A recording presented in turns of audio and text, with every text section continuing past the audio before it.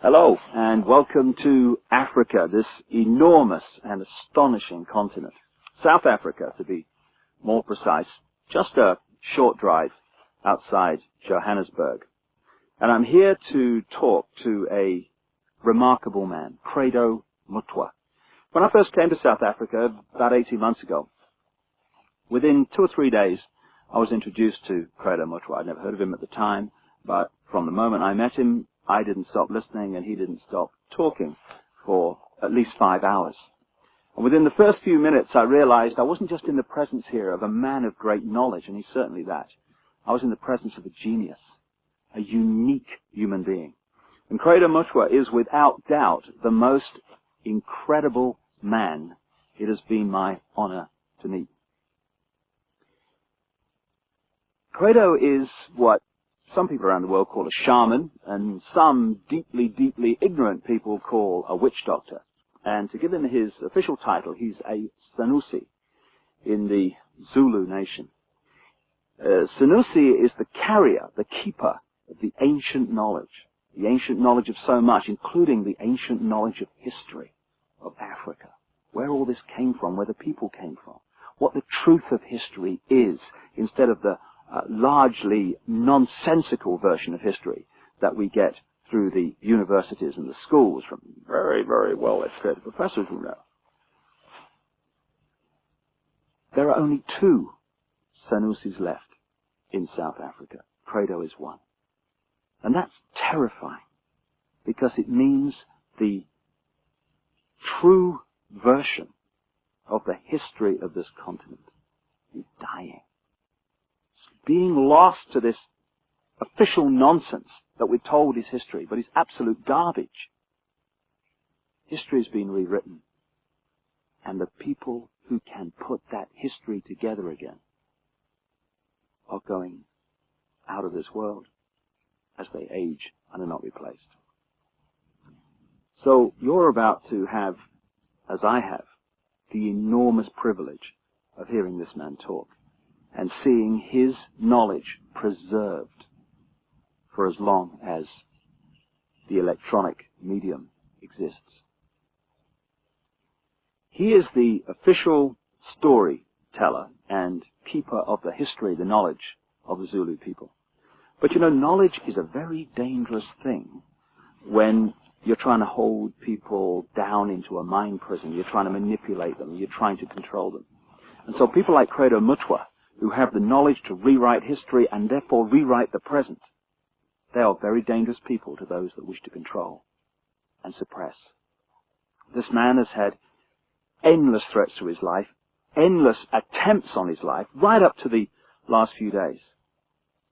And he has upset the hierarchy of his own people as much as he's upset those others in other cultures and other races that wish also to suppress the truth for reasons of preserving their own religious domination or keeping people in ignorance. And so I've come here to talk to Credo at length about many things. And this is a series of unique videos with a unique man. And what we're going to start out with is to concentrate on a bizarre story. An off-the-wall story, you would think, but one which he is confirming at every turn from his own background, his own unique knowledge of this continent. Over the last few years, as I've been trying to uncover how the world's controlled by a few people, which it is, and who those people are, it has emerged from my research that, bizarre as it may seem, a reptilian race from another world, interbred with humanity in the far ancient world, creating hybrid crossbreed bloodlines. You see references to these in the Old Testament and into endless of the ancient texts. In the Old Testament, it talks about the sons of God, which in the original is sons of the gods, plural, interbreeding with the daughters of men to create the hybrid race, the Nephilim. These gods were the literal gods of the ancient people. And they used to sacrifice people literally to the gods. And these crossbreed bloodlines, as ancient accounts tell around the world, were put into the positions of ruling royal power in the ancient world. And then, as is happening today, when you do the genealogy of the ruling families and the ruling positions of power in the world, be they the 42 presidents of the United States up to Bill Clinton, be they the British royal family, be the aristocracy of Europe, any of these key ruling elites, the top of the banking system, the top of the global business system, you hit the family lines which go back to these same ruling lines of the ancient world, royal lines, that the ancient accounts say were the crossbreeds between humanity and these reptilian gods. In other words, a reptilian extraterrestrial race has been controlling planet Earth for thousands of years to this day and putting its genetic compatible bloodlines into the positions of power as presidents, prime ministers, banking leaders, business leaders, etc. And this explains so many things, where we get the divine right of kings from, the divine right to rule because of the bloodline, the genetics. Why these ruling families of the aristocracy and the royal families have always incessantly interbred with each other, just as the Eastern establishment families of the United States do, that produce so many presidents and banking leaders and administrators of government in the United States. And astonishingly, bizarre as I keep saying, and seemingly ridiculous as this story may be from our conditioned perspective of life and reality, when I started talking to Credo Mutwa from his African experience and knowledge of the most staggering depths and variety, he tells exactly the same story that I have uncovered around the world, exactly in great detail. And if Africa and the world is ever going to be free, and we are, then they have to listen to this man. And they have to listen now. I started out by talking to Credo about the origin of the knowledge that he is about to share with us for the first time in so many cases. Because this is the knowledge that only initiates normally get. But as Credo says, the world needs to know this. And so, this is a unique video. And this is a unique man.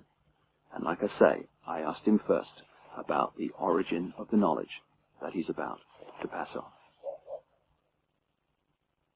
When the white man started destroying our religion, when he started demonizing our gods, when he started ridiculing what we believed in and actually using educated Africans to destroy that ancient African religion, in many parts of Africa, say, our ancient religion went underground. And there were, call them secret societies, all over South Africa and Central Africa and East Africa and West Africa, where this knowledge was stored and kept by aging guardians, many of whom did not know that in other parts of the land there were other guardians who were doing exactly as they were doing. Now, when I first became a Sangoma, I was already, say, a person of education. I had entered school as a child of 14 years. And when I became a Sangoma, I was a youth of 16 years. And what my aunt and my grandfather, as well as my maternal grandmother, taught me shook me to the core of my soul. I found that the mission schools had been teaching me lies about my people all along. Missionaries had told us as children that the only light came to Africa with white people, that before the white men came, we black people had no idea about God. We had no belief in a life after death, and that our people were just a race of savages who used to lie around in the sun, womanize, fight, and drink beer every day. I was suddenly awakened to the fact that Africans had in fact been far greater intellectually than the missionaries were willing to give them credit for. That, like the white man, we had astrology, astronomy, we had surgery. In fact, I found that Zulu surgeons in the early years of the 19th century and the 18th century and even beyond could perform operations which white surgeons were not capable of operating. And the more I learned about my people, the more I wanted to learn. And when my initiation under my aunt Mina and my grandfather Zigo had ended, I wanted to know more and more and more. And sometimes I had to pay a ghastly price in order to gain this knowledge. In one place, here in the northwestern Transvaal, my teachers found that I was really uncircumcised. And they told me bluntly that if I wanted to be a member of this secret society, I had to undergo circumcision. And I did, and it was screamingly painful, I assure you, because it was done with a clasp knife, which somebody must have blunted a little bit, just to make sure that I got the message.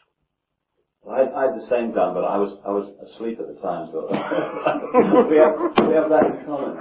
And then, in some places in Southern Africa, if you wanted to learn the secrets of a certain secret society, you had to do dreadful things which I cannot repeat here. And at one time, in Barotse land, in the west of what is today Zambia,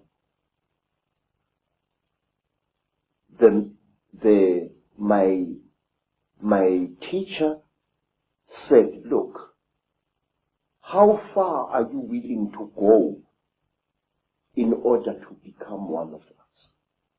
I said, I am willing to go anywhere. He looked at me and he said, listen, educated man, we are tired of people like you.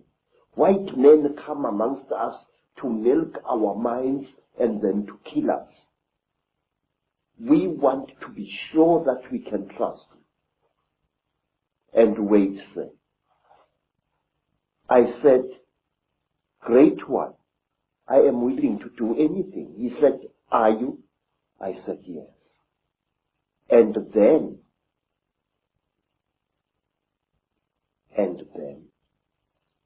they went into a graveyard, and from there they removed the hand of a corpse, dead 2 days, and they brought it and they challenged me to cook it and eat it. I did so. And these were the peoples who first told me about a race of highly intelligent beings which they called the Chitauri, the talkers, a race of creatures which look like reptiles, who have ruled the world for hundreds, if not thousands of years. Through this dreadful act, I was able to gain knowledge which was denied to even the highest Sangomas, because they would not go through the ritual either. This is how secret knowledge is protected in Africa. And at one time, let me tell you another thing. Again, in Barotse land, on the border between Angola and North Rhodesia, as it was called, I was brought into a hut. And in the hut was a young woman. She was as black as ebony, and her hair was like a huge black cloud on her head. Her teeth had been sharpened in the Barotse fashion until they looked like those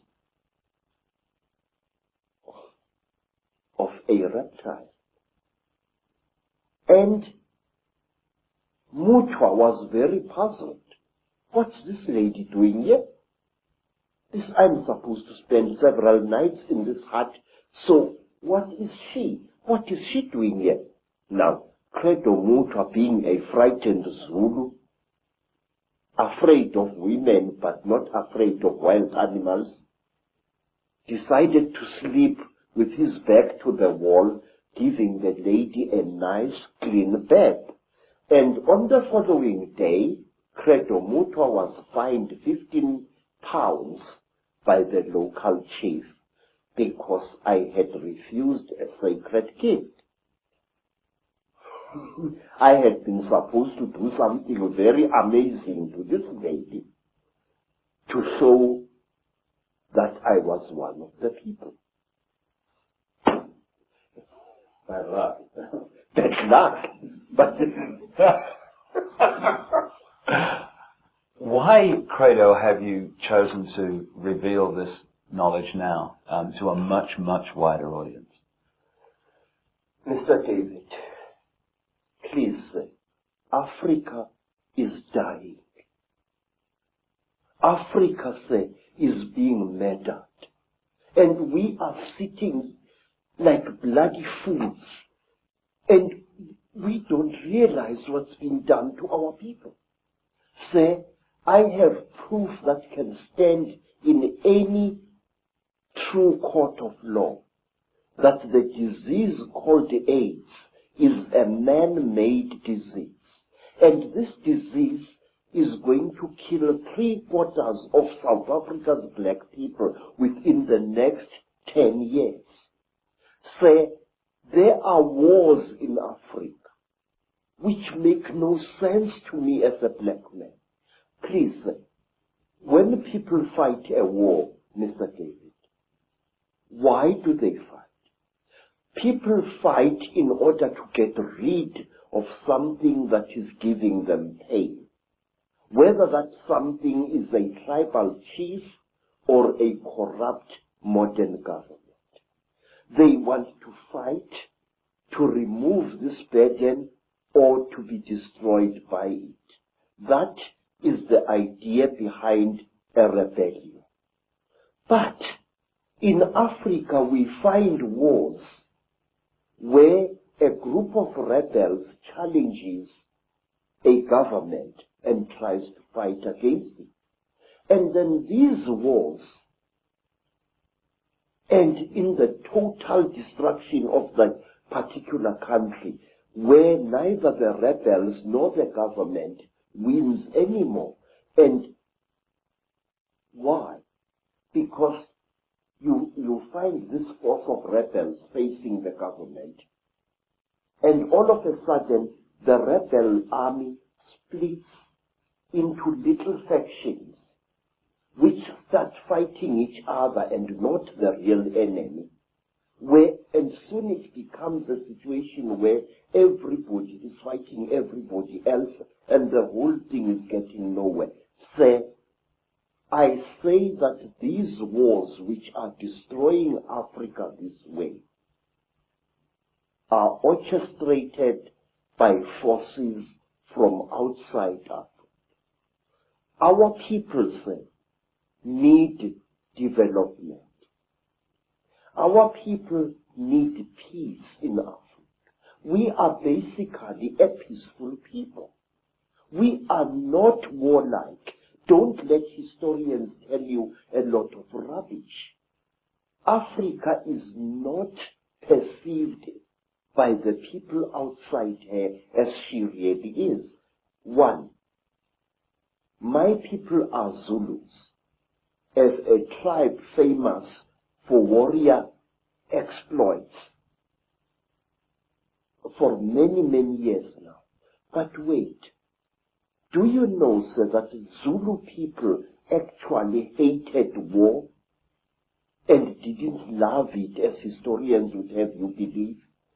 We Zulu people call war impi, I-M-P-I, and we call evil imbi or ububi. Now the word imbi and the word imbi come from exactly the same root, which means that which is evil. We call copper itusi, which means the helper, the frightener away of evil spirits. But we call iron insimbi, which means the evil metal, the metal of war. Now, when a Zulu went to battle, he spiritually prepared himself for fighting. But when he came back from battle, a Zulu would undergo a ceremony of purification, a very, very painful ritual, which lasted for some 7 days before he was even allowed to touch his wife. But wait for this. In England, we have got the lady Sarah Churchill, Duchess of Marlborough, writing in her diary that her husband, Sir John Churchill, the Duke of Marlborough, after the terrible battle of Blenheim, had made love to her 3 times while still wearing his top boots. Wait, sir. Listen to that. Here is a man coming into his tent or whatever it was, with his boots still stinking with the blood of horses and the blood of men, and probably with human flesh still attached to the soles of those boots. Here is this man making love to his wife. What kind of attitude is that? That a man would come smelling of death and destruction to desecrate his wife in 3 torrid sessions? We never did that in Africa. We hated war, and furthermore, our people, the black people of Southern Africa, are accused of having been a male-dominated society. Absolute bloody poppycocks. Zulus were a female-dominated society. And if you want proof of that, ask yourself, who killed King Shaka? who planned Shaka's murder, 2 women, twins, Mama and Mkabai, Shaka's aunts, who was the greatest advisor of King Shaka. His mother, Nandi, she used to plan every one of Shaka's military campaigns right down to the last detail. So, everywhere in South Africa, our word for great also means female, but that is something we shall discuss at another time. So, Africa is being murdered, and a race of people which once founded some of the world's greatest civilizations is being cruelly exterminated, and our politicians appear to be hypnotized as like a little antelope hypnotized by a python. Don't our leaders know what is going on in Africa? I'm going to talk, sir. I'm going to talk, and I'm going to reveal and damn the consequences. I am not a brave man, but it's high time somebody stood up and exposed the conspiracy around Africa and her people. So let's start looking then at the force that is the common theme through all this history to the present day that's been manipulating these highly malevolent, highly destructive situations. My own research around the world has certainly focused in on the fact that there is a force, not of this world, shall we say, that is the common theme. What is your experience and your knowledge of an extraterrestrial involvement in the history of Africa?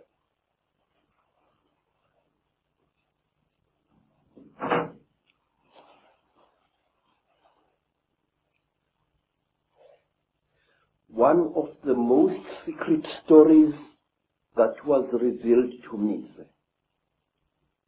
is about these beings. This story was revealed to me first in Barotseland, then in the country today called Rwanda, once known as Rwanda Urundi. Then I learned about this story at that time on the foothills of Mount Kilimanjaro. This is the story, a story you find throughout Africa. There was once a time when the blue sky was invisible, when the whole world was covered with mist, when you could not see the sun as it is now. You only saw it as a splash of white light moving slowly across the sky.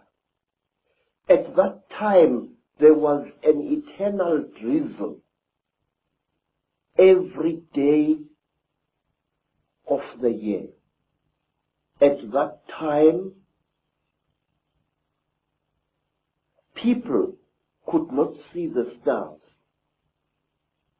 People only saw the trees growing, trees which were very, very big. There was no desert at that time, only jungle everywhere where you went. At that time, people were what we call in Zulu, ngubili. A human being was both male and female in one body. And out of the sky, one day, came terrible objects. They were like gigantic bows made of huge gleaming gold. They were shaped like bows without strings, and they were bigger than the biggest mountains. They came out of the sky bringing great noise, black smoke, and fire with them. And out of those huge objects came them. At that time, sir, human beings could not speak. We had no gift of language at that time. And people had, however, great mental power. A man would go into the bush and, using the power of his mind, actually call out an animal which he wanted to hunt and kill for his children. And the animal would appear and kneel down before the man, and the man would kill the animal and take it home. But when the Chitauri arrived in Africa, they told our people that they were gods and that they were going to give us human beings great gifts on one condition. We had to worship them and accept them as our creators. Some told our people that they were our elder brothers and that this earth had produced them generations ago. And they said they had come back to the green womb of their mother and that they were going to make us into gods. What they did, they created a very strange pair of caves in the land.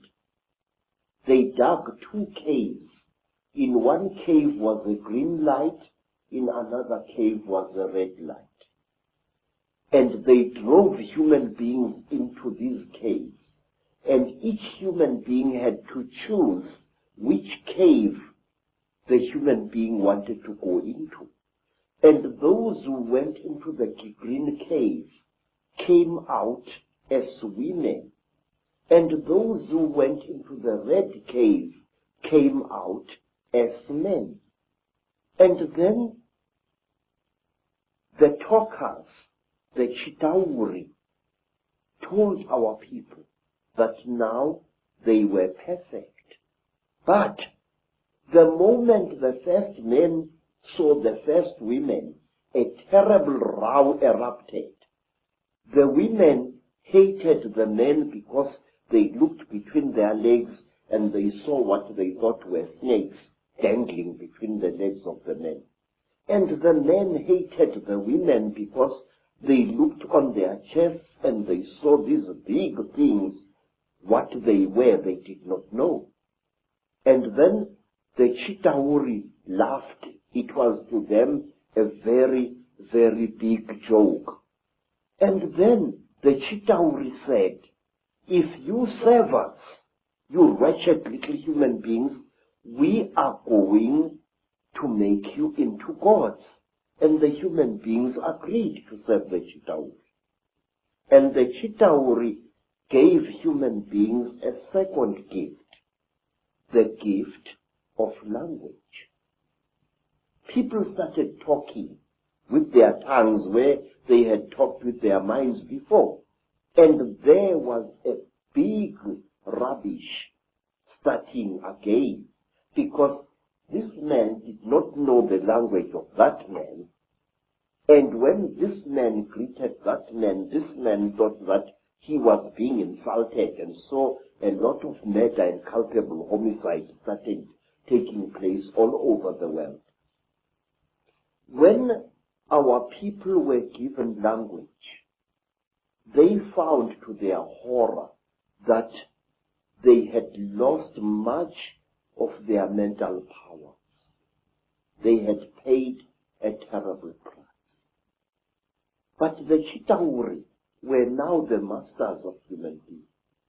They made them, the human beings, to go into holes in the ground and to mine metal, gold, copper, tin, all kinds of metal. The Chitauri forced our people to mine. And the people were very unhappy because they couldn't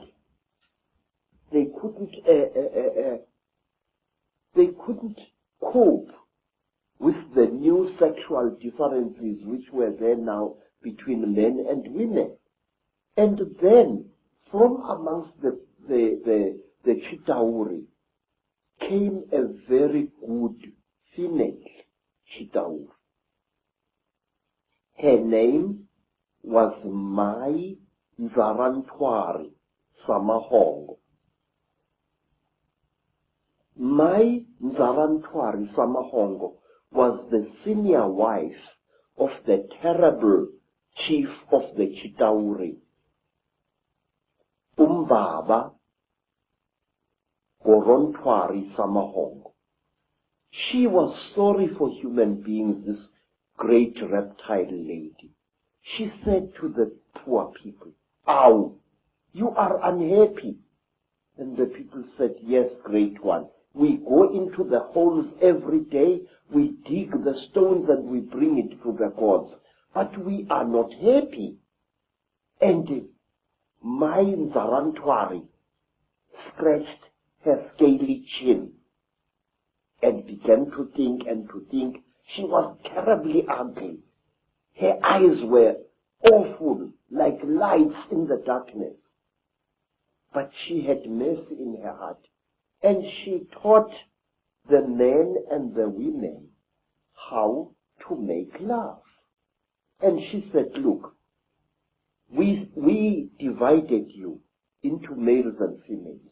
Now this action is going to bring you together." But it did not, because anyone who receives a gift from the Ntwari, the children of the python, is always in trouble.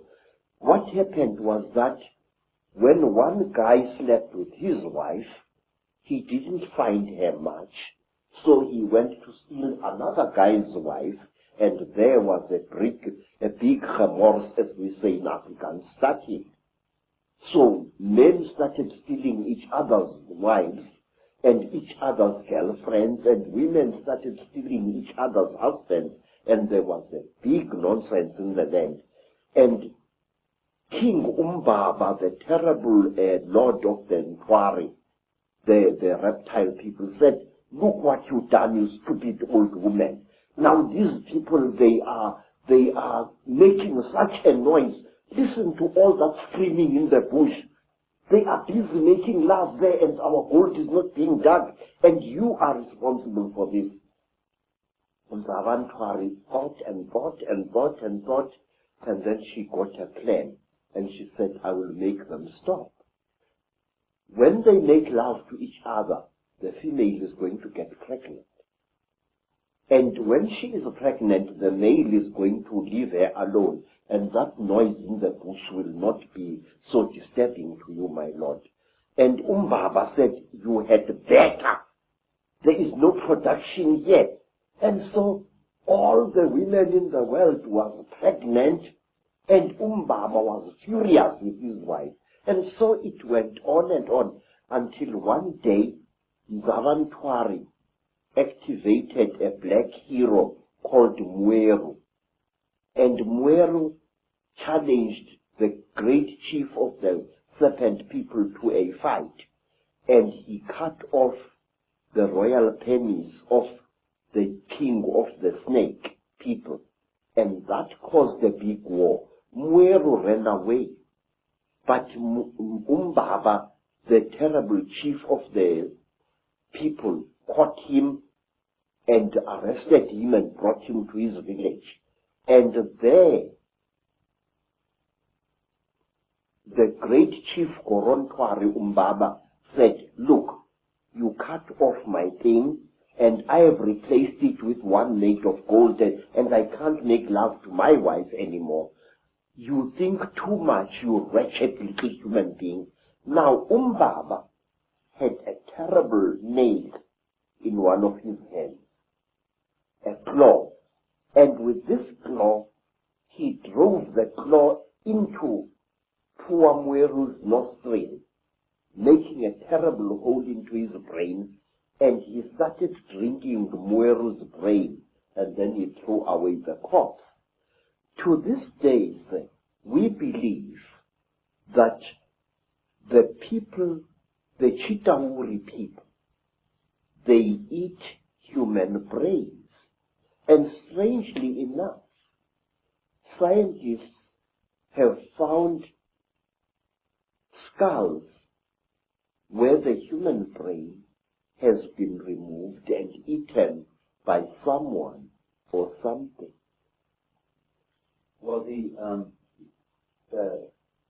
you speak here, so many things come to mind. First of all, you're saying that telepathy was the key form of communication before the Chivahudi, the Reptilians came. Yes, sir. And I guess it's like a muscle. When you use it, it gets more sensitive and more powerful. So the more you use your telepathy, the more powerful your mind got. And then when language came, it almost brought us into this three-dimensional world and disconnected us from that mind power. Yeah.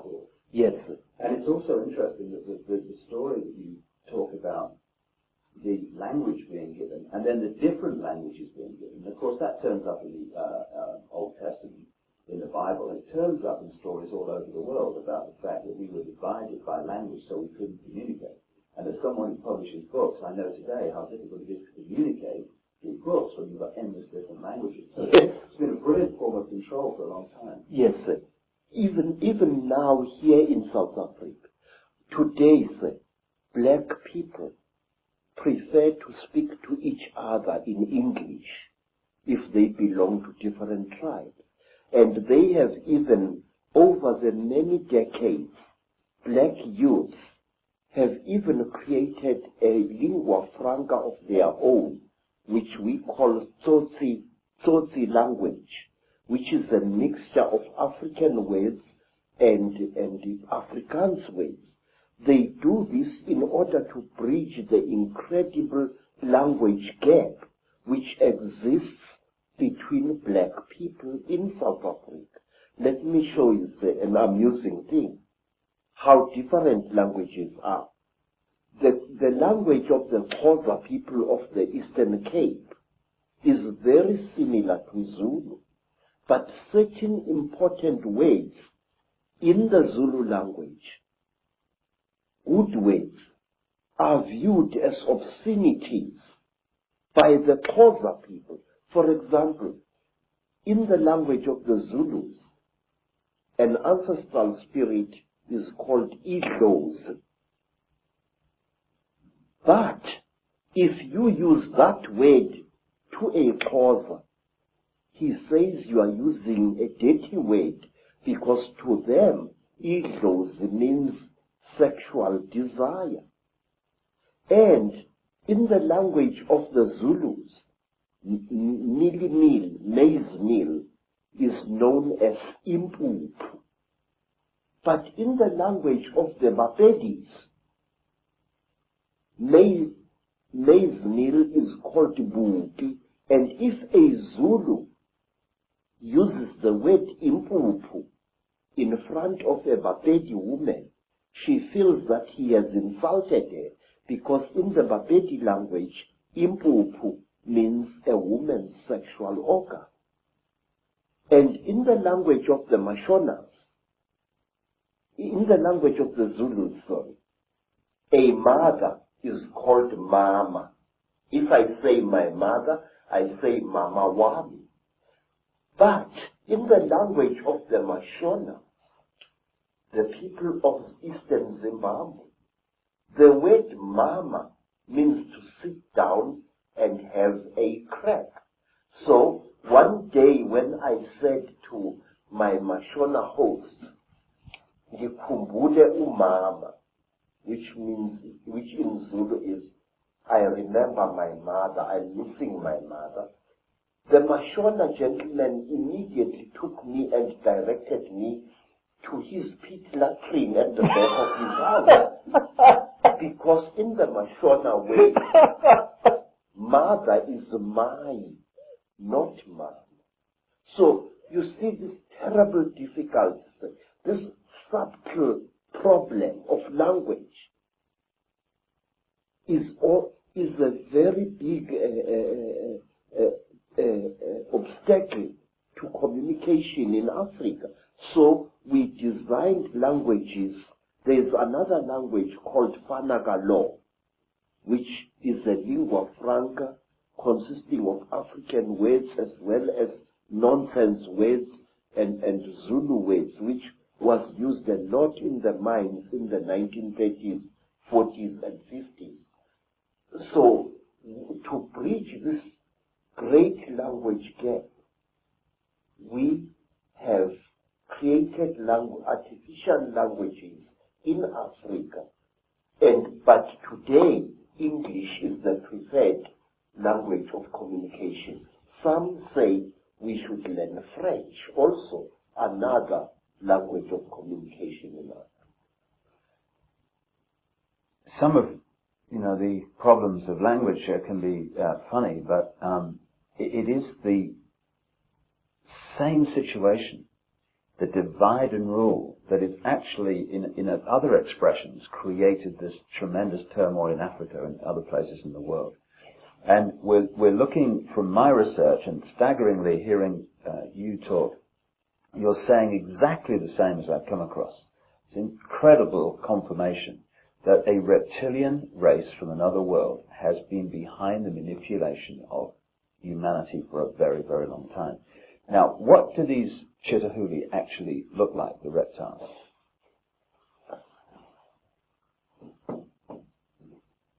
I'm not a good artist. You're better than me, that's for sure. But this is how we believe the Chitahuli look like. They were created in this. You see, sir, you white people say that there are alien beings on this earth. No, you are wrong. The earth in which we live has produced 24 different races during its long existence. Please, this is how a Chitahuli looks like. It stands about 11 feet high. It is a very slender being which seems not to have a bone structure. Its fingers have no joints. They are more as if the bones in here were flexible. Some of the Chitahuri have got 3 claws with a thumb. Some have got 6 claws with a thumb. And some of the Chitahuris have got horns on their heads. And what surprises me is this. Some film producers, like the producers who make the film Star Wars, often show creatures in their films which actually exist, which even the most uneducated of Africans who knows this Chitahuli can identify. For example, in the new Star Wars film, what is it called? Star Wars or something like that. There is a creature who amazes me called Darth Maul. Darth Maul is a red and black being with a ring of small horns right round his head. That is exactly what the Chitahuli look like. Some have got ordinary heads without any horns on their heads. These are the lesser Chitahuli. But the royal Chitahuli have got a ring of sharp horns all around their heads. And the very high Chitahuli, like their king, Mubaba Samahongo, they have got very long horns which grow this way. Not that way like a bull, but this way like certain antelopes. Now, I just wonder where these film producers get their information from. And in one strange feeling, which my student called me to come and watch, there is the thing called Stargate 2. Mm-hmm. And in that feeling, there was a creature, a very slimy, cream-colored creature with heavy wrinkles on its face. It was a spitting likeness of Mubaba Samahongo, the terrible emperor of the Chitauri. Well, clearly there's a tremendous amount of knowledge of what's been going on and what is going on, which comes out symbolically through films and areas of communication like Hollywood. But the thing that I'm totally stunned the more I talk to you about this is because I've been all over the world having people give me descriptions of seeing reptilian type figures, particularly people in positions of power in the world, changing into a reptilian figure and coming back again. And what they describe seeing is exactly what the knowledge of ancient Africa talks about seeing. We're talking about the same people there, which is an astonishing confirmation. And the eyes is something that keeps coming up being described. Tell me about the eyes of the Chitauri. Say, a warrior Chitauri has got eyes like a snake. These eyes are yellowish with split pupils, and they glow in darkness. So if a warrior Chitauri, one of the lesser classes, is hiding in a cave, you can see its eyes burning. But a royal Chitauri has got 3 eyes. It's got the yellow eyes, which glow in a strange, almost ice-like way, like jewels, like certain types of yellow jewel. And then they have got an eye in the center of their forehead, an eye which doesn't close up down like a normal eye does, but which closes from side to side and which opens this way. Now this eye of the Chitauri is the eye that kills, because it can knock a man down just by the fire, the glare that comes out of it. Is this where the constant recurring theme of the evil eye comes from? Yes, sir. Yes, sir. In fact, Mubaba, the emperor of the Chitauri, who is said to be still alive today, Mubaba has got a central eye. His other 2 eyes were stitched shut by a jealous wife. But his killing eye, the Samahongo, the terrible red eye, opens. He can even open it like this. Mr. David, I would like to share a little thing with you. It is this: the best way to protect an evil thing is to deny its existence. And if you talk about things such as the Chitauri, if you talk about things such as the Mandinda, there are many people who say to you, rubbish, this thing does not exist. Now, in this way, this great evil is protected by being denied.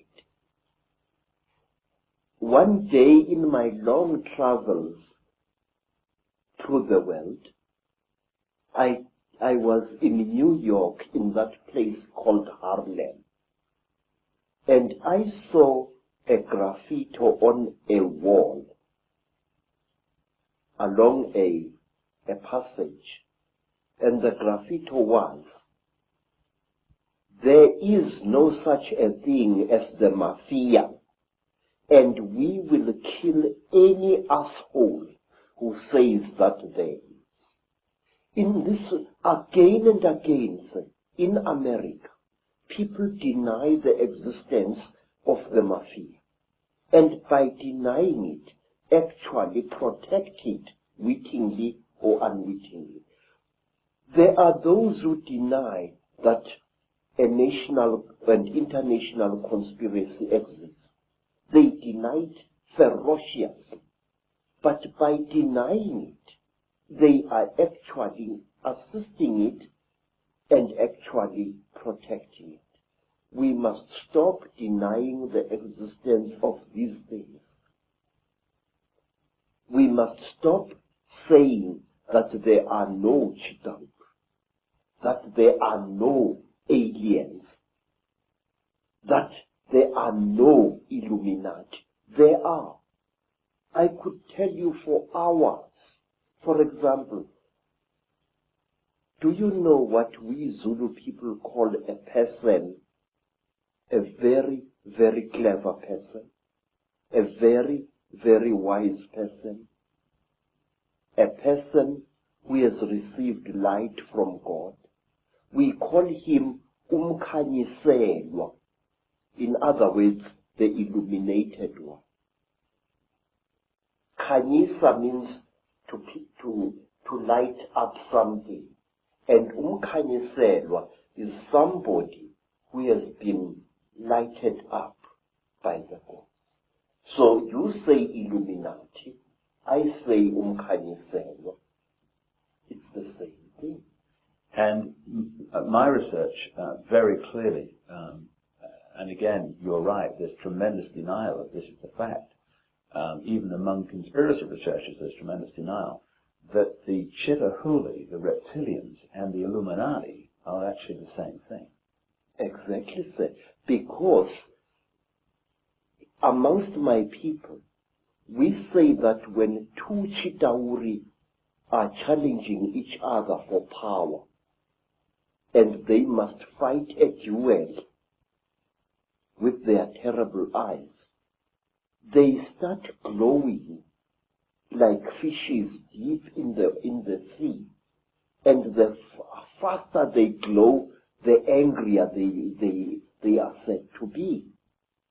Now that is why there are certain parts of Africa where people are advised not to walk at night, because that is where the Chitauri often fight. And one of these parts of Africa, sir, is a remarkable place called the Mountains of the Round Rocks, Matobo, wrongly pronounced Matopo, in Zimbabwe. These hills are really not remarkable in themselves. These hills are said to be the one place in Africa where the Chitauri have been seen. And these hills is where Cecil John Rhodes lies buried, but there is more. You must visit this place at one time. Amongst the rocks on the Matobo Mountains, you find a species of lizard which you don't find anywhere in Africa or the world. A species of lizard which responds to the call of a human being. When I first arrived in 1958 in the land called Rhodesia, now known as Zimbabwe, I found an African there who was a tourist attraction. He was a game warden who made strange sounds calling out. And as he called out, these strange lizards, the only type of lizard anywhere on earth which responds to the human voice, used to come out of cracks and out of holes in the ground and to gather around this African. And it was this African game warden who told me that the sounds he is making are not just noise. They are the speech of the Chitauri star gods. Isn't it a staggering coincidence that Cecil Rhodes, one of the greatest Illuminati frontmen, perhaps certainly of modern times, who did so much to imprison Africa, should choose to be buried at the point where this is all going on? You see, sir, Cecil John Rhodes went his way into the hearts of Africans, and in their despair, wise men of the Mashona people, wise men of Matebele people, tried to make Cecil John Rhodes one of them. They told him about the secrets of the Matopo Mountains, that under the Matopo Mountains lies a city of great wisdom, which is the home of the last survivors of the Chitauri god beings in that part of Africa. And if you go to the Matopo Mountains and you carry a 4-pound hammer and you strike certain parts of that landscape with that hammer, it gives out a hollow sound which shows you that there are caverns deep underground there. There are two sets of mountains. There is the Matopo Mountains, and then to the east of Zimbabwe, there are the great mountains known as the Inyangani, the Weeping Moon Mountains. There, even now, people disappear without trace. Sometimes a person would disappear for several days and reappear a few days later, not knowing where he had been or where she had been. And white people have disappeared there. Black people in their thousands have disappeared there. It was there that I also went missing for 4 days in 1959 in one of the most traumatic experiences of my life. What happened? Well, it's a long story, sir. My teacher, Elizabeth Moyo, had sent me to get a special herb which grows only on the foothills of those mountains. It was just an ordinary day like any other, just beautiful day like this one outside here. And I love the African wilderness. I'm at home in the bush, especially in the days when I was still in good health. I love the animals. I love their smell, and I love the smell of the vegetation. And I was looking for this herb when all of a sudden a bright blue mist fell all around me. It took me some time to react to this strange thing. It was a hot day, and all of a sudden the temperature around me dropped. It was as if I was on the slope of a very cold mountain, but it was a warm day. And then the next moment, I was in what appeared to be a metal-lined tunnel, a caving tunnel, and I was lying on what looked like a workbench, a very large workbench of some kind. You know, an iron table which an engineer or somebody working with metal would use for welding and cutting metal upon. But this workbench was very brightly polished. And there I was lying there with my trousers missing and only my khaki shirt, when I saw again through what appeared to be like blue mist a number of moving objects, which at first I thought were dolls. And these objects were moving towards me. I noticed with mild surprise that They were very thin, short, human-like creatures with very, very large melon-shaped heads.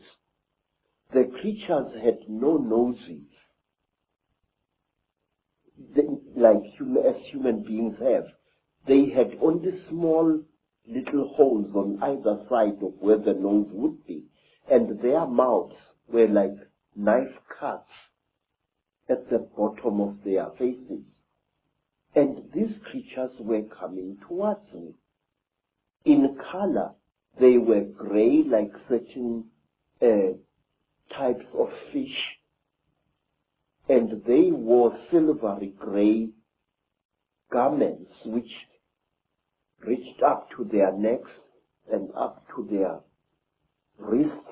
I couldn't see whether they were wearing boots or not at that time. And while I was looking at these creatures, I suddenly was aware that something was above me, standing there, and I looked up straight into the face of one of them, a much taller one than the others. And this creature was wearing a garment like a tight-fitting overall without any buttons or anything, which reached up to its neck, but its wrists were bare. I noticed that the creature had very long fingers. Its fingers had and each of its fingers had an extra joint, and it ended in a claw, a black claw like that of a chicken or a certain kind of bird, and that its thumb was not here, but here in the middle of the hand.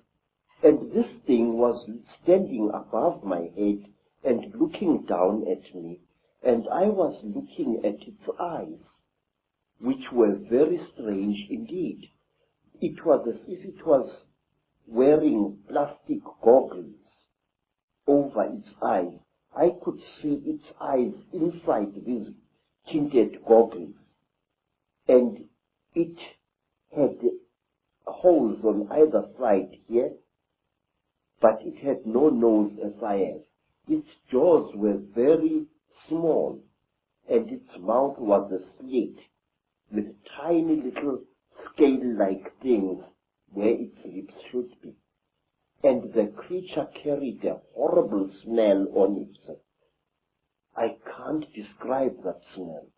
It was a metallic chemical smell which seemed to combine the smell you would smell when somebody is burning brass or copper, and a very ugly chemical smell, these two smells combined. And this creature was looking down at me. I was frightened, but I could not move. And the next thing I knew was a terrible pain on my left thigh. It was as if somebody had just stabbed me right to the bone. I screamed and I tried to jump away, but my body was inactive. I could not move. I was not tied to any chain. I was not chained to the top of this table. There was no belt tying me, but I could not move my body. And when I looked down at what was happening, I found that one of the shorter creatures had driven something very painful into my left thigh. And then, while I watched, horrified, the creature pulled out this thing, and I saw that it was like a pencil made of shining metal with what appeared to be a flexible cable at the back. And before I could do anything, my head was seized by the creature above me. It caught me on either side of the head like this. And then a third creature drove something into my right nostril here. It was as if I had been shot. The pain was so terrible that I screamed and screamed. Blood filled my mouth. Blood spattered out of the nostril, and the creature did not seem to care. I was stupefied. The pain was so intense, so terrible. And then, quietly, brutally, the creature pulled out the thing that it had stabbed in me in the nose rib, and blood flowed into my mouth, out of my nostril, and I was choking. And then the big creature coldly turned my head this way, so that blood came out of the mouth, and which gave me some kind of relief. And after what seemed like an eternity of pain,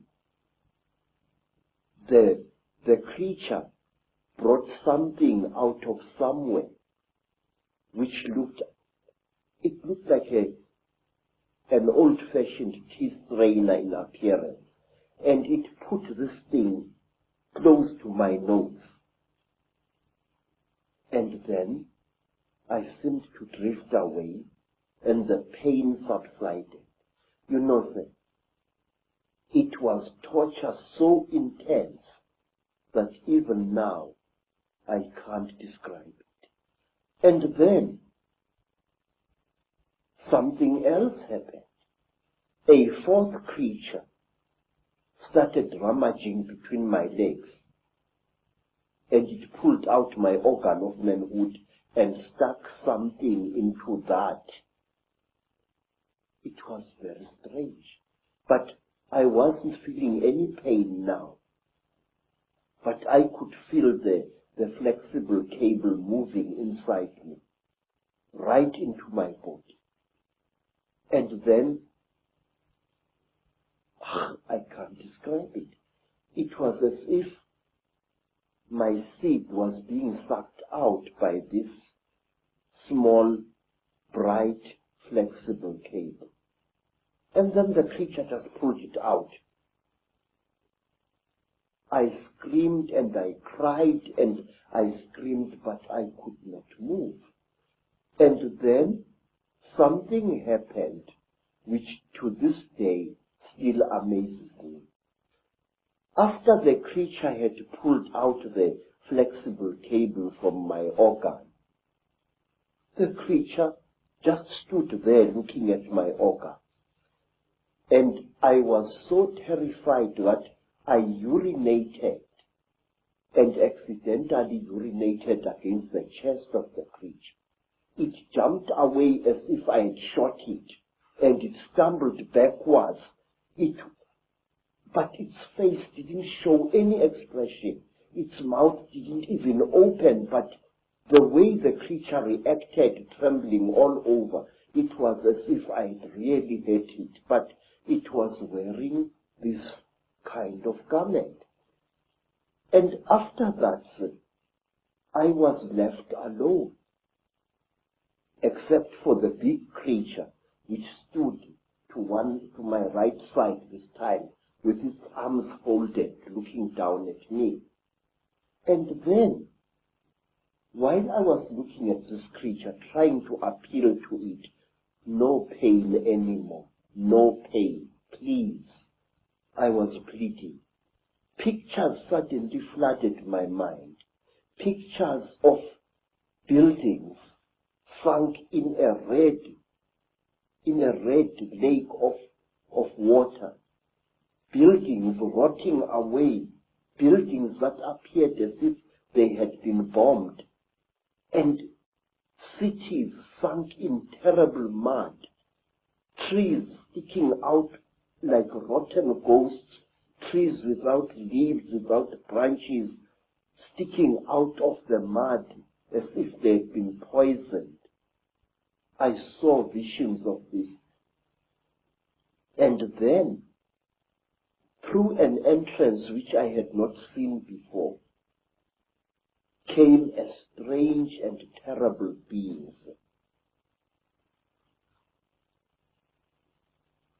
It was exactly like this.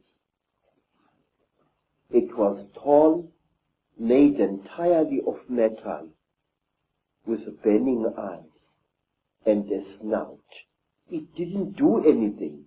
It just moved and came to stand at my left side. It didn't touch me or anything like that. It just stood there, making a strange humming sound. Wow, wow, wow, wow, wow, wow, like that.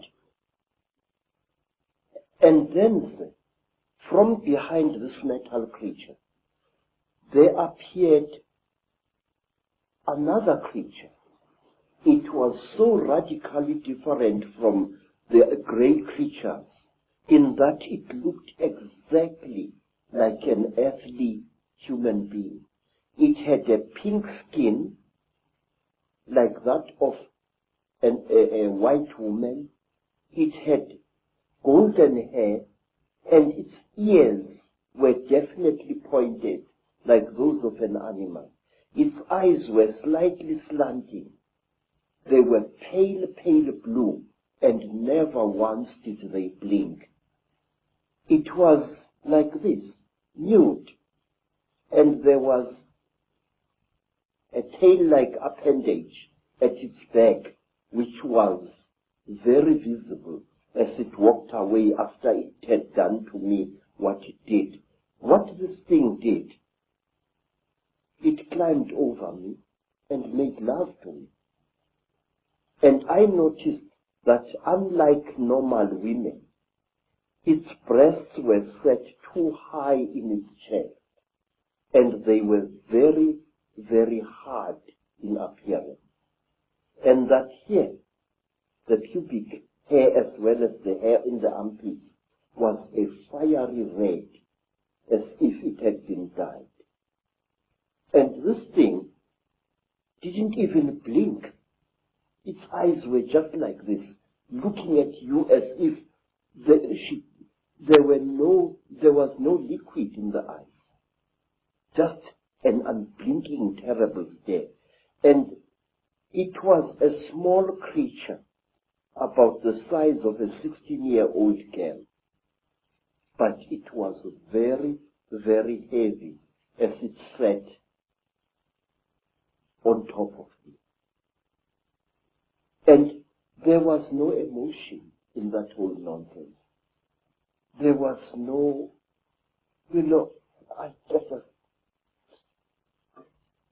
and then the creatures took me out of that room after the metal creature and this pink creature had gone. This creature took me out of that room, assisted by another one, and they pushed me along a corridor which curved slowly in that direction, towards my right. And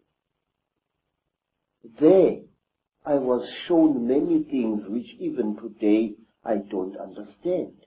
I was shown little versions of this creature swimming in huge cylinders made out of what looked like glass, in a pinkish liquid, like ugly little frogs inside the liquid.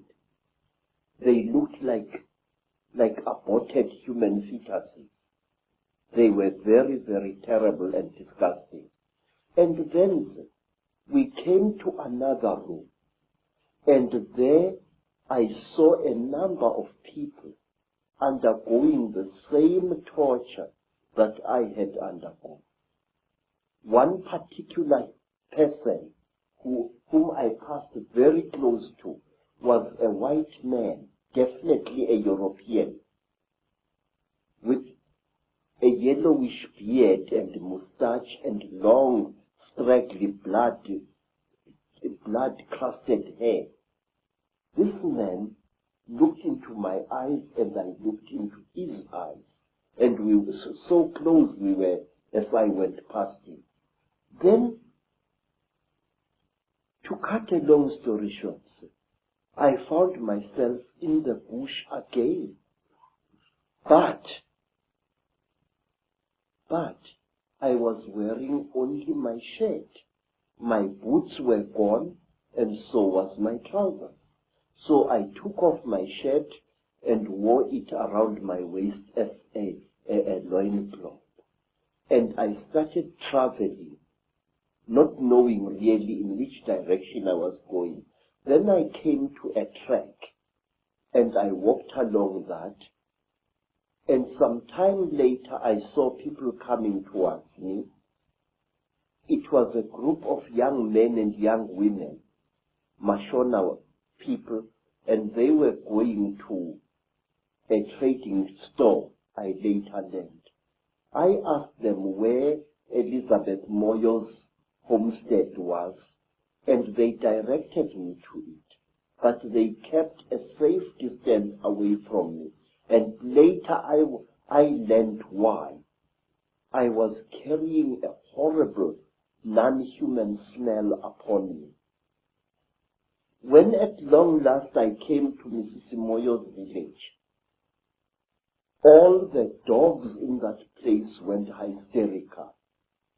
They came at me in a pack, wanting to tear me to pieces. And only the villagers managed to save my life there. Mrs. Moyo asked me where I had been, and I said I did not know. And then she said, I know you had been taken by the little ones. I said, yes. I cannot understand. She said, you must not try to understand. You were chosen by the gods as a living sacrifice. So don't even try to talk about this. But how could I not talk about it? I wanted to understand what had been done to me, by whom and why. Even now, sir, I still want to understand what it was all about. And many years later, I met a remarkable white woman, Elizabeth Clara, a famous South African woman who had worked for British intelligence during the war, and who, we are told, had been impregnated by a being from the stars, Icke. I asked Elizabeth, what was the meaning of the strange thing which was done to me? Because since that time, I had come across many black people, well over 200, who had been through the same torture as I. I had come across many black as well as Cape-colored women who had been mysteriously impregnated by the same creatures that I had gone through the hands of. And let me tell you one other interesting thing before I forget. About a year after I had underwent this terrible experience, I was walking along Jeppe Street in Johannesburg, delivering parcels, when a white man shouted at me to stop. I stopped. I thought he was a policeman wanting to arrest me for some reason. And when I tried to produce my identity document, the white man said, listen, I don't want your nasty word passbook cover. I said, then sir, what do you want, boss? He said, listen, where did I see you? Where did I see you? I said, I don't know that. But he looked very familiar to me. And then he said, listen, don't bullshit me, man. Where did I see you? Where did you and I meet? Then I said to him, I saw you in Rhodesia, in a certain place. You were lying on a table. If I had hit that white man with a fist, he would not have reacted the way he did. He went pale, almost dirty grey in appearance, and he turned away with a terrible, dirty word, and he walked away. His eyes were filled not with anger, sir, but with pure, naked terror. Astonishing story. Yes, sir. But there is more, sir. There is more, because I still want to know what was done to me. Say, one day you and I must talk more, in greater depth than now. I would like to tell you that since that time, I have found that I know things that a man of my standard of education shouldn't know. These hands, and those who know me can confirm it, these hands not only have made these sculptures using ancient African metal casting secrets. These hands, believe it or not, can make guns and working jet engines. And one day I wish you to come back to South Africa and I will show you one of these things. I know things which I shouldn't know, and it started at that time. Now, you see, sir, I want to know, what am I? Since that terrible time, my life as a man was really messed up. And one day let me tell you, sir, since that time, I have become a very confused creature.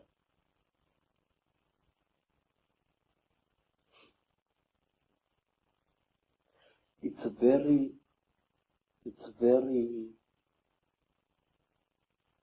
embarrassing, really. But since that terrible day, I became bisexual, which to me as an African is very, very disgusting. Since that time, my mind doesn't seem to be my own. I think about things that a man like me shouldn't bother himself about. I worry about people. It's sickening. I have ruined my life because of worrying about people. I feel that I want to take every human being on this earth by the shoulders, shake them roughly and say, listen, Pastor, there is more to this earth than you think. Say, I have seen the Chidam. I have smelt them.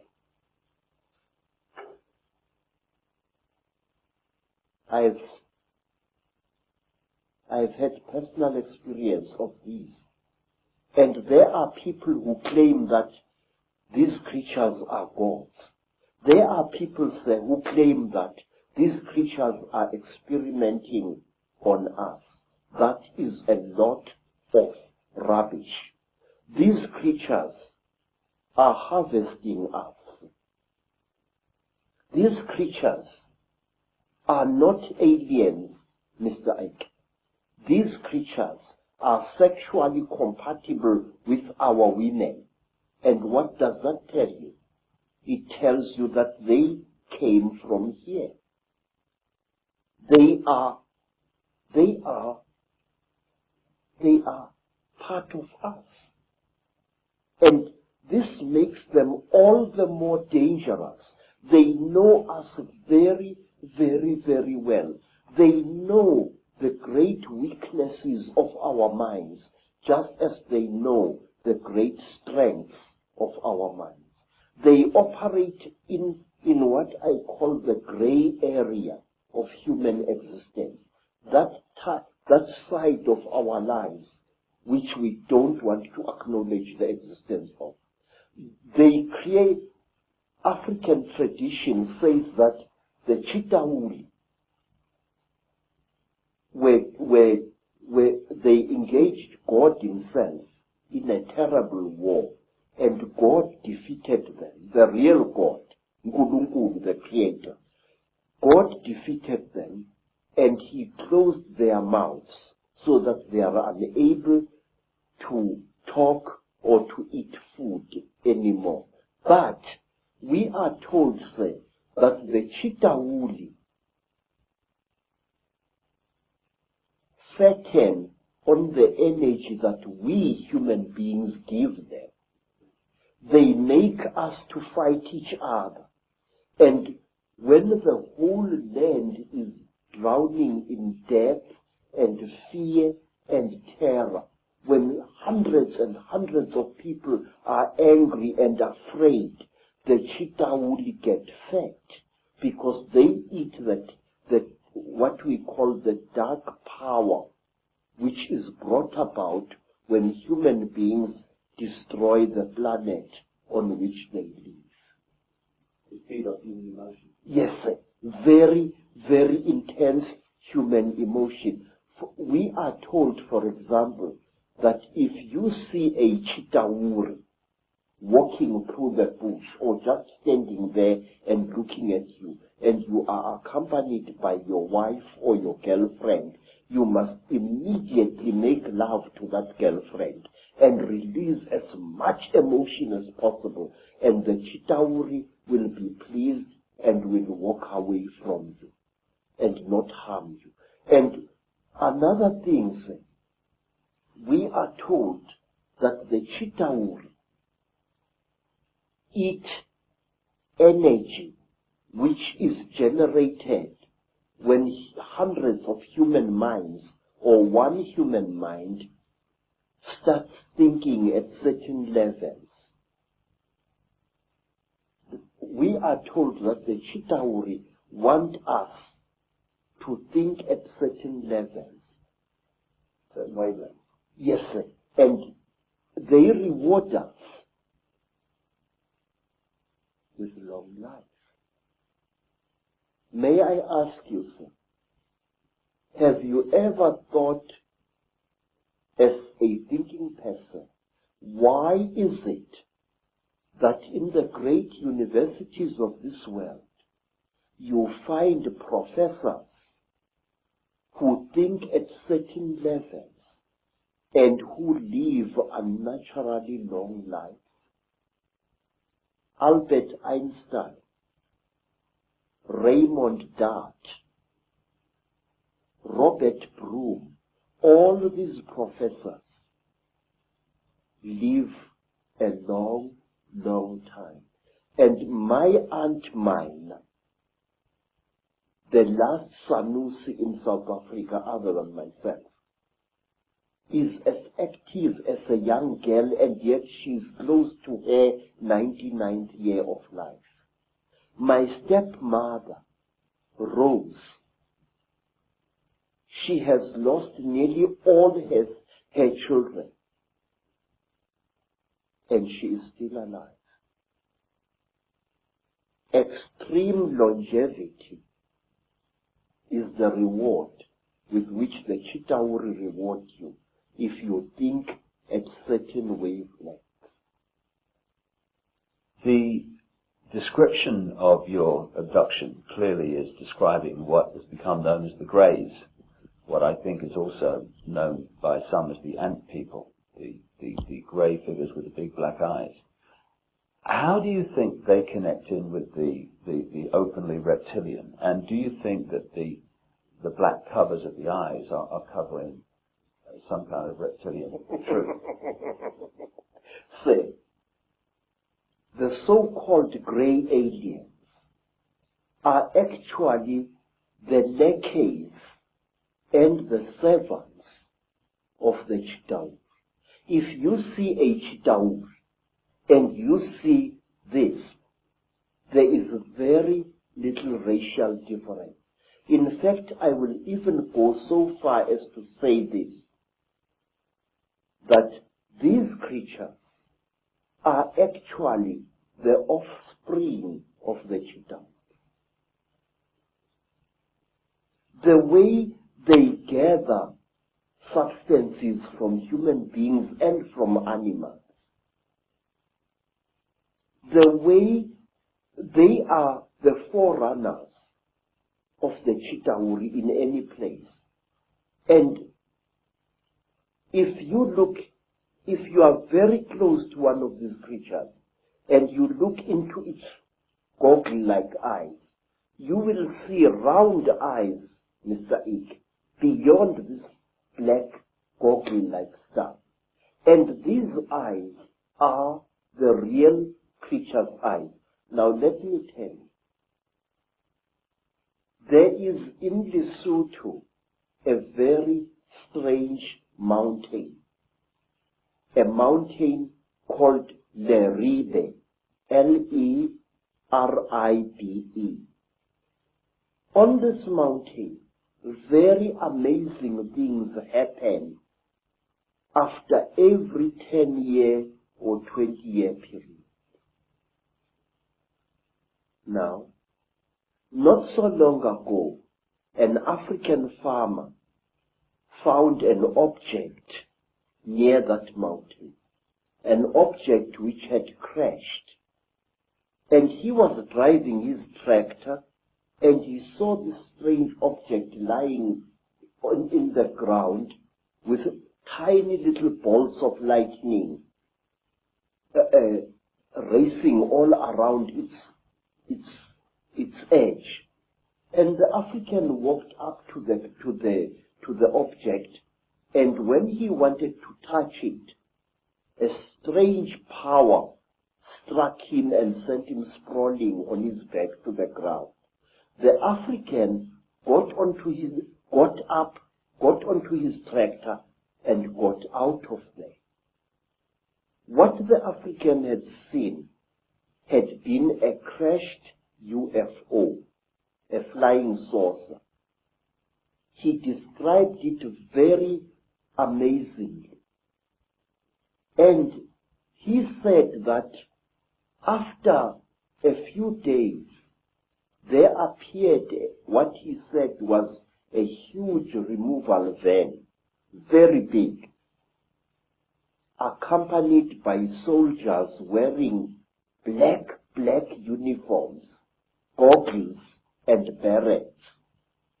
And these soldiers lifted the object into the van, and the van drove away. But when people came to the site, they saw that something had fallen there, but they saw no heavy tire tracks of the vehicle that the man had described. Something had crashed there, had been removed, but there were no wheel marks of the heavy vehicle he had described. Now, let me tell you something else.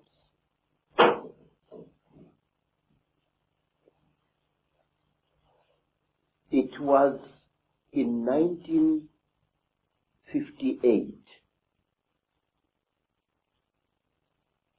In fact, I think that the incident I'm going to describe to you, sir, is somehow connected to what happened to me in 1959. I'm sure of it. A friend of mine in Lesotho called me. He said that he had something very important and that we had to share this. He said, please, I must come to Lesotho. I must come. And I went there. And then I found that he had dug a hole at the back of his hut. And he asked me that he and I and his second wife should go into this hole on the night to come, and there to share something very, very holy. Well, we went down the hole.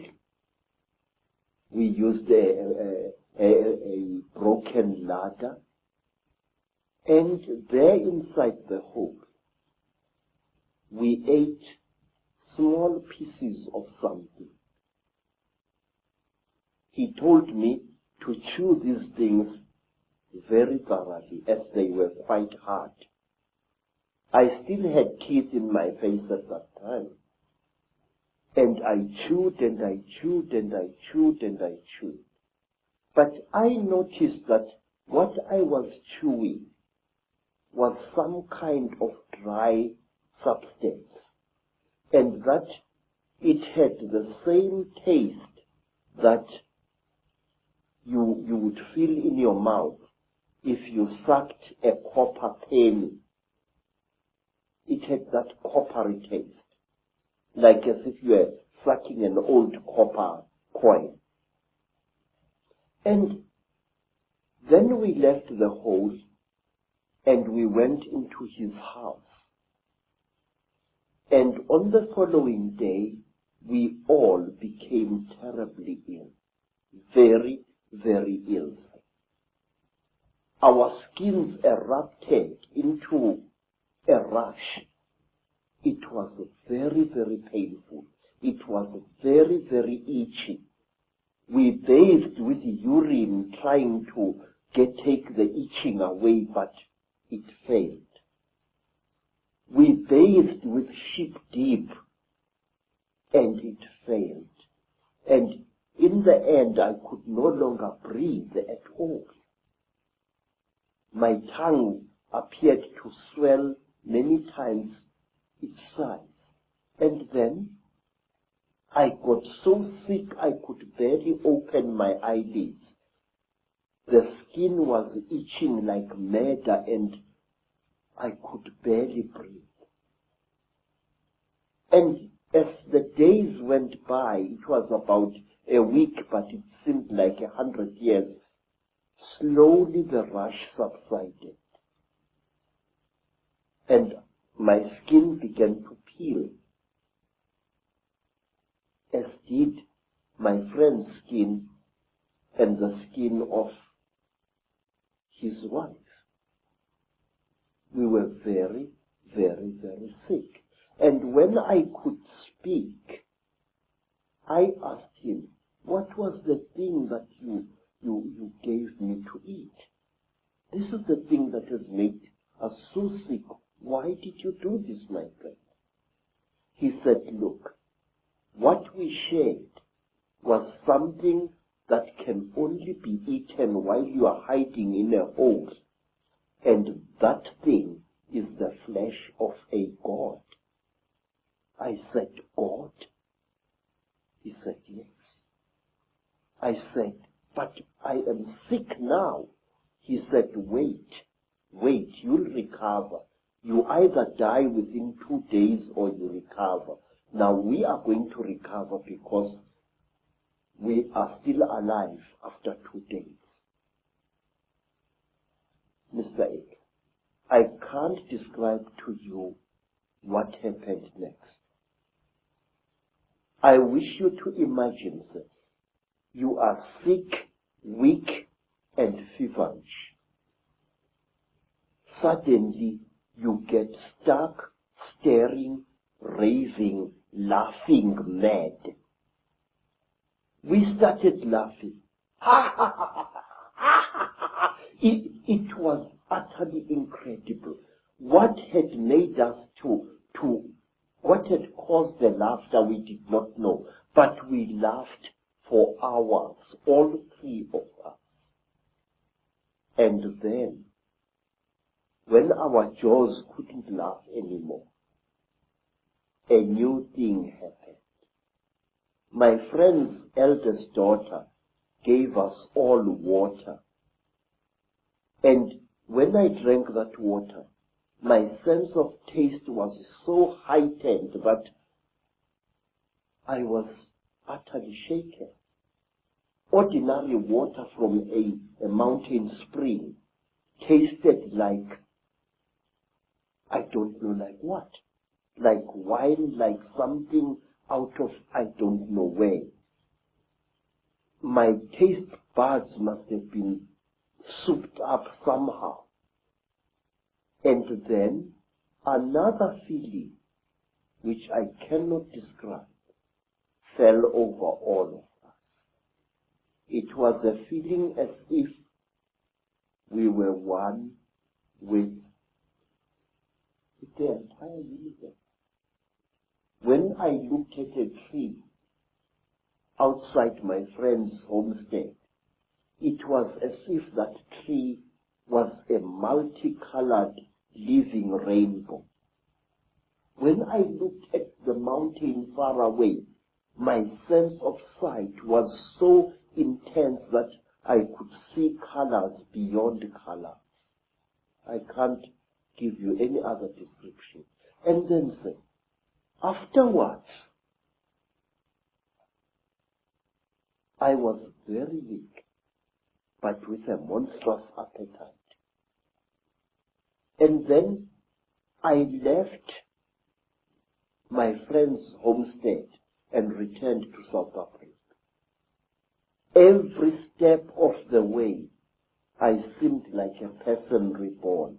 It was a feeling that no words can describe. And when I asked my friend by letter afterwards, what was this God flesh?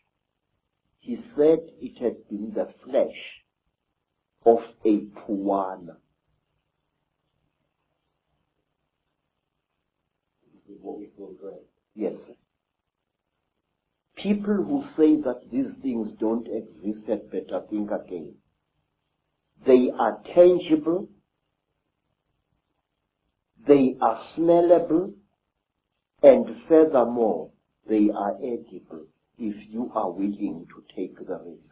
In Africa, we have an ancient custom whose existence many people deny today, that anything that claims to be a god should be eaten. There are places in Africa even now where if you are a spiritual person and you are sick, well, let me tell you what happened to me in the country today called Zaire. I got sick. I was undergoing yet another of my 7 initiations, and I fell sick from very bad running stomach. And I was so sick, everything that my friends, white friends and black friends could do failed to help me. And then, one night, some of my teachers came to me and requested that since I was going to die, would I please allow them the honor of eating me after death? Now, say, it's a very good thing to be invited to a thing, but not when you happen to be part of the menu. And I recovered so quickly that I escaped from that area in one of their ramshackle buses, and I never went back. Thank you very much. Fear can be a wonderful medicine sometimes, and it was with me. Do you think, Credo, that those senses that you experience, that really heightened sense of everything, of oneness, of whatever, are the very senses that the Chittahuli have manipulated out of us? I do, sir. I do very much. They were senses like no human being possesses. May I add, no human being possesses anymore. It was as if at one time, a voice was speaking in my head, a very amazing voice. And after that, my powers of prophecy were intensified. This is what I think. We human beings are holier and more wonderful than we think we are. And I feel we lost something at some time in the course of our development, or shall I say, in the course of our manipulation. Credo, this is fascinating information, which I'm sure many people in the UFO research community will be very, very interested in. That is that these grey extraterrestrials, or grey figures, whatever they are, don't actually really look like that. They're almost in disguise. Yes, sir, they are. And I will tell you what. Grey aliens have died in various parts of Africa. They have been killed, and they are very, very quick to recover the bodies of their friends, which have fallen out of their crashed spacecraft. But sometimes African sangomas steal these bodies before they can be recovered. And believe me, sir, I have heard and I've seen that butchering a corpse of one of these creatures is extremely hard work. What you think is the skin of the creature is actually a tight-fitting costume that the creature is wearing. Under this grey costume, the creature, say, is pinkish white, like a freshly skinned animal, and its eyes are round with split pupils. These are goggles which the creature is wearing. Now, how do I know that? In order to dismember a creature like this, incidentally we call them Mandindane in Zulu, which means the tormentors, the torturers. In order to dismember a creature like this, you need a brand new axe from the trading store, a heavy axe sharpened to a razor's edge in order to cut through the creature's skin. The creature's skin, say, is not adhering to the flesh. You know, my skin is clinging to my flesh, yes? But the creature, there is a gap between the creature's flesh and its supposed skin. This is a material and not a skin. So the creature is actually wearing two garments. It's wearing a completely skin-tight garment which covers its entire body. And it is wearing an overall along these lines. Very often there are no gloves. And here, to cut up a mandindane, you need very, very sharp iron. And you have got to be a strong person even to reach its flesh. But once you have cut through the cover, the close-fitting covering, you can just open the whole thing and see the dead creature's flesh underneath it. Is that true? Yes, sir. It is. I will tell you how the creature looks like without its grey skin. It is like certain types of tropical fish. It's like the belly of that type of fish that is fried in South Africa to make fish and chips. That grey fish, that long grey fish. The texture of its real skin is like that. But the blood vessels are very close to the surface. In fact, not so long ago, Mr. Icke, right here in South Africa, several hundred school children, some black, some colored, were terrorized by a creature they called Pinky Pinky, a creature which looked as if it had been skinned alive. That was a Mandinda without its skin or costume. It's interesting when you're talking about the black eyes of these greys being a cover for something, and then you have the stories of the men in black who seem to interact not very positively, to say the least, with people involved in UFO and UFO investigation and stuff. And these men in black have these black goggle-like sunglasses, which are almost a mirror of the same. Exactly, sir. But let me tell you that over the last 100 years or so, the men in black have become westernized, in Africa at least. In old Africa, if you killed a Mandindan, one of these, you were visited by terrible beings who wore long black robes made of animal skin and deep hoods over their heads. And these creatures used to wear white masks with very, very terrible looking black eyes painted on them. They were called Izilo Zengubo, the beasts of the blanket. And may I tell you that these terrible beings, our African version of the men in black, used to play an important part in the choosing of certain kings in South Africa. That is one of the stories that I wish to tell you in greater detail one day.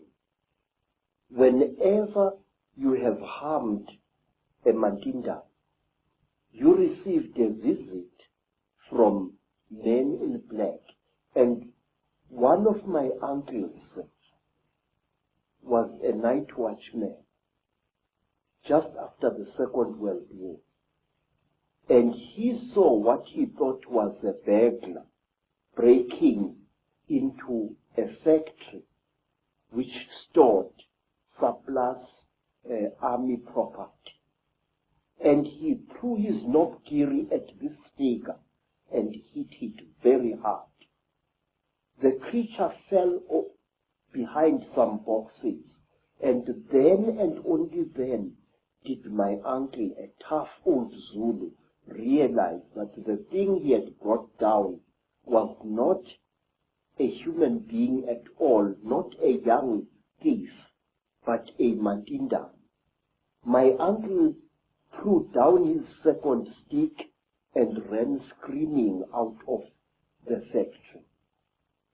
And not long after that, because my uncle had taken from the creature what he thought was its bag, he took the bag with him to Alexander Township after he had run out of the factory, but he could not open the bag.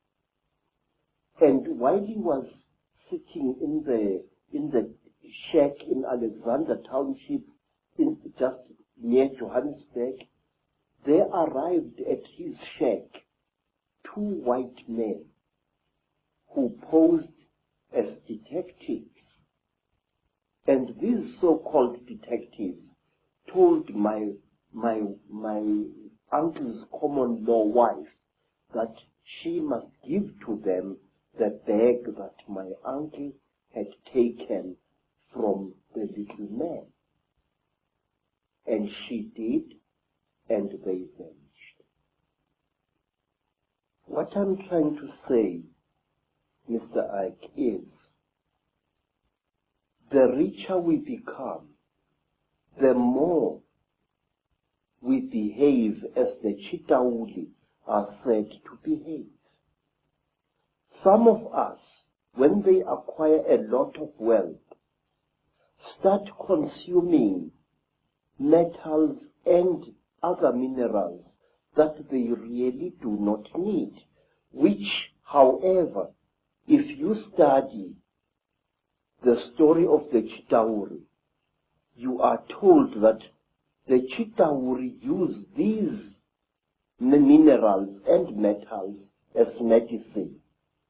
We are told, say, that the Chitauri, when they get sick, smear their bodies with gold dust, which gets absorbed into their skins and they become all right. May I point out, it was once the custom of the Mutwa kings of Zimbabwe, the men who built the Zimbabwe reeds, that on certain rising of the day star, the priest king would be smeared from head to foot with gold dust, and sometimes he was ritually sacrificed on the top of the wall of the Zimbabwe fortress. And to my amazement, when I visited South America, I found that the ancient Mayans had exactly the same custom where a god king was smeared with a mixture of fat and gold dust. And I know from my own research that the Maya people and the Central and South American people have massive accounts and legends of the same reptilian god. Yes. The thing is,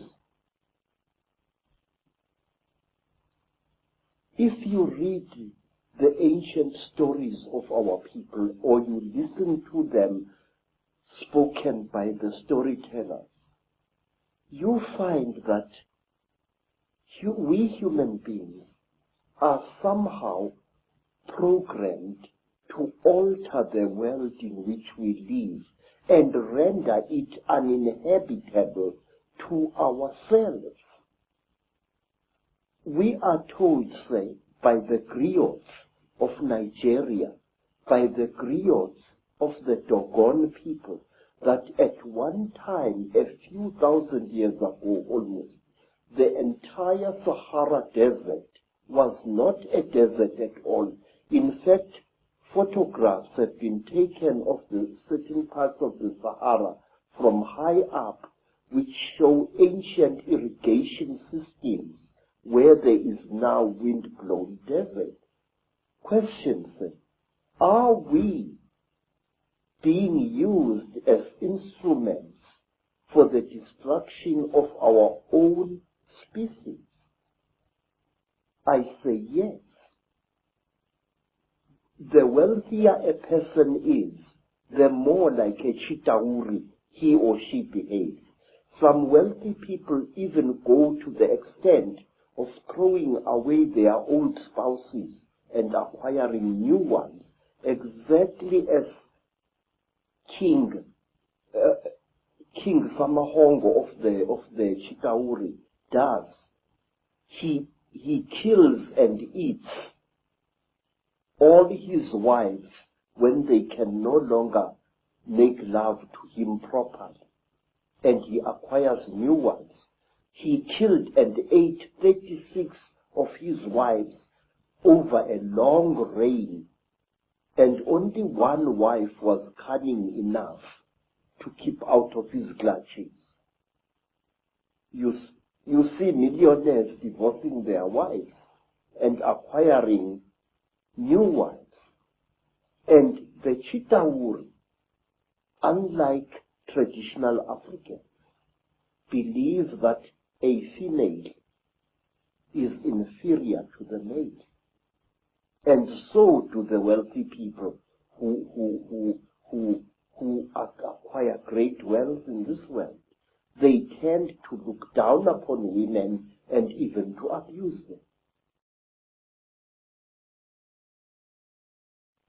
Well, let's connect this into the present day.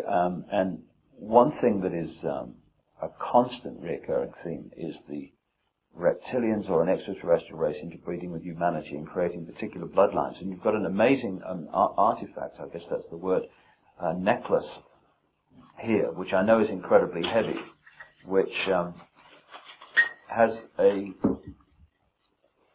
very significant contribution to make to this theme of extraterrestrials or another race, not human, integrating with humanity. Now, first of all, where did this come from? So, we don't know. This necklace has been around for so long that we don't exactly know from which tribe it came.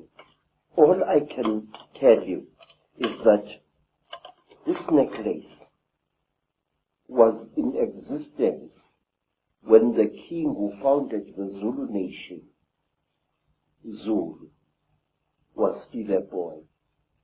It is described in ancient legends centering around this king. It is called Inweba Yezimfihlo, the necklace of the mysteries. It is really a book which tells 12 different stories. And how old do you think it is? How old do you know this book? I don't know, sir. All I do know is that... Hundreds of years? Yes, very old. But it's not as old as the green face that I've just shown you. The Chitauli face is said to be over 7,000 years old, this thing here.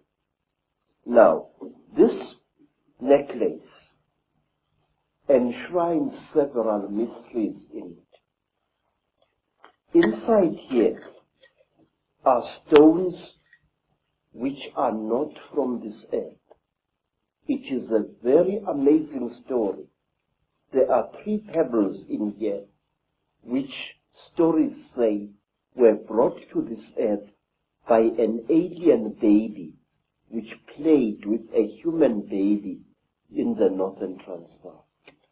This, first of all, that looks so much, well, it obviously looks very much like a spacecraft. Yes. This half-molten object here used to be a serpent-like necklace worn by a Mashona chief. He went to investigate something which had landed in the bush and which was killing his people. And he went with his battle axe to attack this object. And the object blew a jet of very terrible fire at the chief. And he became just smoke. And this was all that was left of him. Now, this necklace enshrines one of the oldest and the greatest mysteries in our country. That the god beings which we call by the name Chitauri and which are called Zishwezi or Imanugela in the languages of other tribes throughout Africa. These gods came down to the earth in great vessels made out of gold, and they united with female human beings to create a race of kings and queens on our earth. There isn't a tribe, Mr. Icke, anywhere in Africa. And when you return to South Africa, I will ask you to investigate this very closely. There isn't a tribe anywhere in Southern, Central, Western, and Eastern Africa which doesn't claim that kingship was a system that was brought down from the sky by gods who either traveled in swings, as the pygmies of Zaire say, or who came down in huge vessels which were shaped like bows, vessels made of gold, vessels bigger than mountains. I wish to share these things with you, sir, as briefly as I can. The Zulu people believed that they originated from space, and their name Zulu does not mean sky, but rather interplanetary space. And the word Zulu also has to do with traveling. For example, if I say to a child, you are getting about, you are moving from village to village lazily, I say, uyazula wena. Now the word Zula, which is used to refer to Zulus, sometimes contemptuously, in Zula, means really a traveler, a voyager, somebody moving from place to place. Where? In the Izu. Now I ask you, how did a land-bound people like the Zulus know that you could travel in space? Uyazula, ezulwini. You can travel in the great place of traveling. For that matter, Zulu people knew that the earth was a sphere and that it was the sun that was still in space and the various planets orbited around it. I will show you on the other necklace of knowledge. And when a Zulu refers to the earth, he says, umhlaba jikelele.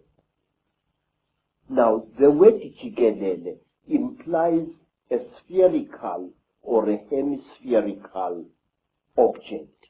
But a Musutu or a Mutswana from Lesotho or from Botswana will refer to the world as Lefatshe, which means that which is down here.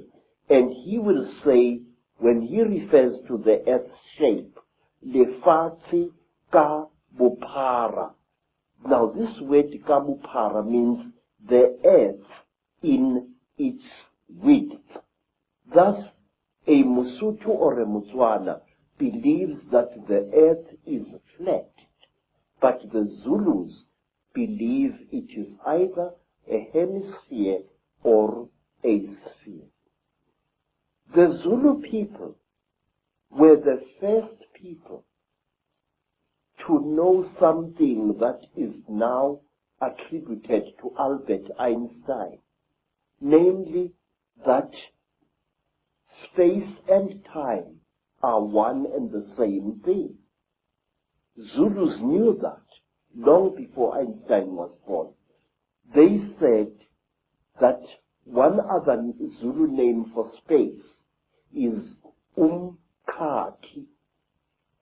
Umkhati. U-M-K-H-A-T-H-I. Umkhati. And they called time Isikati. So you can see, sir, that Zulus, supposedly a nation of skin-wearing primitives, were aware of the fact that space and time are one and the same thing, and further, that if you could find the river of time, you could travel into the future and into the past. And many are the ancient legends which are told in Zululand of a man who traveled through time and accidentally killed a young boy who turned out to be himself in the past, and so he no longer existed. there's an indication on the necklace, I know, around the back that the Earth is round. One of the symbols is indicating that, or a sphere. Yes. But I wonder what you think, Credo, of what is taught to children and students all over the world in the universities and the fancy academic centers, that actually we are now at the cutting edge of human evolution in terms of technological knowledge and knowledge of the world and the universe, and in fact back in the ancient world, in Africa and North Africa and all over South America, they were just a primitive people. Please, that is a lot of poppycock. In fact, in my long investigation into our past, I can tell you proudly that our ancestors were 20 times cleverer than we are. What I feel and what I think is that in the past, human beings were cleverer than we are today, and that human beings knew more than we know now. We are not progressing, Mr. We are simply rediscovering things that were known by better men and better women than we are thousands of years ago. I wish to offer you proof of this, some of it at least. Say, there are things that I have found in my travel through the world, things that prove to me that our ancestors were highly advanced in chemistry. Our ancestors had become so clever that they could take science and reduce it to such a simple level that they were able to help hundreds of starving human beings after some traumatic happening in the past.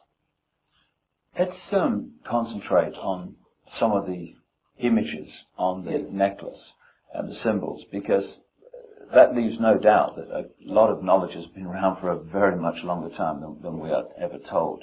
First of all, on the hand, I'm seeing the eye. Now, the all-seeing eye and the symbol of the eye is one the Illuminati use all the time. And it's one, of course, that was a very big symbol of ancient Egypt, the Eye of Ra and what have you. Why is that eye there on that hand? That represents the terrible eye of the Chitauli, the eye which sees everything, the eye which knows everything. It is said that when a Chitauli dies, he passes his dead eye onto his next of kin. And to the Chitauli, an eye is a very, very powerful symbol. This is the eye of the Chitauli. But there is more to this thing. Here there is a hole that goes right through the copper.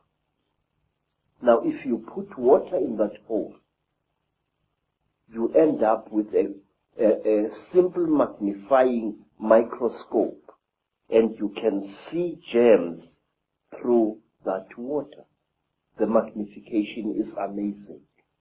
The great symbol is pointed out again and again on the dollar bill, which is on the reverse of the Great Seal of the United States, put on there by the Illuminati, a president called Franklin Delano Roosevelt, is the all-seeing eye. And so is it your understanding that the all-seeing eye, when it's used by the Illuminati, represents this third eye of the Chetahuli? Yes, I do. I really am sure of this.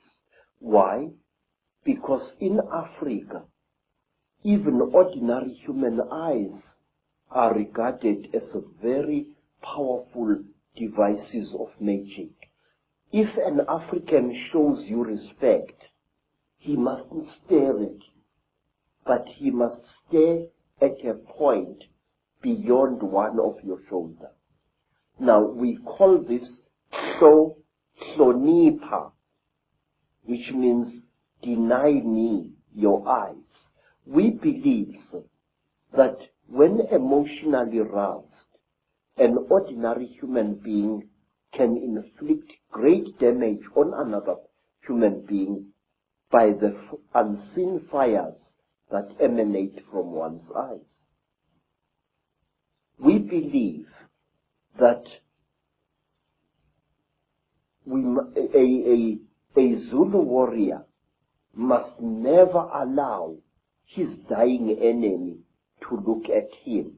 For example, when a Zulu was killing an enemy, he used to cover that enemy's face with his shield to prevent the enemy looking upon him with his eyes and putting a curse upon him.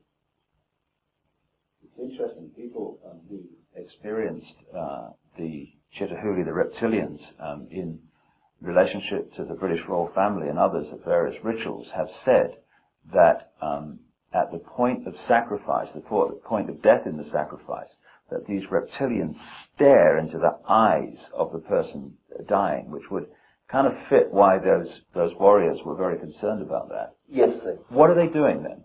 We have got a ritual, sir, which covers many fields.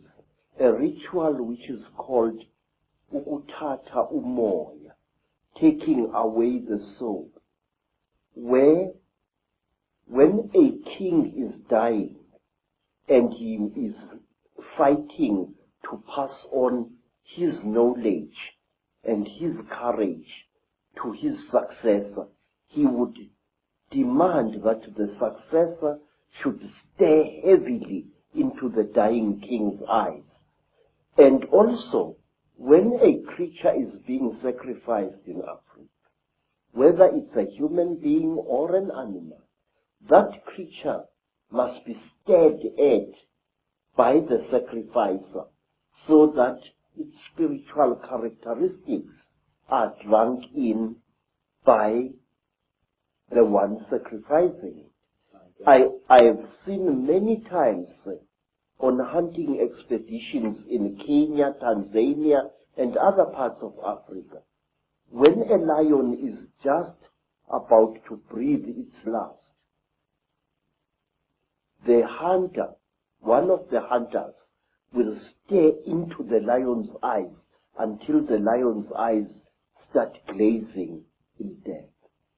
It is drinking in the soul. We believe that the eyes are not just for seeing, that they are for taking as well. Now, on the hand here is what looks like the symbol of the constellation of Orion. What's the significance of that?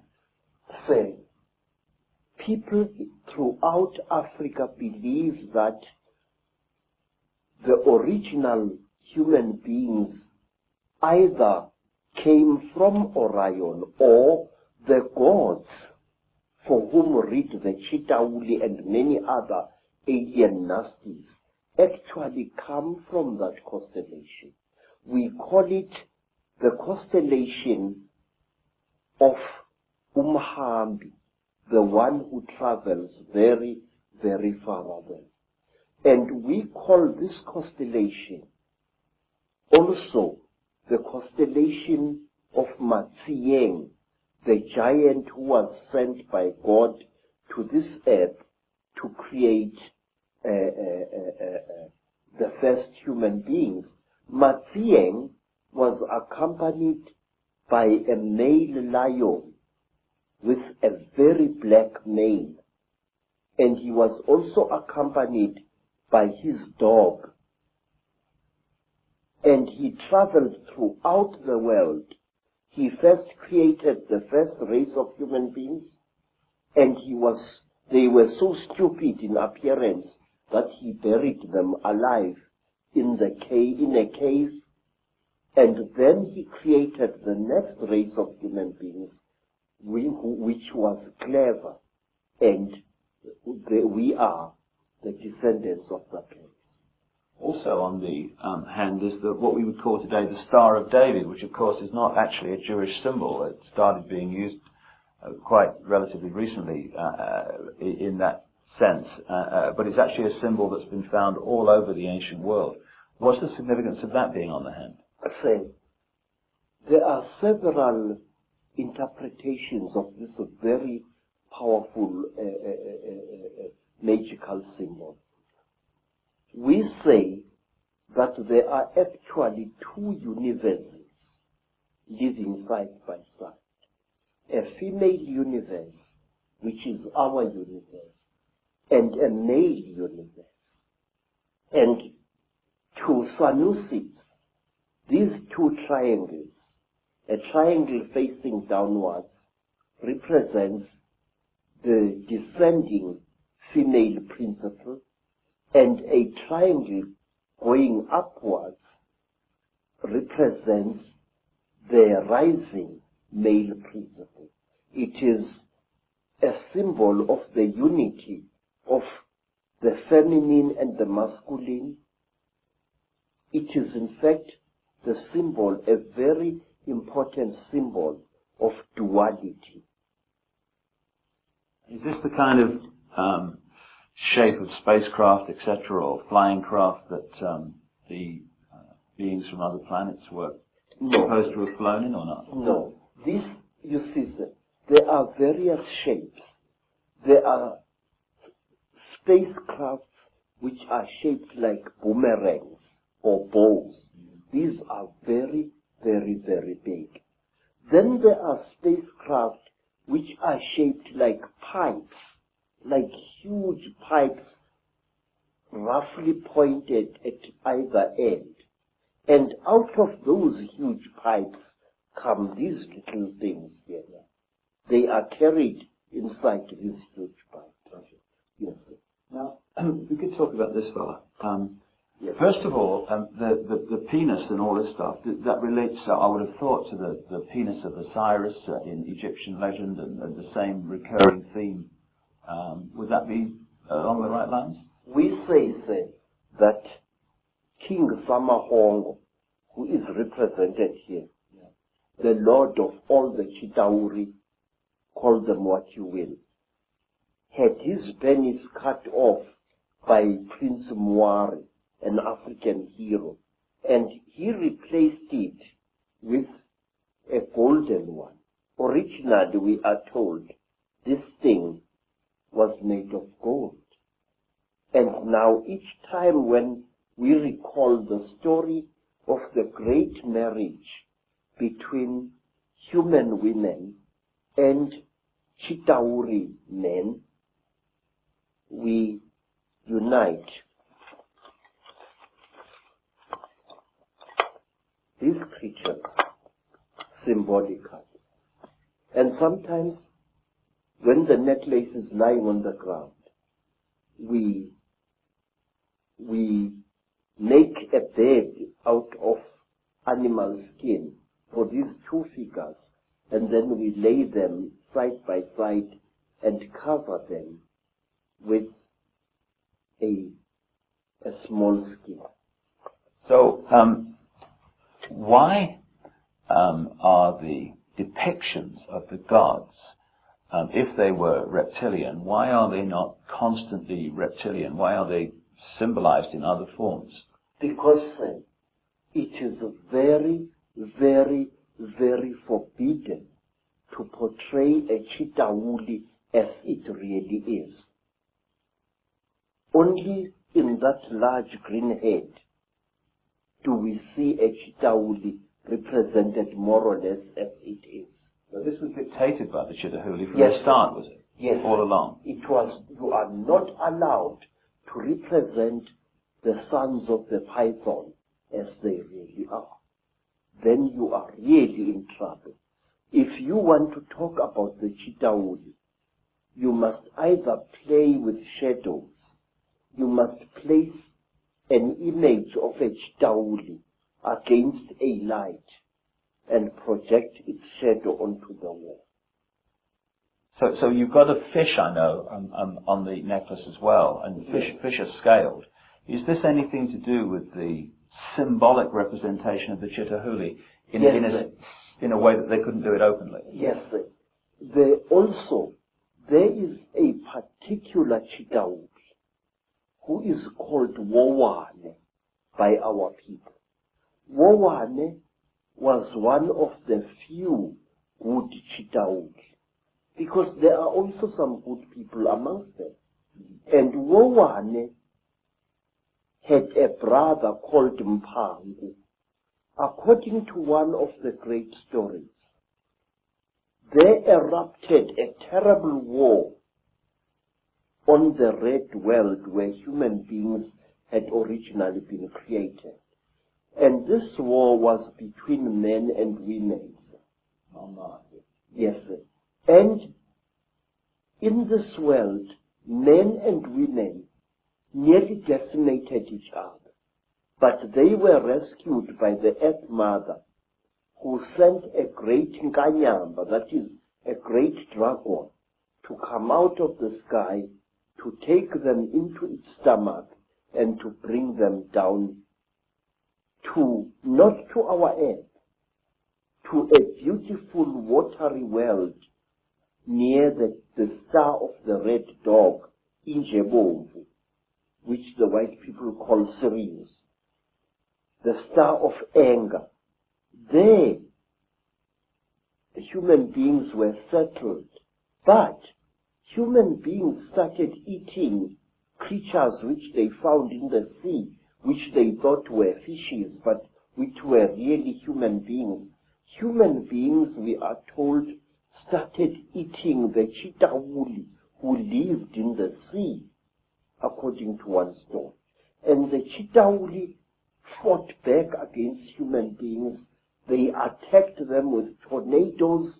They attacked them with tidal waves, and the human race was nearly wiped out. And then two brothers, two Chitauli youths, Mpangu and Wowane, took pity upon the human race. And they went into the sky and looked for a great egg. And they hollowed out this egg, emptied its contents out, and brought the egg to that world, and loaded the surviving human beings, and brought them to our world here. We say that Wowane gave us the power of kingship. He brought it out of the sky. And if you notice, in many parts of Africa,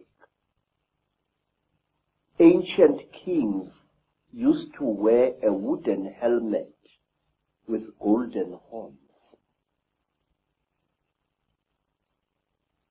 It was true in West Africa, and it was true also in Southern Africa, in the great Mutwa Empire. The horns representing the Chitauli. Yes, the power of the Chitauli. Because to a Chitauli, horns are not just for goring other Chitauli as oxen gore each other. No. Horns are a symbol of status, and through its horns, a Chitauli is able to communicate with human beings far across the face of the earth. So the horns were like antennae then? Yes, they were instruments of projecting power. In fact, it is said by storytellers that King Samahongo punishes those Chitauli who show mercy to human beings by pointing at them so that both their horns fall off their heads. And the Chitauri is therefore unable to direct human affairs through his or her horns. It's also interesting that the descriptions of the Chitauli, with the horns and sometimes the tail and stuff, is very, very close to how Christians and those sort of stories have depicted the devil. Yes, sir. And one thing that interests me is this. that depictions of the devil have subtly changed over the centuries. But there is a difference now. First, originally, the devil was depicted as a hook-nosed creature, like a caricature of a North African Moor. That was at the time when the Europeans were fighting the Moors as well as the Arabs during the Crusades. Many depictions of the devil then show the devil as having a hooked nose. And then later, somewhere in the 19th century AD, the devil was depicted as an African with a snub nose, thick lips, and very dark skin. But what amazes me is that now, more than ever before, the devil is represented as a cheetah. What concerns me is this, that these alien creatures are now about to reveal themselves, and they are making us aware of how they look like. If you look, for example, at bioscope films which were made in the 1950s, the 30s, and so on, depictions of space aliens of that time are ridiculous, very laughable, but not anymore, sir. Today, we are having films that depict the grey aliens exactly as they really are, and the Chitauli exactly as they really are. My question is why? Are we being prepared for a major event? And let me share this with you. The group of American people who came to visit me a week or so ago and who left a rather unveiled threat about me shutting up or else my wife will die, who warned me about a certain creature called Eleazar or Melchizedek, that this creature is watching me. These people said this, that on Lake Titicaca there is a hidden beam of light coming from the sky onto the surface of that South American lake, and that on the 9th of September 1999, something very interesting is going to happen at Titicaca. Now, I'm interested to know what this is. Well, I know from my own travels to that area that there are endless sightings of craft and beings in that area. I've been there twice myself, and I do think, from my own research, Credo, that we are being prepared for these beings to openly be seen. And being prepared this way, sir, when we do see the nasties, we are not going to react to them with the fear that we would otherwise have reacted. Because now what game is someone playing?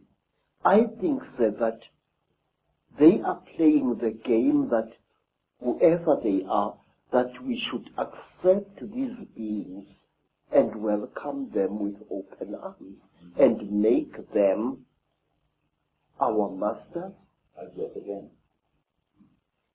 You see, sir, there has been a steady build-up in books, in children's comics, and in other things of the fact that we must accept these creatures.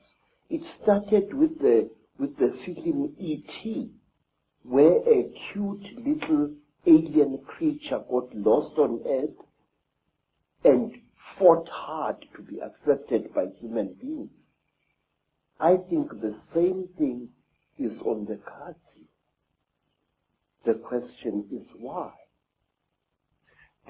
One other thing I would just like to raise before we move into the bloodlines and their connections with the Illuminati is one thing that keeps coming up in my work is that some of these Chitahuli, these reptilians, at a high level of their hierarchy are actually white. Have you come across that? Yes. They are not white like white people. If you take white cardboard and you soak it in dirty water, that is the color you will get. That is the color of the Chitahuli. And wait, sir, let us think carefully about this. According to African storytellers, the Chitahuli have got cold blood. They feel cold very quickly.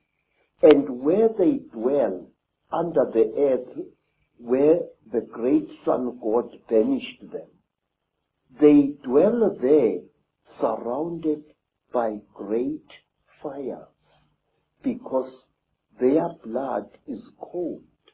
They freeze eternally. And so if you come across them in their caves, there are many, many cooking fires lit there. That's interesting, with the symbolism of the devil being in the fires of hell. Yes, sir. Yes, sir. And there is another thing. The Chitahuli, their eyes, terrible as they are so efficient that if a Chitahuli appears suddenly into the hot African sunlight, two things happen to him. His skin dries and blisters, and he goes totally blind. In fact, sir, there have been a strange race of aliens which have been seen in Africa, even by white people, which I think are actually Chitahuli. When you run and the thing chases you, it stops immediately when a car's headlights hit it and it becomes blind. Another thing, sir, we are told amongst our people that a Sangoma must always have a bogo. This is a sharpened wooden stick, which he or she must carry at night. We are told that a sharpened stick is the only weapon by which you can kill a Chitahuli. Of course, again and again as you speak, what comes to mind is the story of Dracula. Count Dracula, the stake in the heart, the blood drinker, the blood drinking, which is precisely what this Chitahuli and their crossbreeds seem to be into. But it is not just any wood that you must use against a Chitahuli. We believe that Rhodesian teak, a wood which has got a strange bitter taste, is the one type of wood that is poisonous to the Chitahuli. And down there, you see a long stick that I am carving in preparation for the year 2000. I might not be alive to see the year 2012. But this sticks, which I've been working upon for the last 5 years, is going to be the one stick which my successor will carry, and it will end in a sharp point. This wood, Rhodesian teak, is the wood that we say can actually kill a Chitahuli. And where the Chitahuli are found, you find Rhodesian teak or any other teak trees, either being felled in large quantities or being pushed over by elephants. May I point out to you, sir, that many of the trees that are being destroyed in the Amazon jungle and in the Southeastern Asian jungles, as well as in the African jungles, are teak, the one wood that the Chitauli fear. And while on the subject of wood, the only mask that can protect you against the Chitauli is a mask made of teak. And in some of the flea markets around Johannesburg, I'm seeing more and more masks carved in Mozambique and in Zimbabwe, representing a Chitauli. The eyes are huge, round, with slits through which a person can see, and the lips are non-existent, and so is the nose. I've seen hundreds of such masks being sold by curio sellers in the streets.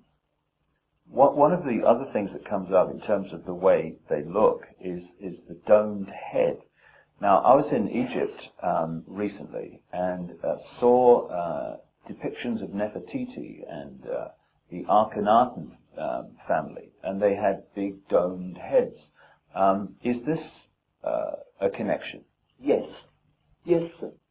You see, we human beings tend to imitate those creatures that we call gods. It's going on even now. When African women saw white people, they named them Abelul, which literally means the gods. And today, in America and in Africa, black women and some black men are going out of their way to give themselves hair which is European and not African in character. Now this thing it dates back thousands of years.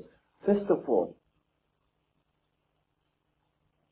the one race of the Chitauri, the ones that are called Nomo or Nomo by the Dogoni people, are depicted as having beard-like growths of the same type that look like the beards of Egyptian pharaohs.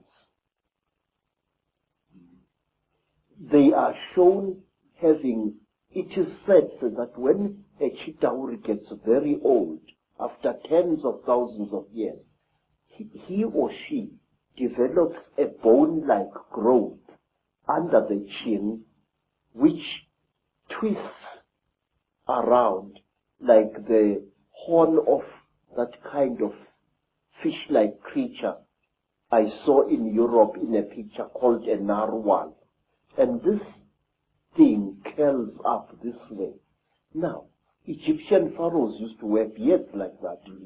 And some African kings wore beards like that, real beards or even false beards made out of ivory or out of the tusk of a warthog. And there was a time definitely in history when African kings as well as Egyptian pharaohs went out of their way to imitate the appearance of the Chitauri.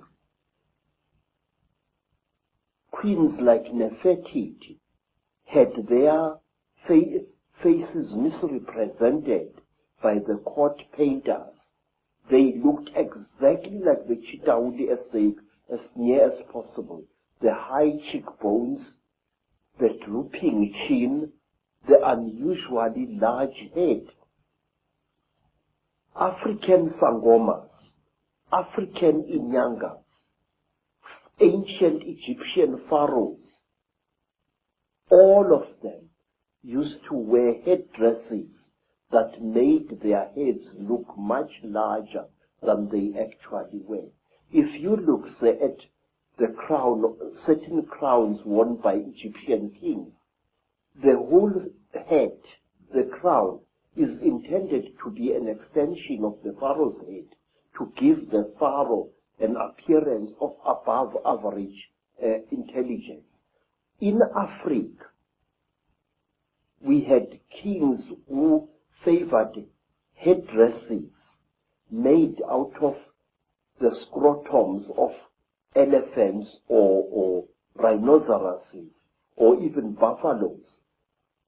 A scrotum which was dried and made bulbous and worn on the head by the king to make his head look larger than it was. And lastly, in ancient Greece, at the time when Greece reached the great heights in its culture and civilization, the great ruler Pericles used to wear a special soldier's helmet with a bulbous skull, a helmet which made his head look much bigger than it really was. Do they still do that today? Are there still African traditions that do that today? Yes, sir. Yes, very much so. And in America, some Native American shamans used to wear a special head made out of the head and the horns of a buffalo, which also made the man's head look bigger than it is. Say, the Pope in Rome wears a hat which is intended to show him as having a brain bigger than average. That crown which has got three crowns, one on top of the other one. And now, bishops, especially in the Greek Orthodox Church, they wear crowns like that. And the Tsar of Russia, one of the Tsars, wore a bulbous crown which was in two sections, which made his head bigger than it really was. And in Persia, in Iran, some ayatollahs wear a turban whose effect is to make the man's head look bigger than it is. So does a Sikh. And so, for that matter, do the ancient priests of Israel. They also wore an iron-shaped headdress, whose impression was to give him a far and above size head. Are there also traditions in which they manipulate children's heads as they're growing so that they become more stone-like? Yeah. During my travels in Africa, sir, I came across an amazing people whom you must visit. They are called the Mangbetu people, and they live near Lake Rudolph in Central Africa. They are a beautiful, aristocratic people. And what they don't know about the universe is just not worth knowing. The Mangbetu people believe that an elongated skull with a flattened forehead pleases the gods. They flatten the skulls of their children, causing constant headaches to the child even when the child has grown into adulthood. And I asked a beautiful Mangbetu woman, "Madam, why do you torture your children this way?" The woman, the wife of a senior chief, said to me, "Look, the gods want us to be like this." story that you're telling, Credo, from the African perspective, is it in effect the same story as told in the tens of thousands of clay tablets found in what we now call Iraq, become known as the Sumerian tablets, that talk about a race of gods called the Anunnaki, who came in and brought knowledge, ruled the people, and interbred with them? Yes. Do you say, therefore, that the Anunnaki in those stories that have increasingly, of course, been translated in a number of books, they were reptilian, you say? Say, all I do know is this, that here in South Africa, amongst the Xhosa people, amongst the Zulu people, there are beings who are very revered even now, and they are called Amanuna or Amanono. Amanono is Zulu, Amanuna is Xhosa. Now these beings are godlike beings, we are told. They can change their faces. They can change their appearance. Yes, sir. They are shape shifters. A manuna, now if a Xhosa man has married a very beautiful wife, a wife whose face seems to change every day, he teases that wife by calling her his inuna, linuna lam. In other words, a shape shifter. Said, it is said that the people who are closest to the hearts of the Manuna gods are women. And why?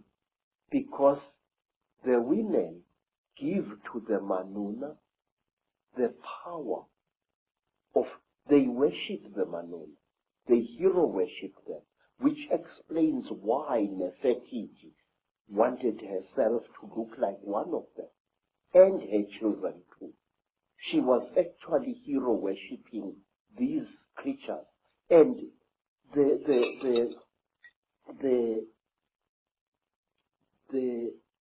how you say, women are copycats, and I'm not being sexist when I say this. Women will copycat any being that they think is supreme. In Egypt also, you have the python-like headdresses, which are pretty obvious when you look at them, that the pharaohs were connected with. Yes, sir. And the reptile has played an unusually strange part in the culture of all African tribes.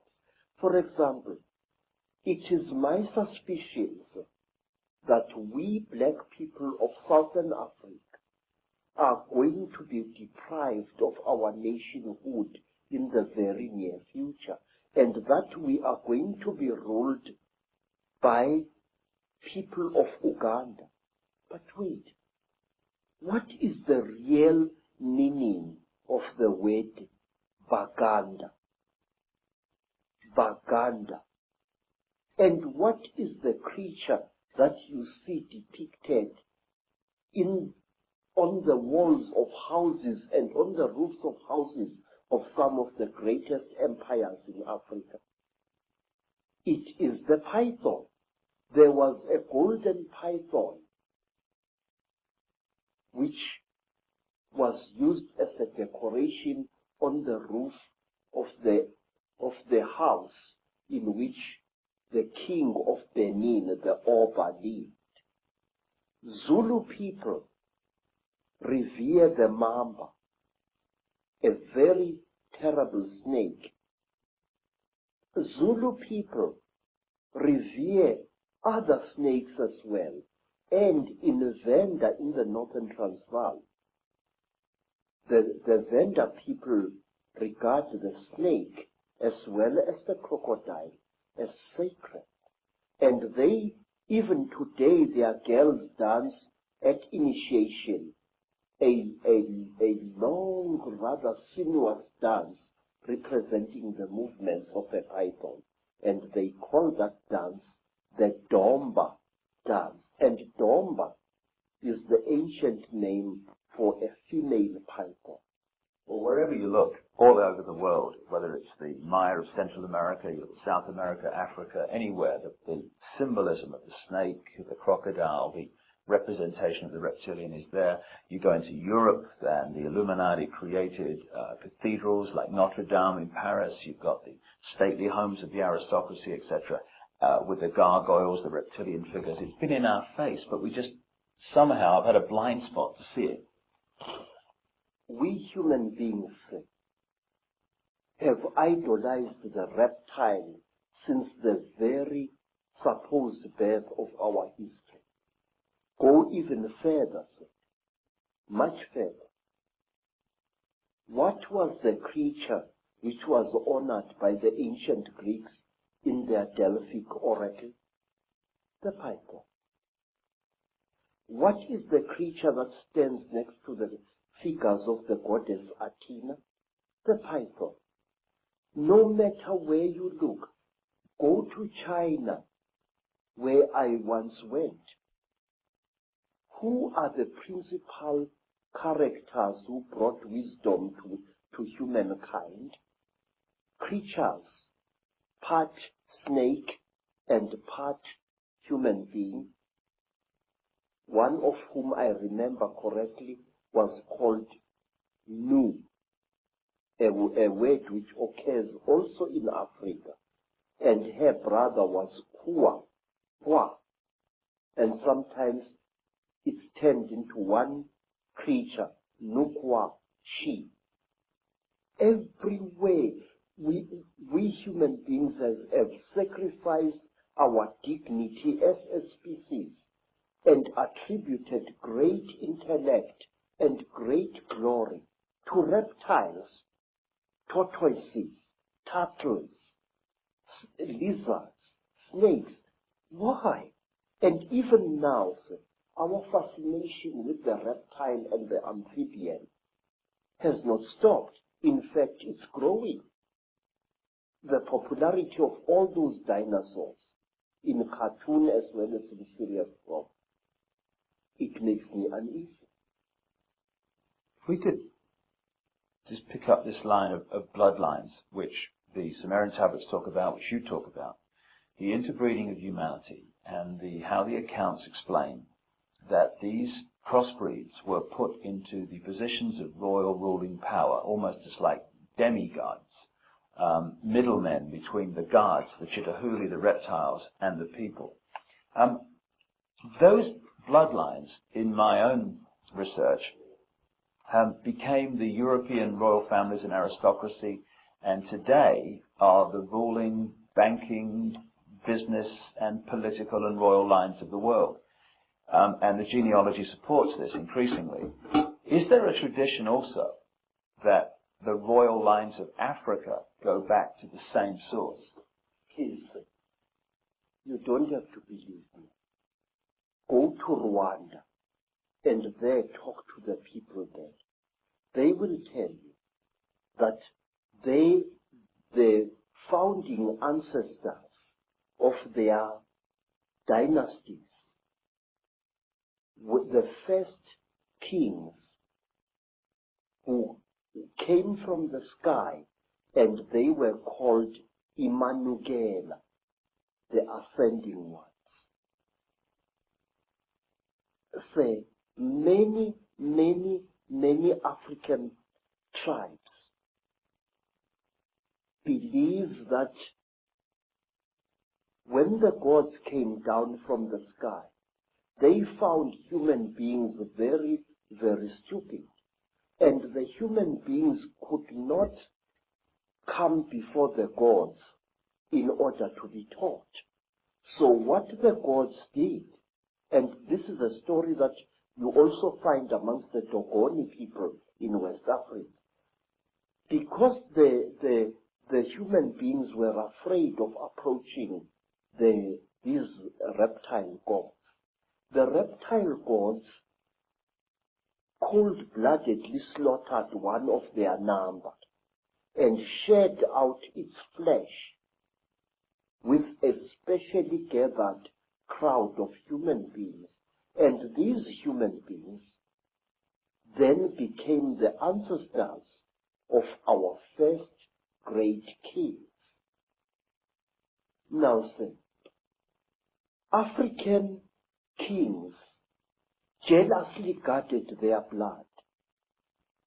If the royal lines of Africa claim descendants from the same source, basically, have those lines interbred as obsessively as the European aristocracy and royal family, and not bred outside of those lines? Yes, sir. Royalty had to marry royalty. That was one of the strictest laws in ancient times. Which is obviously where we get the term the divine right of kings from. It's not actually God, it's actually the gods. Yes, sir, yes, yes. Royalty intermarried with royalty. You were not allowed to take a commoner as your senior wife if you were a king. You could take commoners after your senior wife. After the genetics has been achieved. Yes, sir. Now, another thing, it is like the Sangomas. Very, very strictly speaking, a Sangoma who was sometimes viewed as a king or a queen was not allowed to marry outside her caste or his caste. Sangoma had to marry Sangoma, otherwise the non-Sangoma blood would pollute the god blood inside the Sangoma. The lady that I've quoted in my books, Cathy O'Brien, who wrote her own book, Transformation of America, about being a mind-controlled slave of the American elite, she talks in there about seeing George Bush as president and vice president shapeshift into a reptile. And so many other people have told me this story of world leaders today changing into reptiles in front of their eyes and then changing back again. And Miguel de la Madrid, the president of Mexico at the time of George Bush, said to Cathy O'Brien, and she quotes in her book, that a reptilian extraterrestrial race interbred with the ancient Central American people because they needed to create bloodlines through which they could operate. Yes. And he said that these bloodlines were, in effect, today's world leaders. Does it fit with your knowledge, Credo, that the royal lines of the Chitahuli reptilian human interbreeding that become the demigods and the royal families, etc., that they have gone on in Africa, as well as the rest of the world, to become the ruling lines and the ruling people of these countries? Yes, many of them have.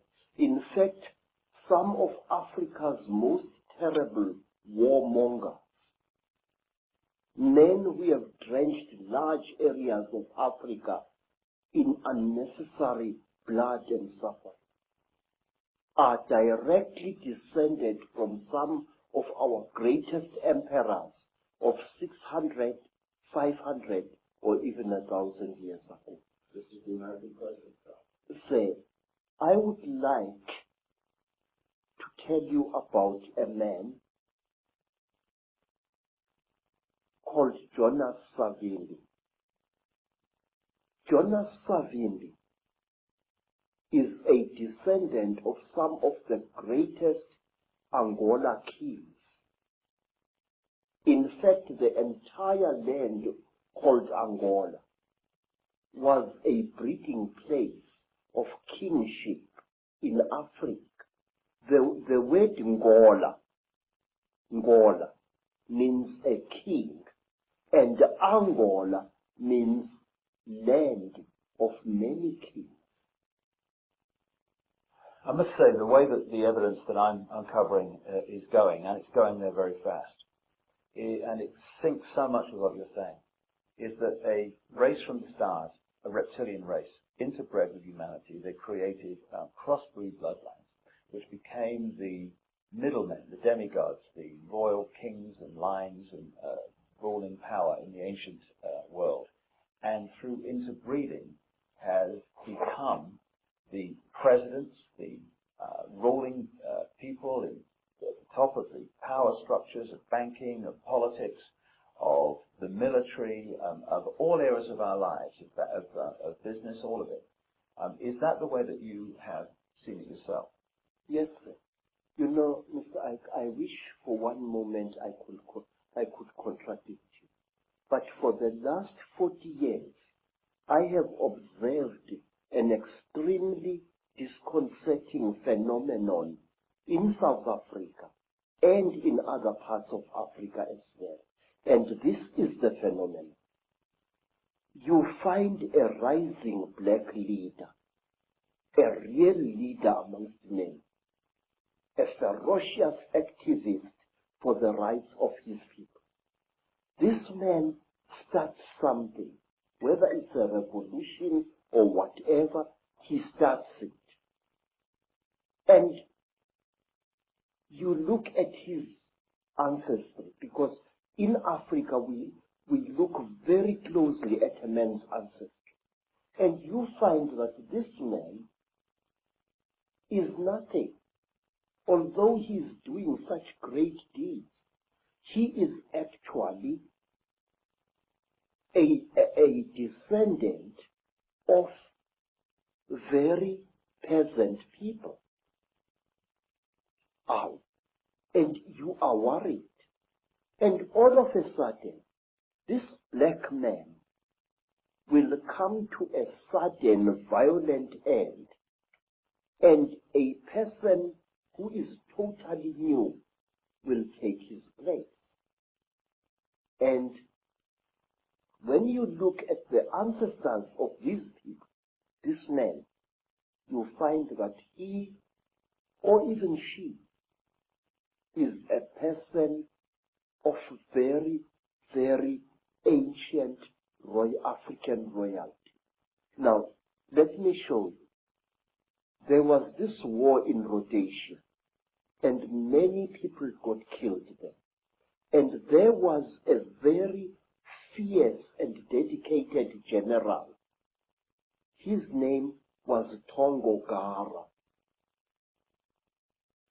And Tongogara fought in Rhodesia. And just when victory was won, Tongogara was killed in a terrific explosion. Somebody put a bomb thing in his car and killed him very badly. But wait, Tongogara had been a descendant of a blacksmith. His surname, Tongo Gara, means powerful hammer. Now, who replaced Tongogara? A man called Robert Mugabe. Now, you can't get more royal than that. Mugabe is descended from ancient Mashona kings, and what is more, he knows it. Always a leader is removed, and when the power really comes, a new leader descended from some faraway monarch or tribal chieftain 2 centuries or 3 centuries ago comes on the scene. Again and again there seems to be this particular force which elevates its descendants over ordinary human beings. I can give you hundreds of cases of this. Now, say, talk about a tradition of shape-shifting. African kings, even now, and even ordinary tribal chieftains, especially in times of crisis, often spread the story through the land that they are able to change shape at will. There was a time when the South African government created the various Bantu homelands, and these homelands were ruled by those tribal chiefs who were agreeable to the apartheid system. Now, some of these chiefs were very unpopular with the people on the ground, and so to build a charisma around themselves, these chiefs used to tell people that they are capable of changing shape at will. It was spoken about a certain African chief in the Transkei who became one of the first rulers of one of several black homelands there, that one day his enemies were looking for him to assassinate him, and when they broke into his house, they found a huge lion sitting on the floor, and this lion growled at them. And because of that story, because even today word of mouth is a very powerful media of communication in black communities, all enemies of that particular chief left him well alone because they feared his shape-changing powers. The final question on this particular video, Credo, because we've got a lot more to say on others. Why is it that if the Chitahuli are all around us, which I certainly feel they are, and they're operating certain bloodlines, now some people see them shapeshift. That's absolutely without doubt. I mean, so many people I've met all over the world have seen it. Into reptiles and then back again, the George Bushes, the Henry Kissingers, these key people. Why don't most people see it? First of all, I have said to you, Mr. Icke, that we human beings have got a blind spot in our brains, and this is what the Chitauli and other alien nasty boys are exploiting. Look, sir, if we are a crowd and we are standing on a city street, we will see a man suddenly grow an extra arm, and many of us will see that, but will refuse to accept what we see. I have seen, sir, people going through severe trauma in train accidents, in car accidents, but they refuse to accept what they went through. I have seen women who have been raped several times, ferociously refusing to admit what they underwent. I've seen it many times. And these alien creatures know our weakness. They know that very often we human beings tend to censor what we see. If you are an educated professor and you see a spook, your educated mind will refuse to accept what it is seen. You will reject it and throw it to the back burner of your brain, and it will stay there.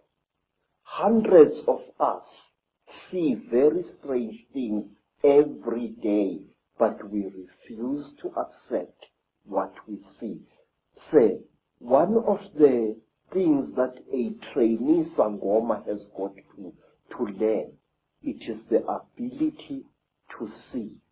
If I am standing here and looking at that bush over there, and I see something odd there,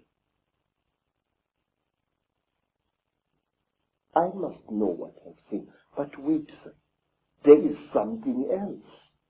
Something very, very, very, very important, which I and many other thinkers in Africa have found. Mr. Icke, whenever you talk about such things, people call you paranoid. But no, you are really more sane than they really are. Say, there are certain vaccination things that are done to our children which rob them of the ability of seeing spiritual entities. Believe me, I can prove this. In Zululand, we were sometimes called before our chiefs, our Inkos, and we were told that there is a great smallpox coming to the land and that all children must be vaccinated. Do you know that my mother's father, my grandfather, used to dodge that? He said that the white man's Mutwa, the white man's vaccination, makes you blind.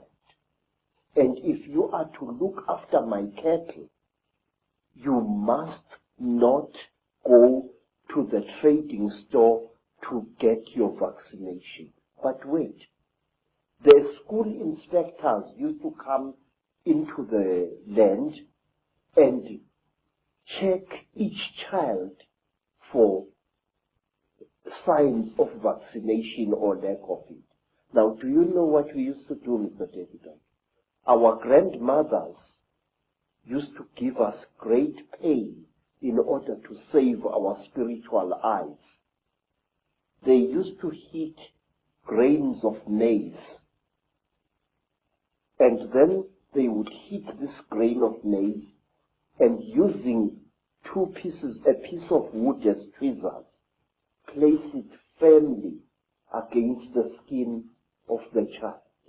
So when the school inspector came, he saw these blisters and assumed that the child had been vaccinated. But in fact, it had not. And this was done to us many, many times. And I noticed that school children in mission schools who had been vaccinated for smallpox or for measles could not see spiritual entities at all. A ndondo, that is a flying saucer, a spuputeg, would fly through the sky at great speed and be seen by many men and women. But the child who had been vaccinated would see nothing. And I noticed this hundreds of times. Well, what you just said about the vaccines and their effect, shutting us down spiritually and multidimensionally, is fantastic, given that no matter what your background, creed, culture, parents on every inch of the planet almost are being pressurized to have their children vaccinated more and more and more. And to summarize what you've been saying, and indeed it's so much in line with what I've come to the conclusion about as well, an extraterrestrial race, reptilian race, disconnected us from our true magnificent senses in a long, long ancient world. They've been manipulating us ever since, and the more that time has passed, the less we've realized this is going on. And now we're at a point where we are in a prison without bars, a massive prison, and we don't even know we're in prison. We don't even know who the jailers are. Indeed, when the jailers are exposed, people just laugh and ridicule and all that stuff. So we're in an unbelievable situation. And we're in a jail we deny we're in. And there are jailers we deny exist. And we call it freedom. Yes, sir. Yes. You know, Mr. David, one of the reasons why I've joined forces with you is because I have serious reason to believe, and I will repeat these words until somebody shuts my mouth in death. I have serious reason to believe that on this planet, things are coming to a head. and our invisible jailers are going to fight tooth and nail to prevent this. Say, our people say that the blackest night often heralds the brightest dawn. The human being, captive as he is, slave as it is trying to fight back. And this is where the crunch is going to come. I believe that we are not far away from the bloodiest crunch in the world. And I will tell you, my visions tell me that we are going to be struck with the most terrible sword of all, the sword of money. Something is going to be done to money which will bring us all to the level of beggars. And do you know why, sir? Let me tell you. I used to work for big game hunters in Kenya. And one of them was an Italian gentleman. This Italian gentleman was such a powerful hunter, a white hunter. He used to shoot 2 bull elephants a day in Kenya, and he used to celebrate the shooting with a huge bottle. He called it a magnum of wine. I remember him pouring some of the wine onto the heads of the dead elephants. And then, one day we went with this man to the land now called Rwanda, which used to be called Rwanda-Urundi. We went up the mountain, and there, accompanied by pygmies, he shot a gorilla, a huge ngangi with silver fur all along its back. And the great beast died so bravely that this Italian hunter started weeping like a woman. He fired us, told us that the job is finished, and he never hunted again. Sir, what I'm trying to tell you is this, that something inside us human beings is beginning to fight back against the Chitauri. Something inside us human beings is beginning to say no. And the Chitauri are going to drag us all right into hell itself in order to restore their power over us. Let me show you. Who would have thought in the 1950s, during the time of the Cold War, when everybody was expecting a bloody Third World War between Stalinist Russia and the Western nations, when British, American, and even Russian nuclear bombs were exploding all over the place, who would have thought that a few decades after that, there would come a time when a group of young men and women, the people of Greenpeace, would sail their ship, the Greenpeace Warrior, into a nuclear zone to prevent the French from testing one more atomic bomb. This tells us that something inside the human soul is fighting back. 40 years ago, it was once a very glamorous thing to kill animals. Today, a big game hunter like my Italian friend would never dare show himself in some hotels. He would be spat at and he would be beaten up by people, because the hero of yesterday, the Bwana Banduki, the gun Bwana of 40 years ago, is today a murderer. Now, things are coming to a crunch. 40 years ago, nobody cared a damn about the environment. People did not even know that there existed such a thing as an environment or a food chain. Today, there are people who would rather lose their lives than not save a buck which is drowning in a river. A God is being born inside us, all of us. But herein lies the danger. We must be aware of the Chitauri. They are real entities. They leave scars on human bodies. They kill people. They are murdering South Africa even as we are talking now. Every word you and I are speaking now is spoken too late, Mr. David. AIDS is rampaging through our communities. And I have found a new disease in Mutwa, which nobody is talking about even. It is 20 times more vicious than AIDS. It is called Ebola. Oh my God. And we must please be aware. Let nobody laugh when we talk about conspiracy theories. But there is one thing, sir, that I beg that you and others like you should discard. Una momento, as they say in South America. Stop calling the conspiracy a theory, sir. Theories do not kill people, Mr. David.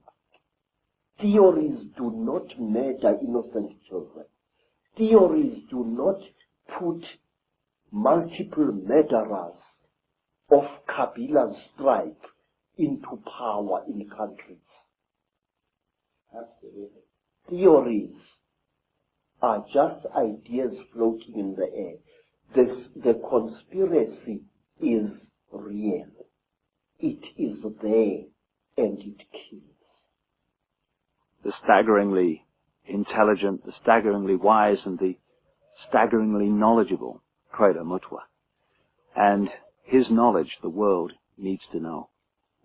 Not only is Credo a man who has gathered this enormous knowledge together, he's a man with the courage and the foresight and the wisdom to know that the world needs to hear this, even though most of the world, particularly those who run the world, don't want anyone to hear this. But if we're going to be free, and we are, then we need to know all there is to know, and not just that which the few want us to think is the world, when a very different world is unfolding all around us every day. In the next video, we're going to be taking the story on with Credo and showing how these reptilian bloodlines and this Chitahuli, this reptilian group, expanded their power across the world, took over Africa and other great continents, and today are the ruling elite that controls planet Earth. And by knowing that, and by knowing how it's done and how it works, we can take control and power back into our lives from those who have controlled us and this planet for thousands of years. It's a great time to be alive. From Africa for now. Thank you, and thanks for listening to a remarkable man.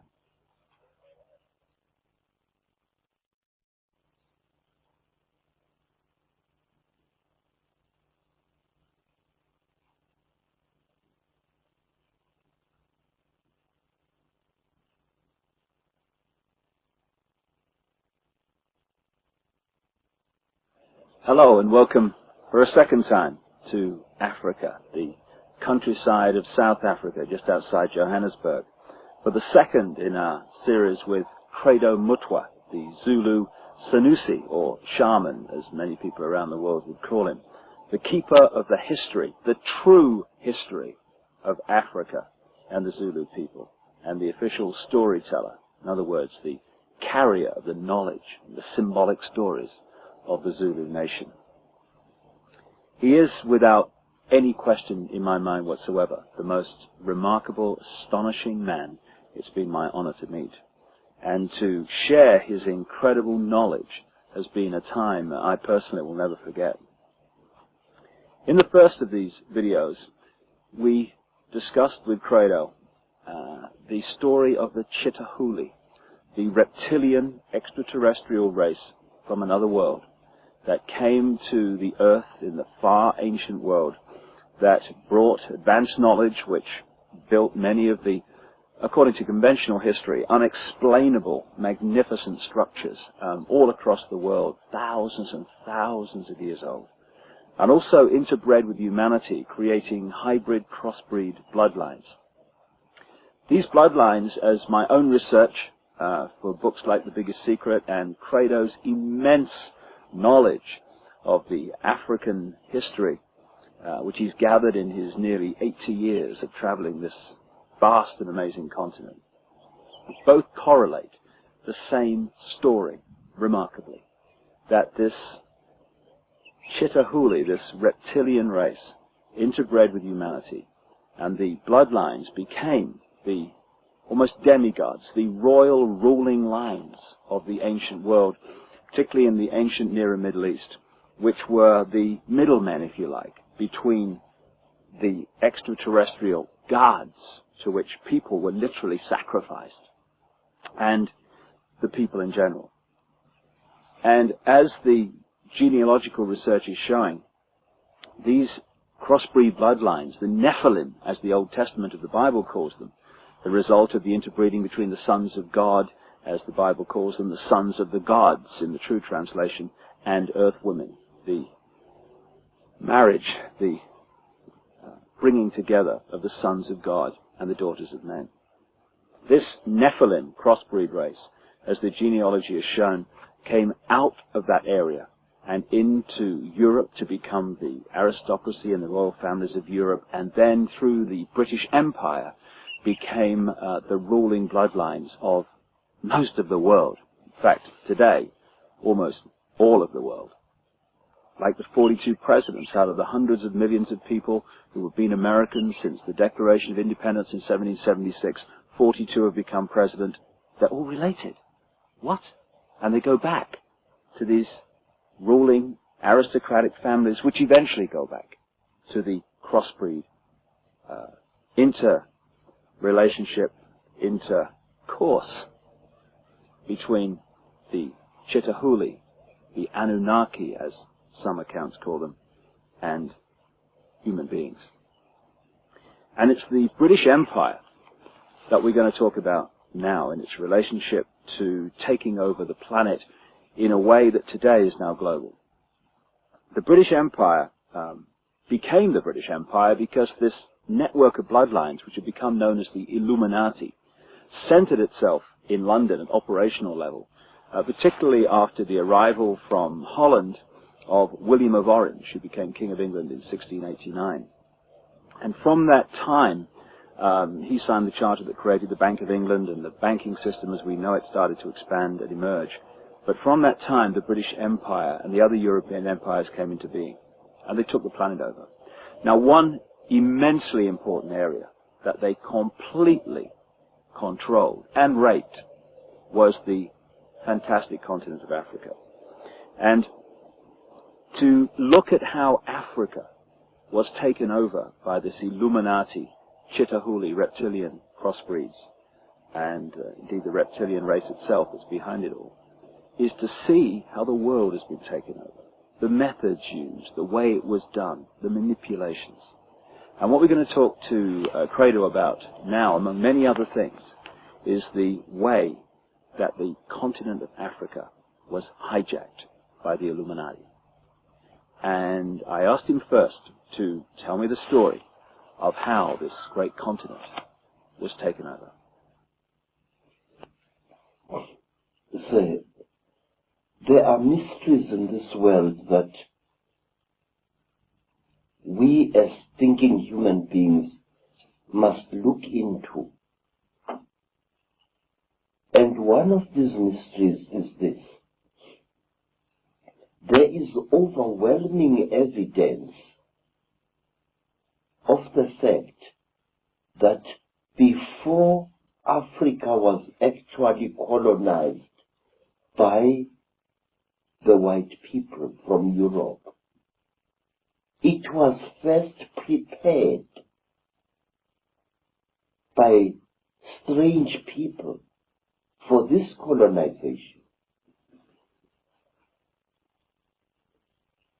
When the first Portuguese ships started sailing round the Cape of Good Hope, strange beings appeared amongst our people, strange human-like creatures, usually creatures of great height, abnormally tall, human-like beings, some of them with only 1 foot, appeared amongst our people, and they started doing things there which made it easier for the colonialists to invade us and to conquer us. What were they like in terms of their color and skin, Credo? We do not know, but there are those who described them as very, very white, chalk white in appearance. This went on for so often that it became traditional to our people to represent these beings with white chalk. You found masks amongst our mask makers which were smeared entirely in white chalk to represent these creatures. These creatures were usually about 8 feet tall, very, very slender, and they used to wear robes made of the tanned hides of certain type of antelope, usually the intensely black sable antelope. What name did the people give to them? We gave them the name Izilo Zengubo, the beasts of the terrible blanket.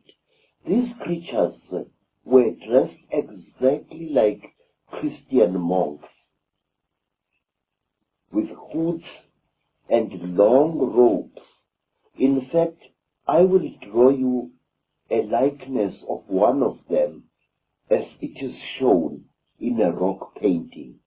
Now, these creatures used to live in holes in the ground, or in underground caverns, or in gullies over which a roof of logs and vegetation as well as sods was placed. And it may be of interest to you, sir, that Portuguese explorers and Portuguese seamen used to see these one-legged creatures hopping about and sometimes disappearing into the ground as if by magic. And these creatures were called by the Portuguese sailors monopods. They wore a long robe that reached down to their ankles, and they appeared as they moved through the bush as if they only had one leg. Monopods were seen in Africa, and they were also seen in America before America was colonized by the white people. Among the Native Americans? Yes, sir. One of the things that amazed me is that the story of America and the story of Africa was the same. It is said, sir, that these monopoles introduced certain knowledge to our people. They actually prepared our people mentally for what was to come. For example, these monopoles, these beasts of the terrible blanket, used to wear a cross-like ornament on their chests as a charm, a cross made of either gold or silver. Doesn't it amaze you that when the Native Americans saw the cross painted on the sails of Christopher Columbus's ships, they recognized it as a sacred object? Let me tell you, sir, exactly the same happened in South Africa, where our people were made familiar with the cross long before the white man set foot in Africa. And when our people saw this cross, this time brought by missionaries, they recognized it as a sacred object. In other words, now, I don't know how to put this there, but can you put it for me? Our people were prepared long beforehand to recognize certain Christian symbols and Judaic symbols. And when they saw them in the hands of the colonists later, they saw them for what they were. This is one of the reasons why, Mr. Icke, Africans accepted and protected Christian missionaries, even while fighting a life and death struggle against white colonialism. How is it that a man would accept the religion of an invader while at the same time fighting a life and death battle against the encroachments that this invader was making into his native land? This happened in America, and this happened in Africa, and the sources of this acceptance were the same. I wish I could put this in much better English than I'm using now, because I feel it is important. I think you're putting it very clearly, that it seems that this Chitahuli were going around the world preparing for the occupation from the Illuminati Center in London and Europe of these various areas like Native America and Africa. Yes, sir. The story, you see, a great fraud is being committed in educational circles, in that the educationists in their ivory towers force our young people to look at the colonization of Africa and America as if they were two separate incidents. But certain factors in this colonization were the same in Africa and the same in America, and they achieved exactly the same results. This is why I always argue that the conspiracy, the international conspiracy, began long before colonial times in Africa and in the America. And the results were the same. Look at this. Here is the great Zulu king, Shaka. Shaka is a warrior second to none. Shaka is also a prophet second to none. Shaka welcomes white people to his empire of Natal. Shaka allows missionaries to operate freely through his country. And when Shaka dies, before Shaka died, he warned his half-brother Dinga that he must under no circumstances attack the white people, and that he must allow missionaries to operate freely amongst the Zulu people. In fact, during the reign of King Dinga, Shaka's half-brother, two missionaries, Reverend Halstead and Reverend Owen, had a mission station within sight of King Dinga's great village. But wait, sir, let me point out one thing. These missionaries were converting our people to Christianity, and they often went out of their way to criticize and undermine the king's authority in the eyes of their converts. In other words, we have an amazing phenomena here where a great king is being undermined by the very people he has allowed to preach freely in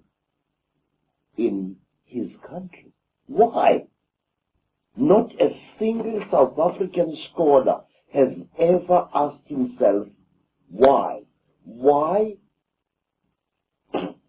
were our people so seemingly stupid as to allow a foreign religion into their country? Now, let me show you, sir, two horrendous tragedies. When the Belgians colonized the Congo, which is today the Democratic Republic of the Congo, King Leopold declared that the Congo was to be his personal property. And King Leopold and his men tortured and murdered several million black Congolese people in an act of genocide equal only to what the Nazis were later to do to the Jews. But under savage ill treatment, under savage torture and humiliation, the Congolese, virtual slaves in their country, still respected Christian missionaries and followed them and gained hope from them. And in 1907, this time in the country today known as Namibia, the Germans embarked on a policy of genocide against the warrior people known as the Hereros. They murdered so many Hereros. They tortured and slaughtered so many men and women of that nation that until as recently as the 1940s, Herero women were still so traumatized by what had happened that they were not producing any young at all. But in spite of the hideous genocide committed by General Van Trotter, in spite of the multiple murders, the Herero people clung to the Christian faith. Why? Exactly why? I now come to my people, the Zulus.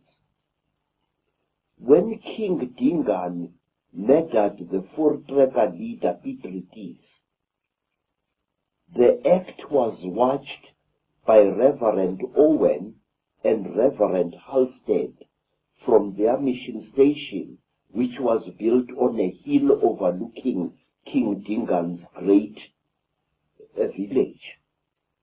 Halstead and Owen, unharmed by Dingaan, decided to flee from the place after that, and Dingaan was deeply sorrowed that his favorite preachers had decided to leave him. And King Cetshwayo, the warrior king who won the Battle of Isandlwane in 1875 or thereabouts, never harmed missionaries. And a king who followed Cetshwayo, King Dinizulu, who was brutally tortured by the English, had a great friend in Bishop Colenso, a Christian bishop, and his daughters, one of whom was called Mary. Although he had suffered so much at the hands of the British authorities, King Dinizulu never abandoned his white Christian friends. They comforted him, and he depended desperately upon them and their Bible in his darkest hours. Would the same basic story, Credo, be true of how the British, or the Illuminati based in Britain, took over Australia too? Yes, I have found exactly the same stories. The Aborigines, like Africans, were deliberately softened up long before they were colonized by the white people. There were men, mysterious men, who often posed as gods, who undermined the will of the Aborigines to resist the encroachment of the colonialists. It's also interesting that Captain Cook, who is the guy who's supposed to have, quote, discovered Australia and New Zealand, that area of the world, yes, was actually sponsored and funded and in fact controlled by the Royal Society, which was a Freemasonic and is a Freemasonic science operation based in London. Yes, sir. Let me show you another interesting thing. There is a man I have been investigating in a vein for over 40 years now. A man who committed acts of hideous genocide upon our people here in South Africa. A man of whom historians are so fond that he is practically a white cow whom you may not dare to point a finger at. If you see me sitting in front of you, a man who was demonized over 30 years ago by the South African news media, it was because I asked questions about this white man, Sir George Grey. Who was Sir George Grey? What was he? Was he a Freemason? Was he an Illuminati? How is it that this Sir George Grey, who is the actual founder of the most oppressive laws that British colonialism ever settled our people with, apartheid was laid down by Sir George Grey. The carrying of identity papers was laid down by Sir George Grey in the 1850s, in the last century. And Sir George Grey dealt our kings a mortal blow. But let me first tell you This man was sent from London to quell a Maori rebellion in New Zealand, which had defeated the efforts of military men. The Maori were unstoppable. Their rebellion was blazing like a bushfire through New Zealand. But when George Grey was sent to New Zealand, he managed to quell this rebellion with very, very little loss of life. What did George Grey do? I have never been able to find a book which tells me exactly what did George Grey do in New Zealand in order to pacify the Maoris who had beaten the efforts of the British soldiers. Because that same George Grey was brought from New Zealand to South Africa in order to quell a great rebellion by the Xhosa people. And George Grey used outright trickery in order to force the Xhosa people to actually destroy themselves. George Grey deliberately and cold-bloodedly tricked the Xhosa people into slaughtering their own cattle, burning their own crops. It is one of the saddest stories of our country's blood-drenched history. And almost overnight, George Grey reduced the Xhosa people of the Eastern Cape into a nation of dying skeletal starvelings. Because after George Grey had manipulated the Xhosas with raw trickery into destroying their crops, destroying their cattle, he practically had them on the plate. Hunger, raw hunger and starvation achieved what military might had failed to achieve after many, many embattled decades. George Grey was a psychologist par excellence. George Grey was a trickster who knew the native races and he knew how to exploit their beliefs to bring about their own destruction. Let me show you what Grey did. One day,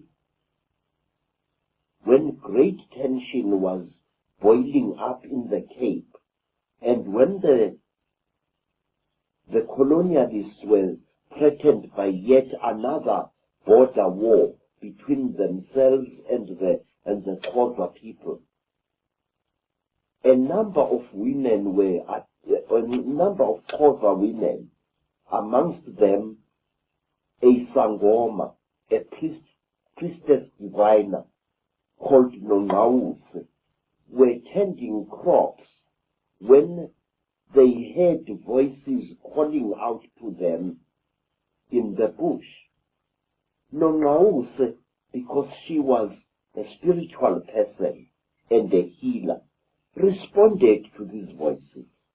She went together with her sister Nonteto to investigate, and they found a deep hollow in the ground, and from this hollow they heard the voices coming.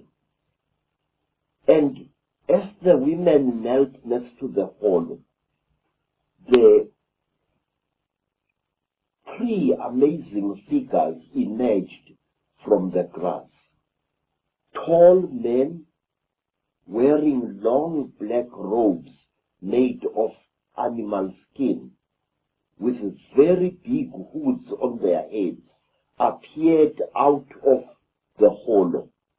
And one of their faces were painted white, or so it seemed to the terrified Xhosa women. And these men were unusually tall. And they told the woman, Nongawuse, whom they distinguished by her attire as a traditional healer, that she must go to the Xhosa people and tell them to start killing their cattle and start destroying their crops. Mr. Icke, I want to show you this book, a book which was published many years ago, a book written by me, and which made me one of the most hated black men in South Africa by the white establishment. In this book, I write, amongst other things, about a man called Sir George Grey. And in this book, I questioned certain things about this man, because Sir George Grey was the creator of race discrimination and apartheid in South Africa. Apartheid was not really created by the Afrikaners. It was created by this man many, many years ago. Well, Sir George Grey was Illuminati, a black magician, and fits the bill exactly with what happened in all these other countries you're talking about. Say, when I questioned, when I raised questions in this book about Sir George Grey, I was savagely attacked by nearly every professor in various universities of South Africa. The intellectual prostitutes. Yes. The liars in ivory towers, as I call them. I said that the Xhosa did not commit suicide in 1857. They were murdered. They were manipulated by Sir George Grey into destroying themselves. Isn't it interesting, Credo?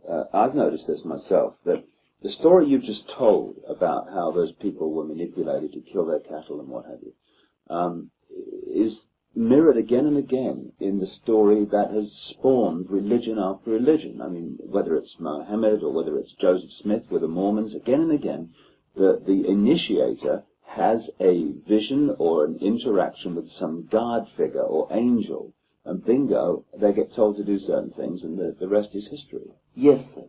And what is most interesting is that these interesting angels have suddenly disappeared in recent times. You no longer hear of an angel coming to tell some prophet to establish a new religion. No. Where have they gone? They carefully choose certain times. Now, Sir George Grey, so let me go back to him. He manipulated the Xhosa people into killing themselves. And a poor woman, Nongawuse, became the scapegoat, because in every evil thing that has been done in Africa by the white colonialists, as well as by the Arab colonialists, there are always black scapegoats who are left holding the blame. And in this case, Nongawuse was. According to South African official history books, we are told that Nongawuse had had a dream that her people must kill their cattle, her people must destroy their crops. And as a result of Nongawuse's dream, thousands died. And another lie was added to compound this infamous lie. We were told that Nongawuse had been a child when she had this dream. But that's a lie, sir.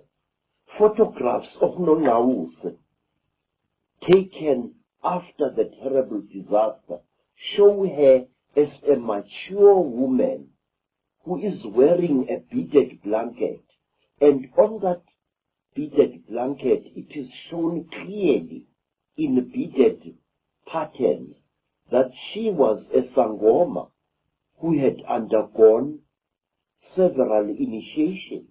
She was not a girl, but a spinster woman in her 25th year. And Nongawuse had not had a dream whatsoever. She had seen apparitions.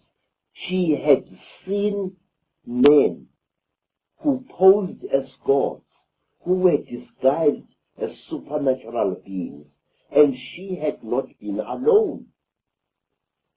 And another thing, the Xhosa people would never have listened to the word of any mature child on a serious matter like this, because to all African people, cattle and crops were not regarded as their property, but rather as the property of the ancestral spirit. Now, Nongawuse became a scapegoat. For a long, long time, our people hated Nongawuse for the dream she had supposedly had. And after I had brought questions about this story, after I had been torn apart by newspaper men, Nongawuse's story was suddenly changed and totally omitted in South African history books. I can show you some of these books where this story doesn't occur at all. Taylor, is this a story that you're telling in this one incident? Can you repeat that again and again across southern Africa as the Europeans took over? Was it a method they constantly used? Yes, sir. Yes. You see, I can tell you a lot of things that were done. Some of the bloody wars which were started in South Africa between white men and black men were actually engineered by supposedly ancestral spirits, where a king suddenly saw an apparition. Now let me tell you, sir, one of these amazing stories, of which there are well over 100. And it is a true story that is known to every student of history in the land known as Lesotho. There was a great king, sir. The king's name was Muhlomi. Muhlomi was a priest king. He was a man who was both a healer and a king.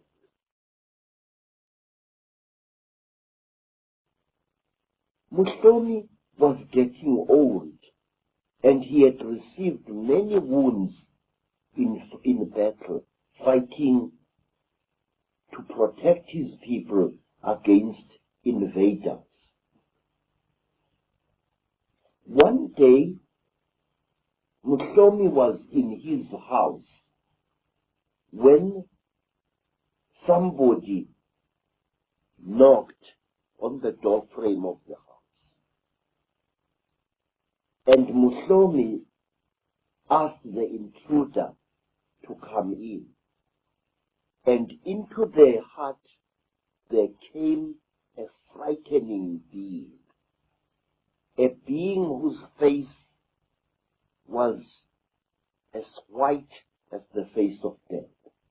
a being which wore a hood over its head, a being with unnaturally wide shoulders, a being who wore a long robe of sable antelope skin. This being squatted near the entrance of the hut in which Mutlomi was, and the being told Mutlomi that he was to take one of his golden earrings, the earrings of kingship, and go on foot for a long distance to find a young man known as Dipoko, and to give him this earring. But what are you saying, Great One? Said Mutlomi, utterly terrified by this unearthly being. You are saying that I, Mutlomi, must go and find this boy and make him my successor? And the being said, yes, we, your forefathers, order you to do this. Mutlomi was thunderstruck. He tried to argue, because Mutlomi had sons whom he was hoping would succeed him after death. Now he was now being told to go and seek out a strange young man and make him future king of the Basotho people. And as Mutlomi tried to speak, the terrible tall being stood up in the hut and threw a handful of black powder on into the fireplace. There was a terrible flash, a burst of white smoke, and as Mutlomi shielded his eyes, the being left the hut. On the following day, Mutlomi told his people this in a council meeting, and the people advised Mutlomi to obey. You are the king, Mutlomi. You have been our king for a long time. You are blameless and you are as brave as a lion. But against the gods, what can you do? And thus it was that King Mutlomi was given a tame ox by his people, and he rode on the back of this ox, accompanied by 2 of his best warriors, and he went out to seek this strange boy whom he had been ordered to make the future king of the Basutis. He found the boy with his companions high up on a mountain. The boy was a bandit. He lived by stealing cattle from rich men. He was a typical Black Robin Hood. And Mutlomi greeted this boy, Dipoko, and he pinned his golden earring to Dipoko's right ear and said, I am commanded by the spirits of my forefathers to appoint you, Dipoko, future king of the Basotho. I am told that you are going to make this nation great. I am told that you are going to protect it. I, Mutlomi, the armed one, have spoken. Mutlomi left Depok, and Mutlomi sickened and died some time later. And the man named Depok, a young man, a cattle-stealing bandit,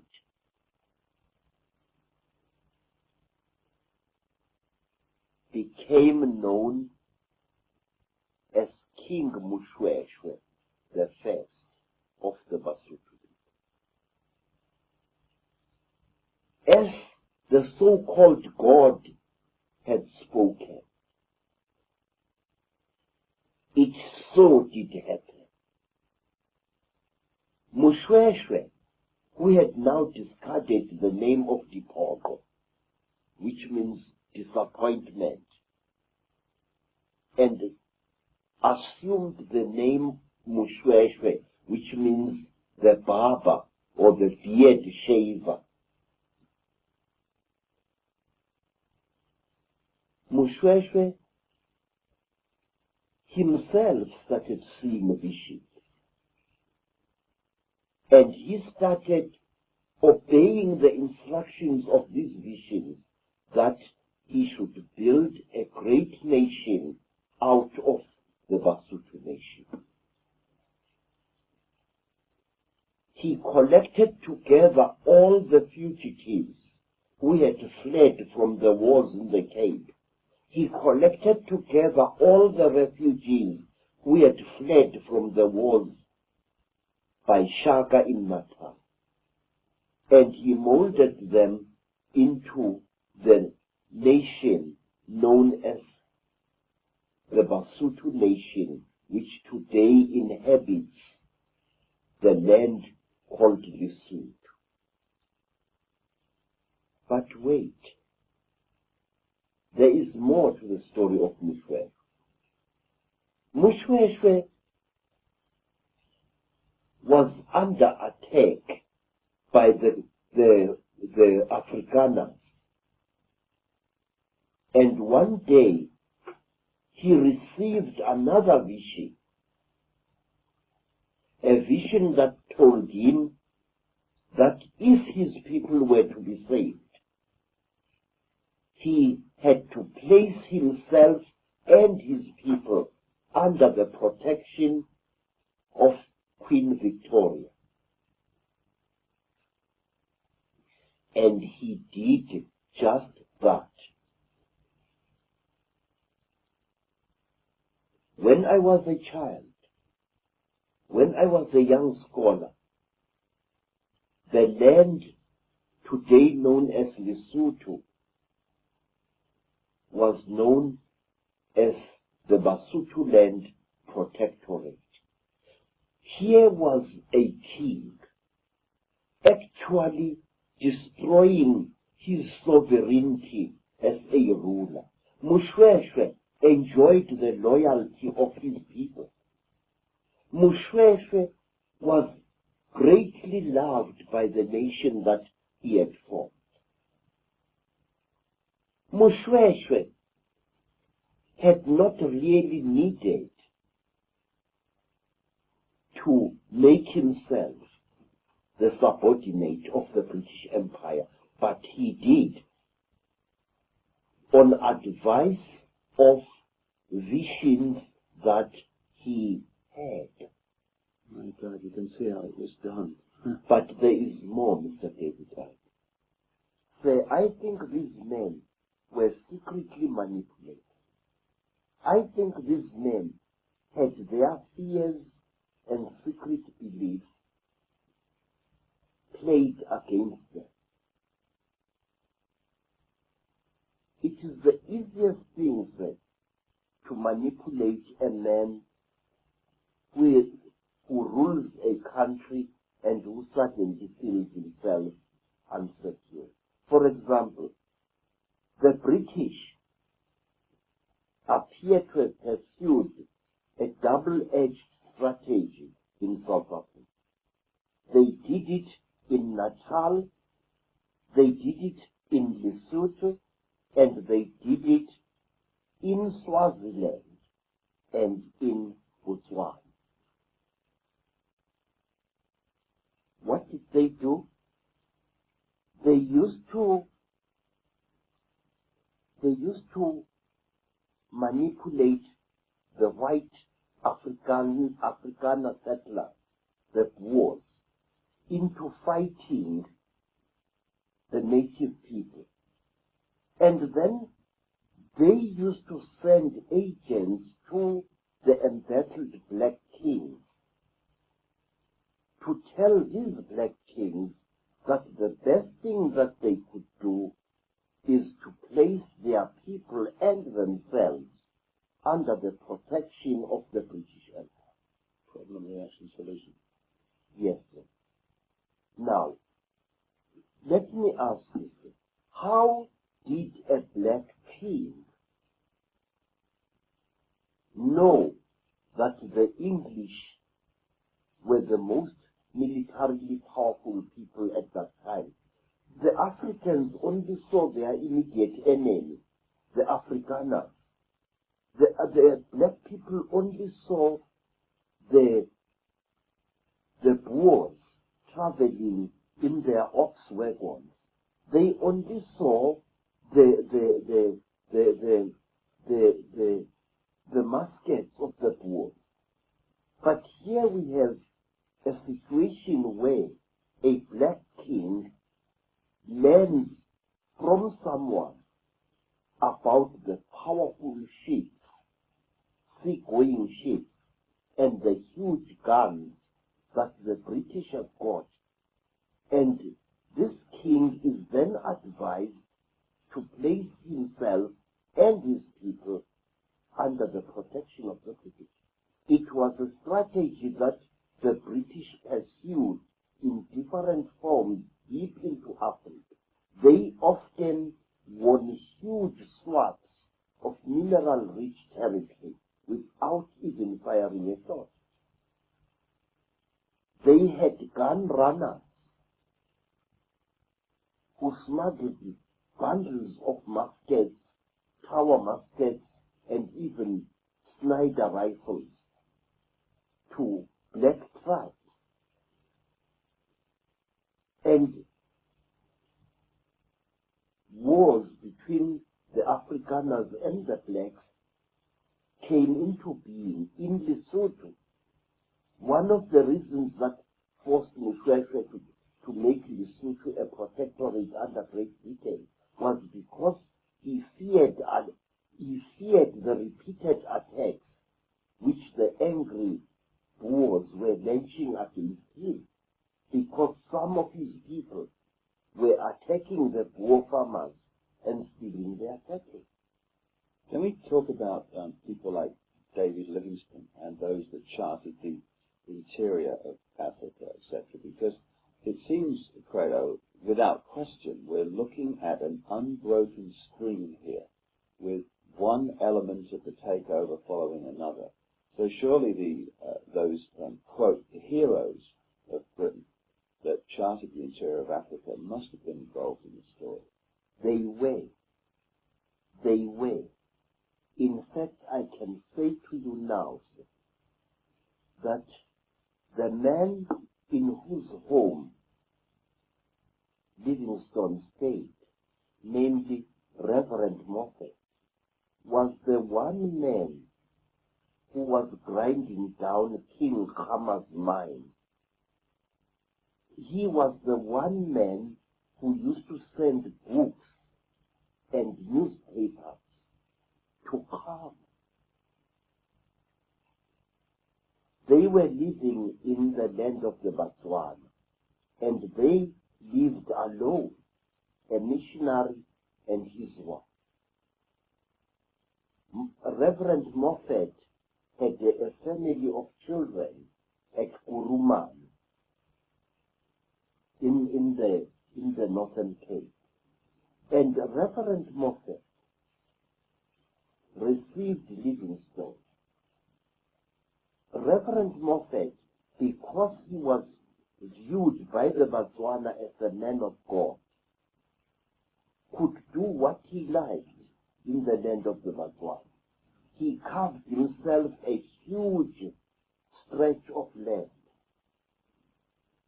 he planted any vegetables or fruit there that he chose.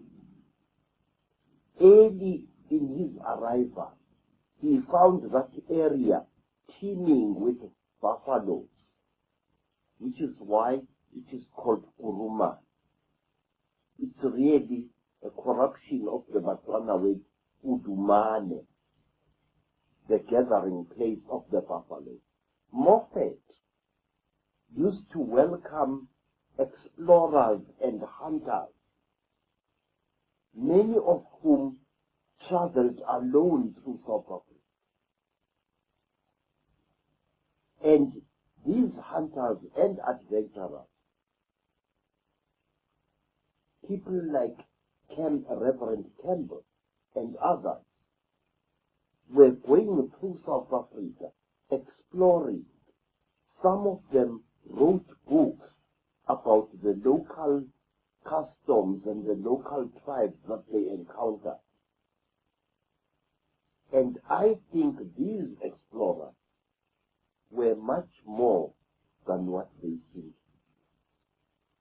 So how is Christianity used? We talked about the fact that the beasts of the terrible blanket, these strange people that appeared before the Europeans, had introduced all the symbols and what have you that prepared people for Christianity in Africa. How was it used once the Christianity the Christian religion arrived? I will tell you, sir, from what I saw as a young child, the Christian religion, or rather the missionaries that brought it, behaved like dictators. They ill-treated our people. They humiliated them. And they stole huge tracts of land from our people using the name of Jesus Christ. I want to give you this historical fact, sir. If you go to Natal, near Durban, and you come to a place called Marian Hill, near Durban, you will find one of the biggest and one of the oldest mission schools in South Africa. Marian Hill sits on huge tracts of land. These tracts of land were stolen from the Zulu people by a missionary called Chimlet. And even to this day, the people of Marian Hill can tell you that that man was not just a missionary, he was also a crook and a pitiless exploiter of the black people. He was a monk, but he was much more than a monk. It was said that this Chimlet worshipped not God, not the Virgin Mary, but Satan himself.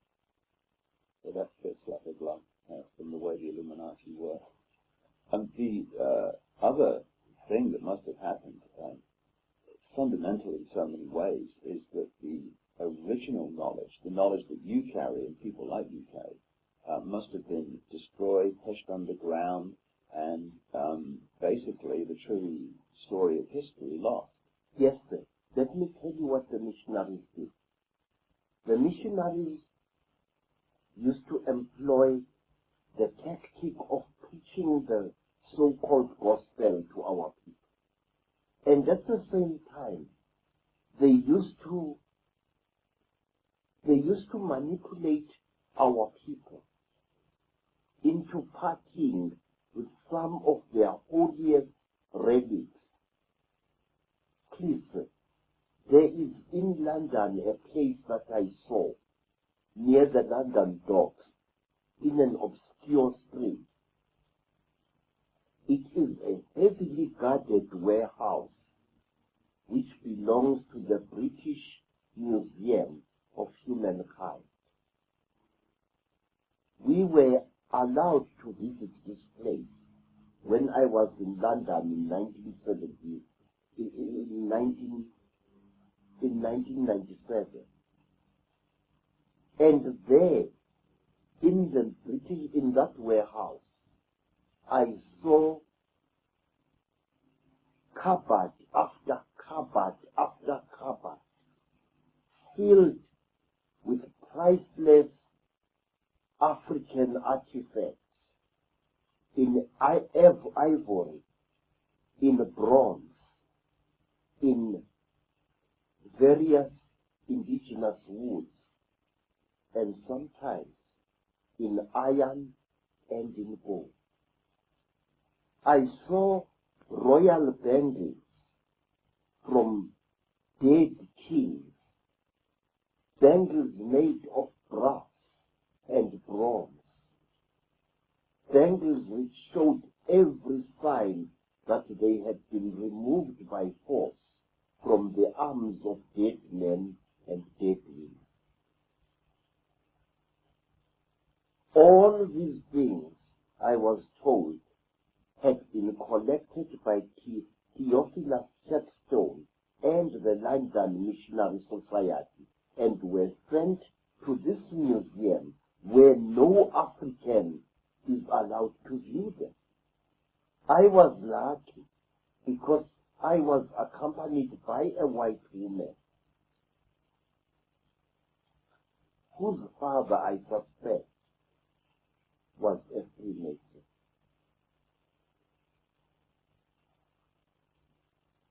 Now, let me tell you, sir, what the missionaries did also. The missionaries established hospitals in their mission station. Reverend Moffat had a hospital in that mission station. And when an African was brought there, sick unto death, the missionary used to tell this African that as a condition to his entering the hospital, he first had to be baptized as a Christian. And also as another condition for entering the hospital and receiving missionary treatment, the sick African had to surrender all artifacts from his ancestors that he had in his possession. One day, sir, my grandfather, Zig, had an accident. He had bought himself an ox wagon, but he did not know how to control it. And one day the ox wagon plunged off a cliff, and my grandfather was badly injured. And when he was taken to a mission hospital in the west of Zululand, the first thing that the missionary said to my grandfather was this, that he knew, the missionary, that my grandfather owned a heap of metal objects which he kept in one of his huts. And that as a condition for receiving treatment for his broken bones, he had to surrender all that metal property to the missionary. Those things you have got in your home are full of evil spirits, said the missionary Reverend Lee. You must let me have them so that I can take them to a holy place in England where they would be destroyed. My grandfather stood up shakingly and walked out of the mission hospital. He walked, and somewhere along the road he collapsed. And tribespeople who knew him took him to their village. And there, when a passing Afrikaner doctor rode by in his ox wagon, the black people asked this doctor, who was not a missionary, to please take care of my grandfather. The doctor took my grandfather aboard his ox wagon and took him to his farm far away.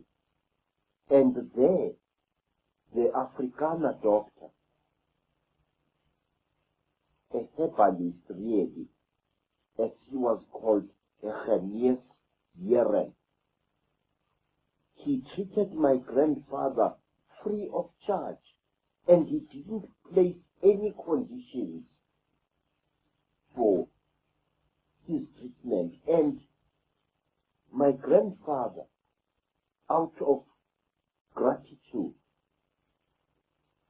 returned to his village, a healthy man, and took 3 fat cows and led them with his sons to the faraway home of the Afrikaner. Again and again, our people were robbed of their heritage. Our people were robbed of scientific equipment. Our people were robbed of irreplaceable artifacts, some of them dating back hundreds of years into the past, by the missionaries, especially the London Missionary Society. And if you go into that museum, near the docks in London, you will find what I saw, and it will make you. What's your own experience in your life, Credo, of the use of Christianity in Africa to divide, rule, and suppress the people? Now, let me tell you. When missionaries came to South Africa,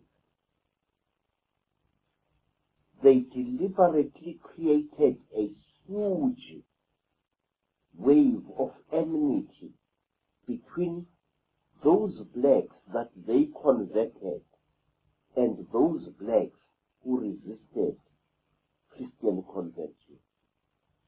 They created such a divide that they actually broke up huge families. And it got worse when Catholics, Anglicans, Methodists, and Presbyterians spread through South Africa.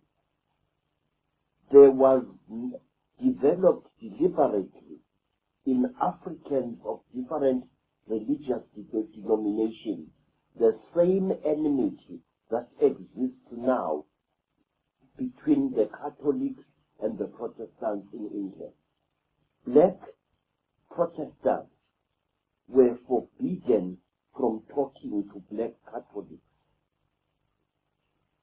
Black Wesleyans did not even ask the time of day from black Presbyterians. It was such a total chaos, and the only beneficiaries were the missionaries themselves. But let me tell you more what is to be done. Missionaries used to forbid any converted Christian black from having anything whatsoever to do with an unconverted black. Love relationships between so-called heathen blacks and Catholic blacks were forbidden by the missionaries. That was how my father and my mother parted, traumatizing my life even before I was born. My father had been a confessing Catholic, and he fell in love with what was called a heathen Zulu woman. Now, the condition for such a love was that the woman had to submit herself into the Christian faith. And my grandfather, a fierce old warrior, contemptuously refused to have my mother become a Christian convert. I used to kill white men at Isandwa, and I am not going to allow a daughter of mine to follow the religion of spear food. And said, if in a mission station a church-going black paid court to a heathen black, the church-going black was brutally punished by the missionary, and he was punished in a way which to Africans was horrible. Inside the mission church, there were the pews, the benches on which the congregation sat. But next to the door, just as you entered the door of the church, there were special benches for those Christian blacks who had broken the law. And so, if it was found by the white missionary or the black missionary that a certain person had had anything to do with a heathen, that person was punished in a very terrible way.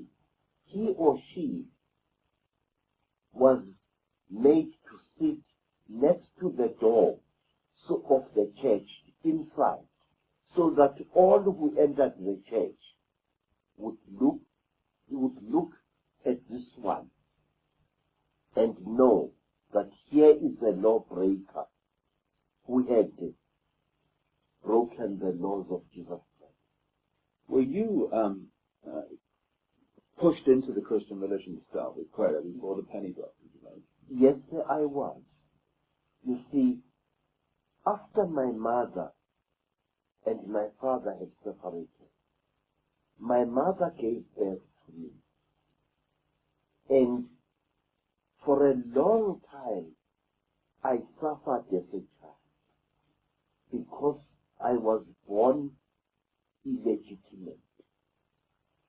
I was called a bastard. I had no rights as a human being. The law of the Zulus at that time was very, very strict regarding illegitimate children. My mother suffered. She was often beaten up by other girls in the village. And I suffered too.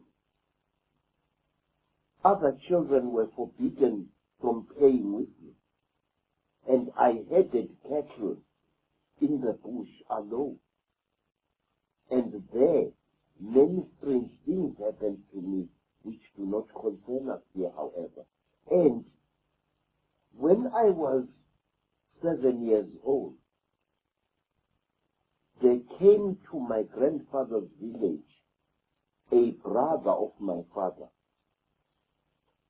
And he asked to take me away from there.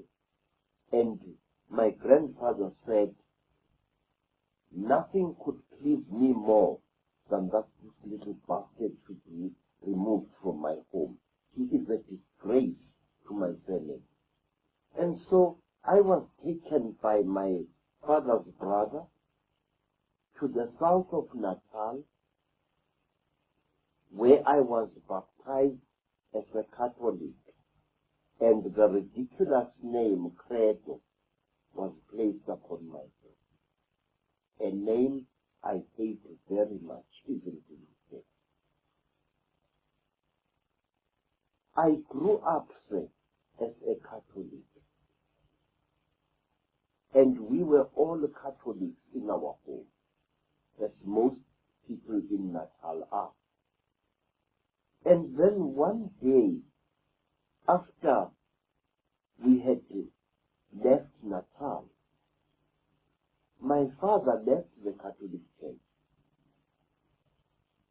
and adopted one of the worst branches of the Christian religion that you can find. My father started following the teachings of an American woman called Mary Baker Eddy. She, who was the leader of the Christian Science Church. Under the laws of the Christian Science Church, you are not allowed to take medicine under any circumstances, no matter how seriously ill you are. And for years we suffered, my half-sisters and my half-brothers and I. We sickened and we were not allowed to take any medicament. We had suffered before under the Catholic Church, having to confess sins every weekend to a priest we could barely see. Sometimes it was so ridiculous that we often created sins against ourselves we had not committed in order to please the Catholic Father. And now we were suffering under the teachings of Mary Baker Eddy, teachings which I now see in my adult life as having been the very essence of the purest rubbish. Then, after a great sickness in 1937, I was taken, during that great sickness, I was taken back to Zululand by my father's brother, Anton.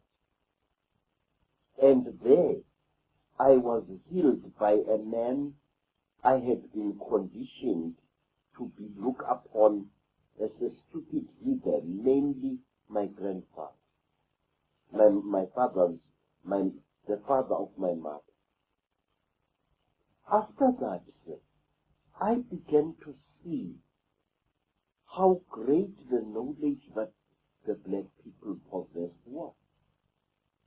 I began to see that the missionaries were actually deceiving us, that they were teaching us lies at school about our people. And then one day I got into serious trouble. I was now a budding artist,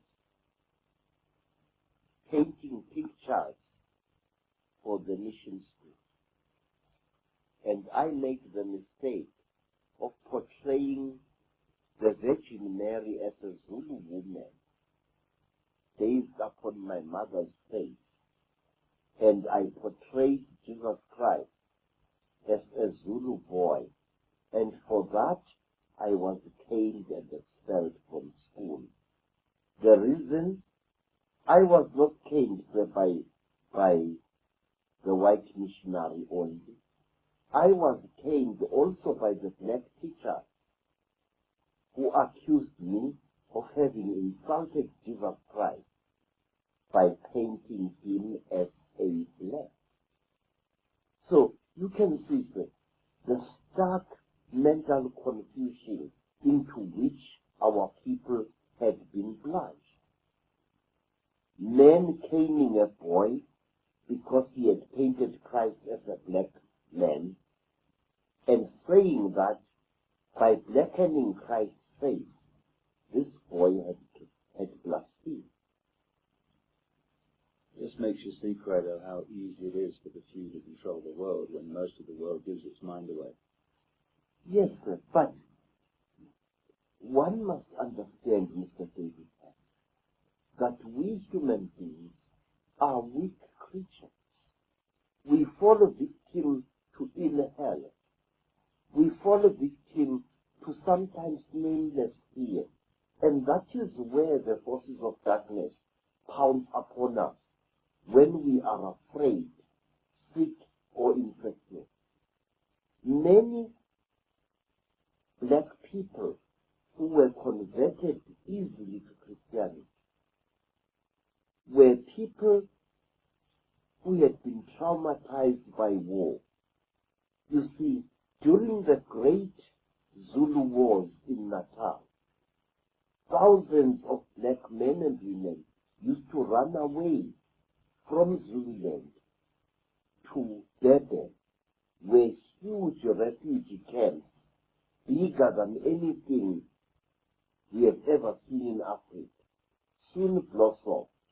These refugee camps were fertile ground for Christian missionary operations. These refugee camps were places where many a self-seeking missionary was sure of walking away with several hundred converts. Credo, all these methods we've been talking about here can be connected to this one stream, unbroken under different names, that came out of London. The next major stream I'd like to look at was that represented by Cecil Rhodes in the British South Africa Company, which, from what I've seen, transformed, perhaps more than anything, the structure, the economy, and the life of South Africa. What about him and that time? Many stories are told about Cecil Rhodes. Many stories. And one day I shall amuse you with one. Cecil Rhodes was a strange man. Like all great men, he was a weird mixture of great viciousness and mercy. Cecil Rhodes was a seeker after knowledge, and he used to do many things for those blacks who gave him the knowledge he sought. First, Cecil Rhodes was interested in legends that he had heard about Africa and the Africans. He wanted to know where our people used to mine minerals. And his men used to go from village to tribal village, carrying cheap blankets, traveling shawls, and Stetson hats to bribe tribe people into showing them where mines were, ancient African mines were. In fact, I can tell you, sir, that many of the mineral deposits that are in South Africa, from the diamonds of Kimberley in the Cape, to the coal fields of Natal, to the gold mines of the Witwatersrand and of the land now known as Zimbabwe. All these mineral deposits were pointed out to Rhodes and his men by Africans. Africans willing to do anything to impress this strange white man. Cecil Rhodes smiled very often, especially before he ordered the slaughter of an entire tribe. Cecil Rhodes got to know how deeply our people respected a powerful man who reconciled two clashing factions. And one amazing thing, when confronted by black people who were asking him pointed question. Cecil Rhodes used to deny that he was the leader of the white people, for example, in Rhodesia.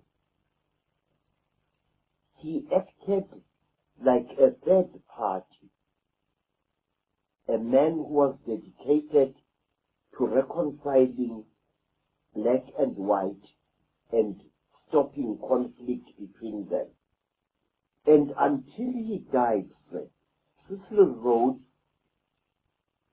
was known by the Mandebele people as Mlamlankunzi, the brave one who parts two clashing wolves.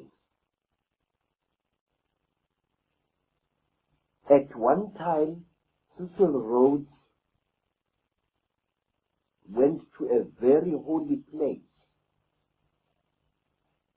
and a group of hills called Ndabazenduna, and there, under a tree whose remains can still be seen, Cecil Rhodes sat with a group of Matebele elders and actually persuaded them to stop warlike actions against the British Empire. How did he manipulate the black tribes of Africa so that he got all these mineral rights which have now become consolidated gold fields in De Beers and Anglo-American? Cecil Rhodes used to walk about completely unafraid amongst the Matebele people, and he used to tell them to attack the Mashona people, whom he called dogs. And in this way, Cecil Rhodes caused wars between blacks, which he then stepped in as an intercessor. Cecil Rhodes built up a formidable hatred between the Matebeles and the Mashonas. He played the Matebeles off against the Mashonas, and the same the other way around. What is strange about Cecil Rhodes was that, and which is never revealed in the many books that were told about him, was that Cecil Rhodes was a student in search of the deepest mysteries of Africa. He made friends with healers, with shamans, and he actually took part in their rituals. And through them, he learned of the many secret and holy places which were to be found in the land that now bore his name, Rhodesia. And one of these holy places that he learned about was those hills upon whose summits you see great boulders, namely the Matobo Mountains, the mountains of the great boulders. There, Rhodes learned that the most powerful kings of the Mashona and the Makaranga people lay buried, and he decreed that after death, he too should be buried there. Isn't that very much linked to legends and stories of the Chitahuli and the Reptilians? Yes, sir. The Matobo Mountains are held even today as one of the places on earth where the Chitahuli are often seen and where they land in their craft. And there is more, sir, regarding this thing. Much more. Cecil Rhodes had himself buried above the grave of a much older leader and a far greater man than himself. We are told, sir, that the first Mutwa, a remote ancestor of mine, Nyatsindi Mutwa, died and was buried in the Matopo Mountains. And Cecil Rhodes found the place where Nyatsindi lies buried. And he ordered that he should be buried on higher ground than Nyatsindi. And by so doing, he showed the Matebele and the Mashona people in death that he, John Rhodes, was far superior to Nyatsindi Mutwa. How did Rhodes' influence in the creation of the mines and the whole basis of what's even now the modern South African economy, how did that affect the people in terms of control and losing control of their destiny? First of all, sir, our people totally ignored the large mining operations that they soon saw taking place in their country. Our people were happy to stay in their home villages, but new laws were instituted by the colonial government of Natal especially, where all able-bodied men were forced to go on a long-distance journey by foot to work for starvation wages in the diamond fields of Kimberley.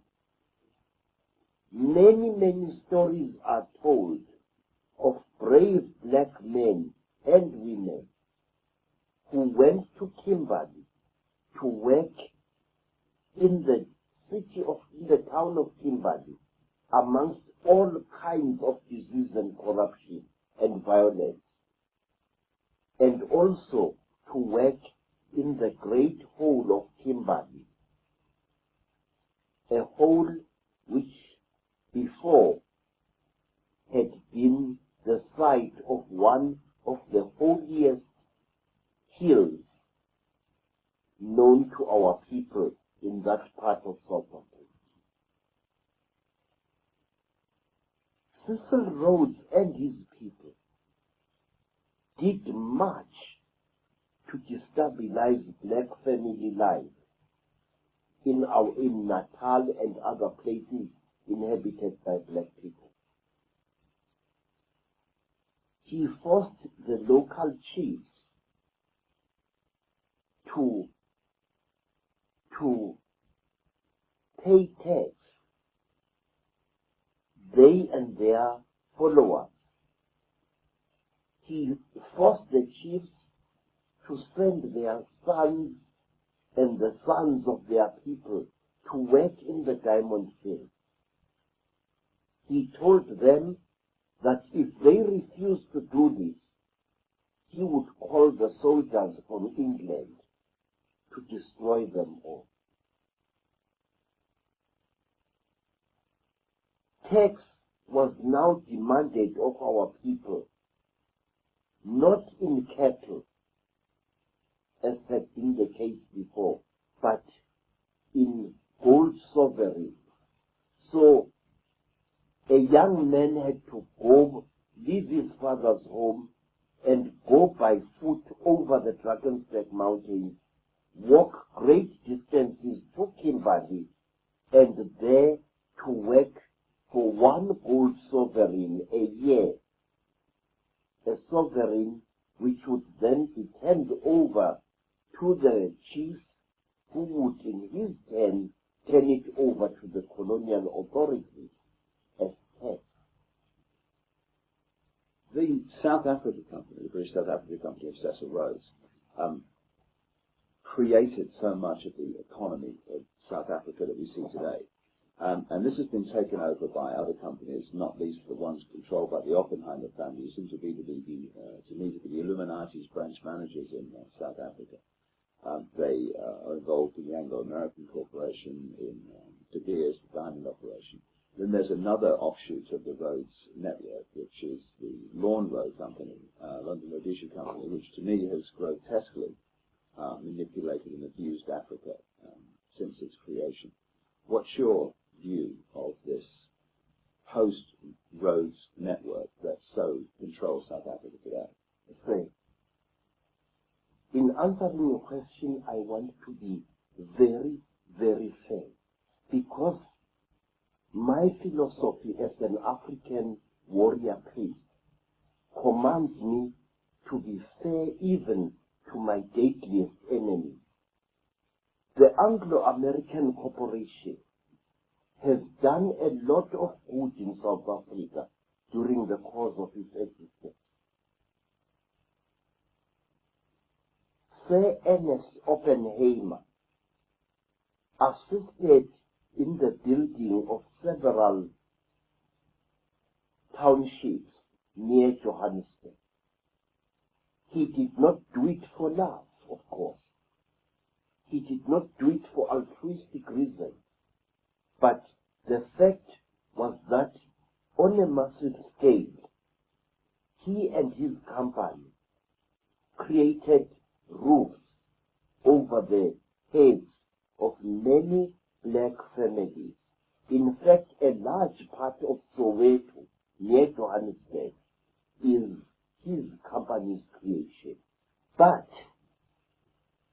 the Anglo-American Corporation also has a lot to answer for in front of the throne of God. This corporation has caused the deaths of hundreds, if not thousands, of black men in its mines.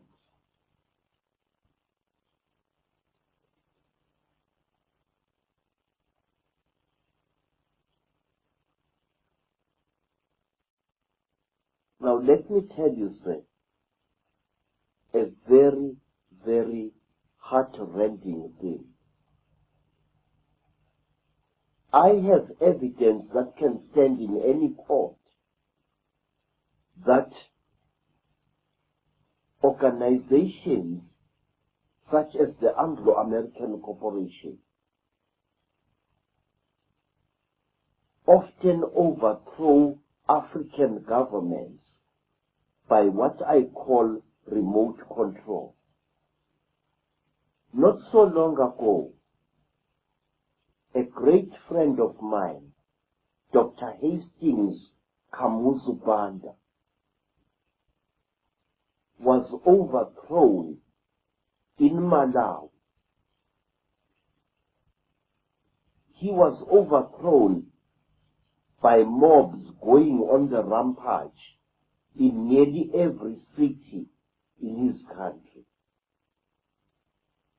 Before the overthrow of Dr. Banda, the Anglo-American Corporation and other gold mining corporations in South Africa had barred hundreds of Malawian miners from coming to seek a living in South Africa in the only way they know how, namely by mining. Why? Because it was believed that many Malawian gold miners suffer from AIDS. And when Dr. Banda's government was overthrown, amongst the thousands of people who stormed into the streets of Blantyre and other cities were enraged men who had been refused the right to come to South Africa to earn a living there. Again and again, I have seen this happen. Before the tragedy in Lesotho, mine workers were retrenched from the gold mines. And many of these mine workers were Basutos. They went to Lesotho, and there, when the country collapsed after the rigged elections of about a year ago, mine workers took to the streets and created the violence that brought about the demise of the Basotho nation, which we see today.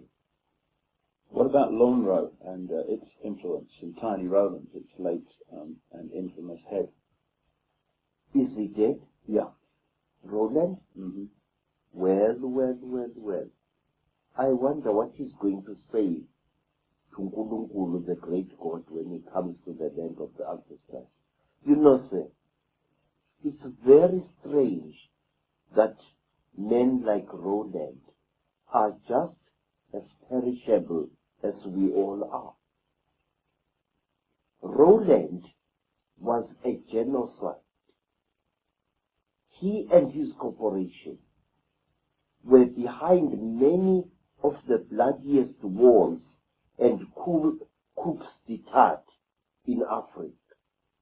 Wherever there was war, wherever there was the smuggling of heavy armaments, such as tanks and artillery pieces, there you had the name Lonro. Tiny Roland was a man whom I had heard about during the war, a man who openly sympathized with the Nazis. Tiny Roland was a man who was directly behind the seizure of the country Rhodesia by Mr. Ian Smith, so-called UDI. He either facilitated it or he was directly responsible for it. Tiny Roland was one white man whom thousands of black people hated throughout Southern Africa. Our people called him Ngwena or Ingwenya, which means the chewing crocodile. One reason why Roland was so bitterly hated was because not far from the Victoria Falls, there is a small town called Wangi. That town was once a very, very sacred place to the Makaranga peoples. Wangi stands in what was once a huge forest, which was once sacred to the great Earth Mother in ancient times. Tiny Roland's men so heavily polluted that place in their mining operations that today it is a ravaged ghost of its former self. Isn't it the case, Credo, that these various names like Oppenheimer, like Rhodes, like Roland, are actually puppets of a force we call the Illuminati? And is it your view, from your experience, that the Illuminati and the Chitahuli, the reptilians, are actually the same thing, and that actually through various forms it is the reptilian force that has been behind this whole story you've been articulating? I think so, sir. In fact, I'm positive, sir. But what I cannot understand is why do rational, highly educated human beings allow themselves to become the instrument of the destruction of the only home that we have, we human beings, namely the earth upon which we live. Please, are you going to tell me that men like Mr. Oppenheimer and all those who work under him don't have what are called environment impact studies, which give them a long-term view of what the ultimate results of their massive mining operations will be? Of course, they will have that done, but as we've discussed in another video, maybe destroying the environment is part of the agenda in terms of changing the planet from one which suits humans to one which suits the people that have been controlling you. Yes, sir. But this seems to be a terrible war that we see in front of us. A war which is taking place relentlessly, cold-bloodedly, and whose effects upon all our lives and upon the planet are becoming more evident as we go into the millennium.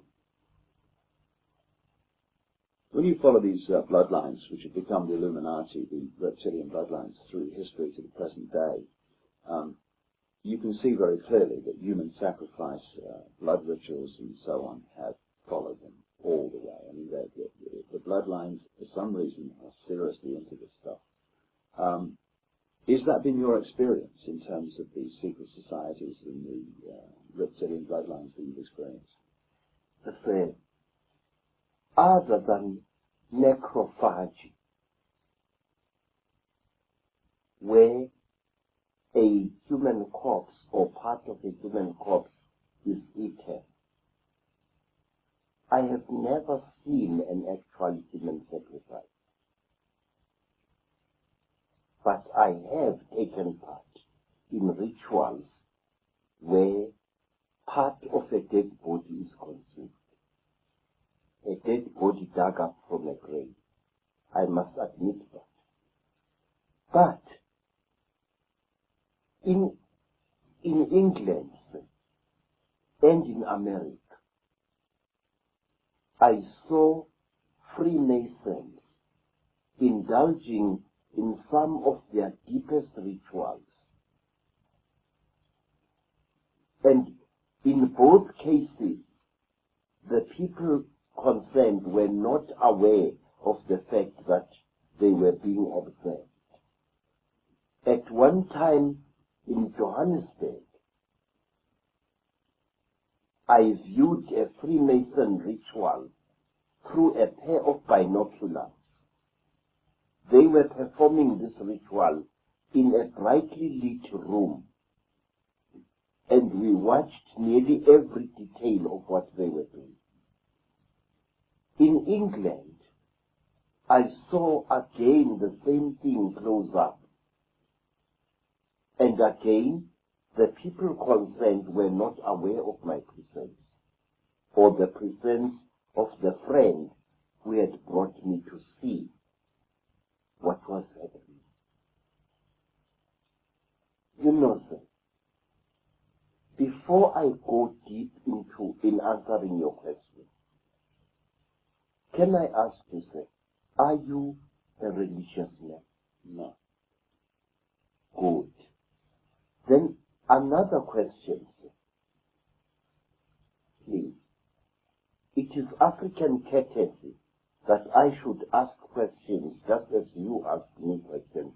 Please, sir, exactly why do human beings or the Chitawuli perform human sacrifice? What is the reason behind this ghastly practice?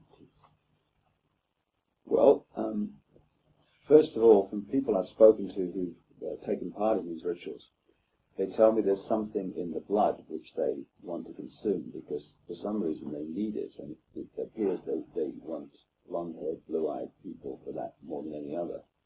And the other thing, I guess, is that if you can perform a very malevolent, terrifying ritual in a particular vortex point, then you're going to affect the energy field very powerfully. And another reason which we've talked about is that at the point of sacrifice, this evil eye, this hypnotic stare, which these Chittahuli crossbreeds and the Chittahuli themselves seem to have, can suck the person's energy consciousness out of their body. Yes, sir. But are you aware, Mr. David Icke, that people performing human sacrifice perform it for very, very serious and in a strange way, diabolically logical reasons, and very, very selfish ones? Go ahead. Sir, there is something about human sacrifice which I beg to reveal to you. I am an initiate of over 7 great initiations, and I have learned many things which would shock a sage. And one of these is this: the basic reason behind human sacrifice is immortality, or rather longevity. When a great person feels that he or she is about to die, that great person does this. He or she orders the kidnapping of a particularly beautiful young person, usually a woman, a young girl, a virgin. But this virgin must have certain spiritual characteristics. And these characteristics must be certain qualities of the mind. In short, the victim must be psychic. The victim must be very beautiful. And the first thing that is done with the victims, she is not killed outright. She is, how you say, she is, oh God, how can one say it?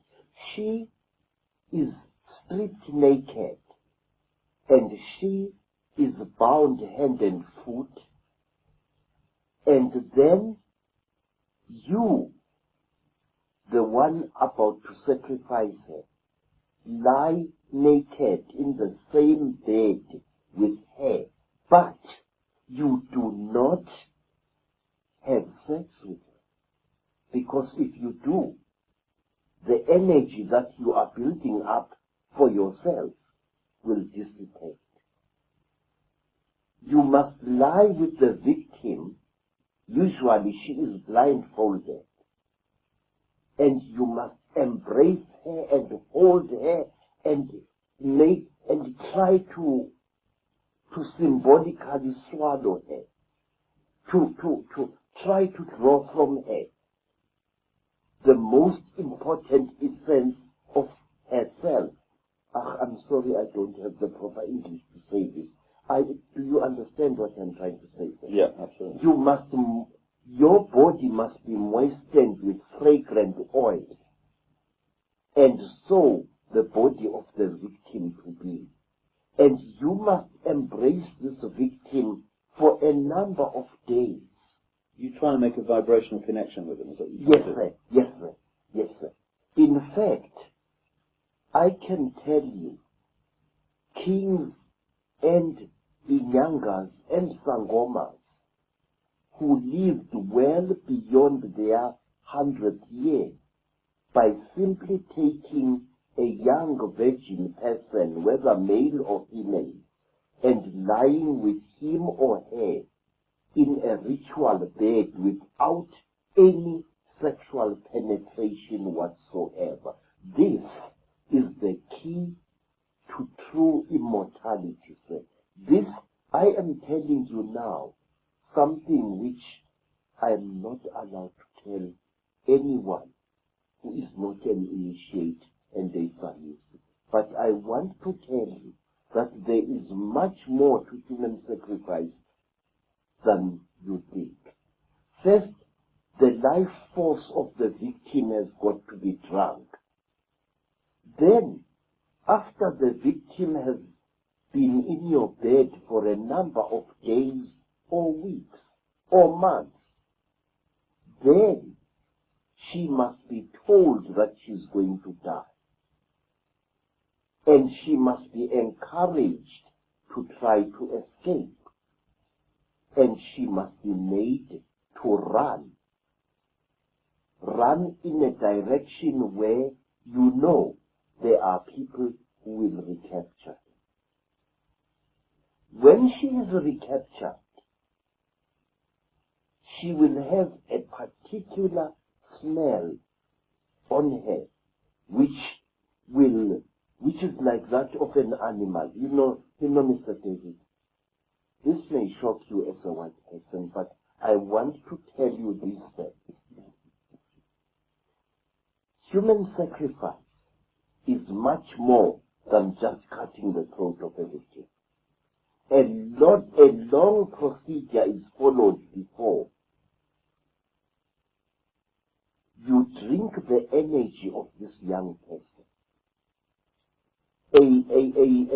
A virgin girl radiates a severe heat, which is sometimes used by my people to save the life of a man or a woman who has been caught on a cold mountainside.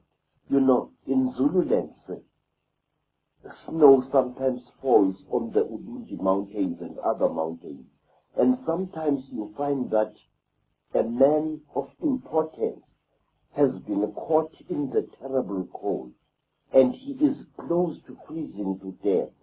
And the quickest way to save this man is to place him and a virgin girl on the same bed. The heat of the girl and the life force of the girl will actually bring this man back to life. Now, in human sacrifice, all over Africa and all over Europe, I know the life force of the victim-to-be is first absorbed in various ways. And one way, of absorbing the life force of a human, a girl, is to frighten her very much, and then to take her intimate garment, such as her loincloth or painting, and to smell it. Through that, you absorb some of the life force of the girl. And then she must be frightened until great fear builds up inside her. She must be made to know that she is going to die. And under very ritual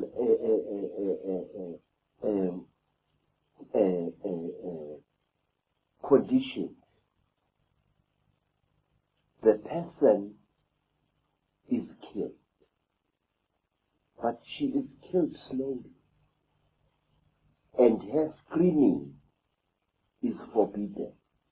She mustn't scream.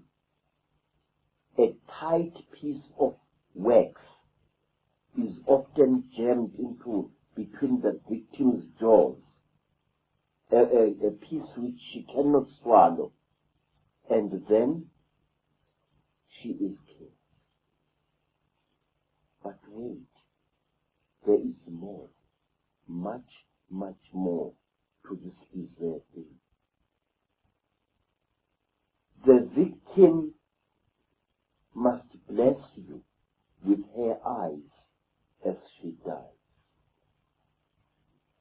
Sometimes the victim must be made to talk before she died, which is why I was so horrified when I learned from various newspapers that after her terrible accident, Princess Diana had talked.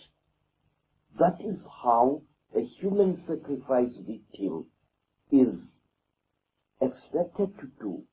She must talk. There is some kind of power that she releases by talking, which again benefits those whose victim she is. I'm convinced that she was ritually sacrificed. Yes, sir. And here is another thing. When the victim, the more beautiful a victim is, the more you are supposed to stare at her, all of you. And when the victim dies, when she struggles in her last pain, all of you involved there, no matter how old you may be, ejaculate. Males or females, ejaculate. You must. Otherwise the magic will not work. So this is why you get, one of the reasons you get sexual activity so much involved in some of these rituals. Aha, yes.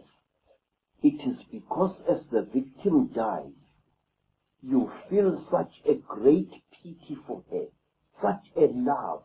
She's a beautiful vessel being broken. And you feel the forces of rejuvenation coursing through your veins. You know, sir,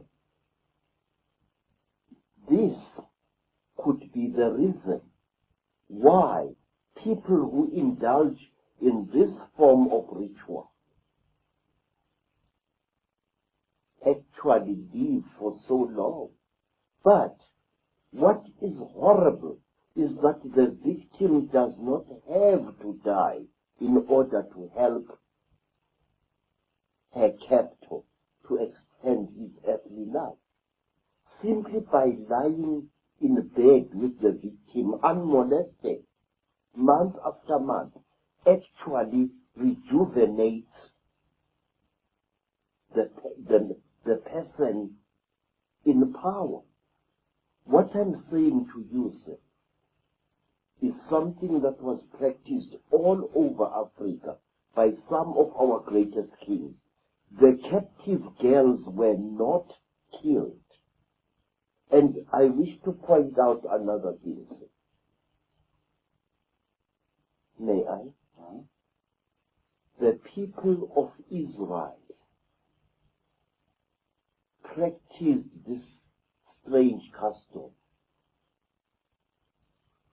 And King Constantine the Great, the Roman emperor, who lived for well over 80 years, used to practice this custom of sleeping side by side with young virgins whom he did not, however, mate with. He was one of the creators of Christianity, right? Now, let me tell you, sir, there is a name for this thing. In fact, the name is also in the Bible. It is called Shulamitism.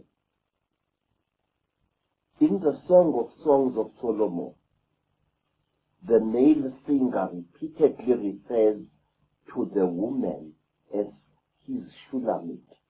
And a Shulamit is a woman who is brought especially to rejuvenate a dying person of importance. Quote the Bible. And a woman was brought unto him, and she lay with him, but yourself will dissipate. You must lie with the victim. Usually she is blindfolded.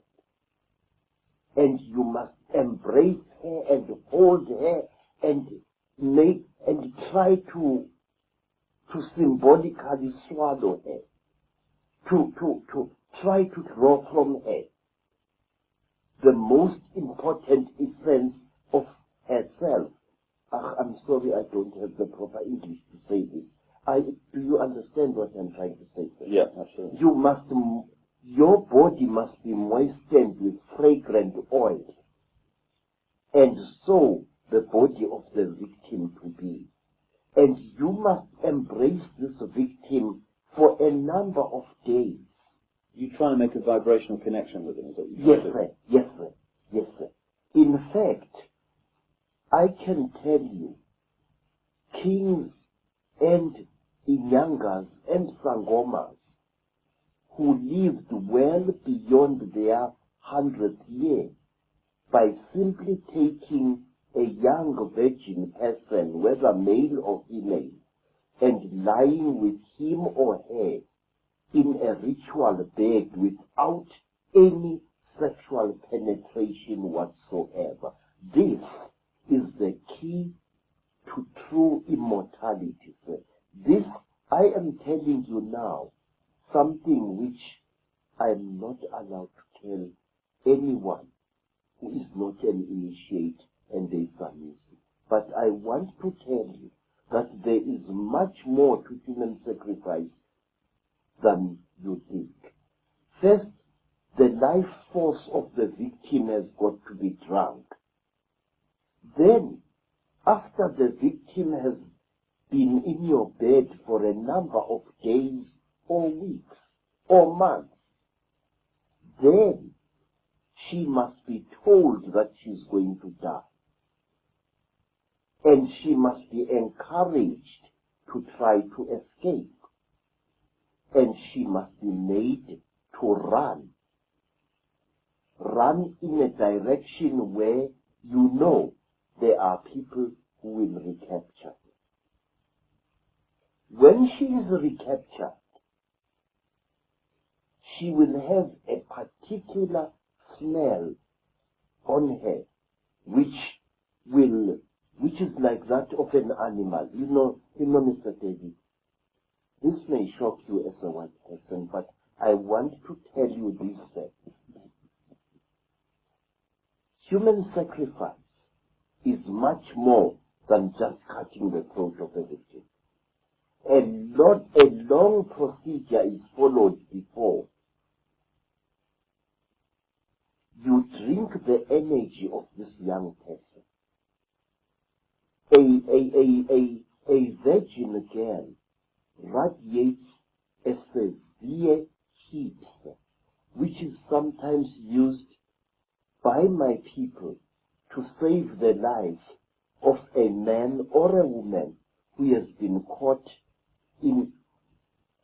on a cold mountainside. You know, in Zululand, snow sometimes falls on the Udundi mountains and other mountains. And sometimes you find that a man of importance has been caught in the terrible cold, and he is close to freezing to death. And the quickest way to save this man is to place him and a virgin girl on the same bed. The heat of the girl and the life force of the girl will actually bring this man back to life. Now, in human sacrifice, all over Africa and all over Europe, I know the life force of the victim to be is first absorbed in various ways. And one way of absorbing the life force of a human, a girl, is to frighten her very much, and then to take her intimate garment, such as her loincloth or painting, and to smell it. Through that, you absorb some of the life force of the girl. And then she must be frightened. until great fear builds up inside her. She must be made to know that she is going to die. And under very ritual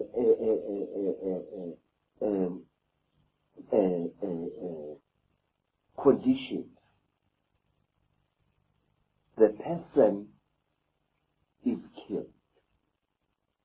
But she is killed slowly. And her screaming is forbidden. She mustn't scream. A tight piece of wax is often jammed into between the victim's jaws, a piece which she cannot swallow, and then she is killed. But wait, there is more, much, much more to this bizarre thing. The victim must bless you with her eyes as she dies.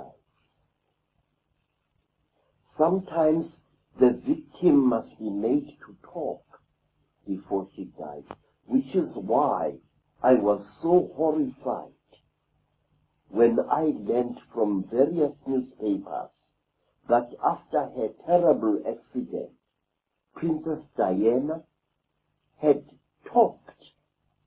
That is how a human sacrifice victim is expected to do. She must talk.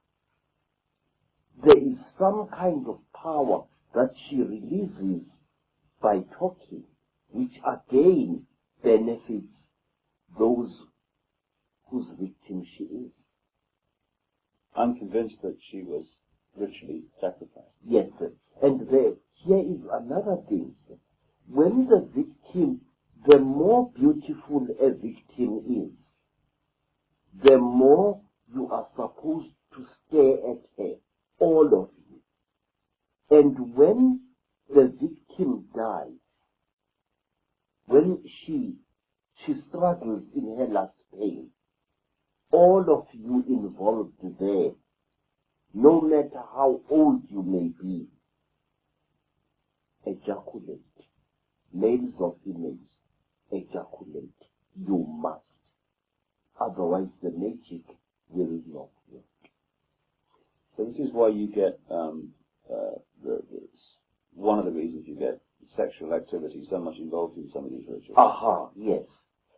It is because as the victim dies, you feel such a great pity for her, such a love. She's a beautiful vessel being broken. And you feel the forces of rejuvenation coursing through your veins. You know, sir, this could be the reason why people who indulge in this form of ritual actually live for so long. But what is horrible is that the victim does not have to die in order to help her captor to extend his earthly life.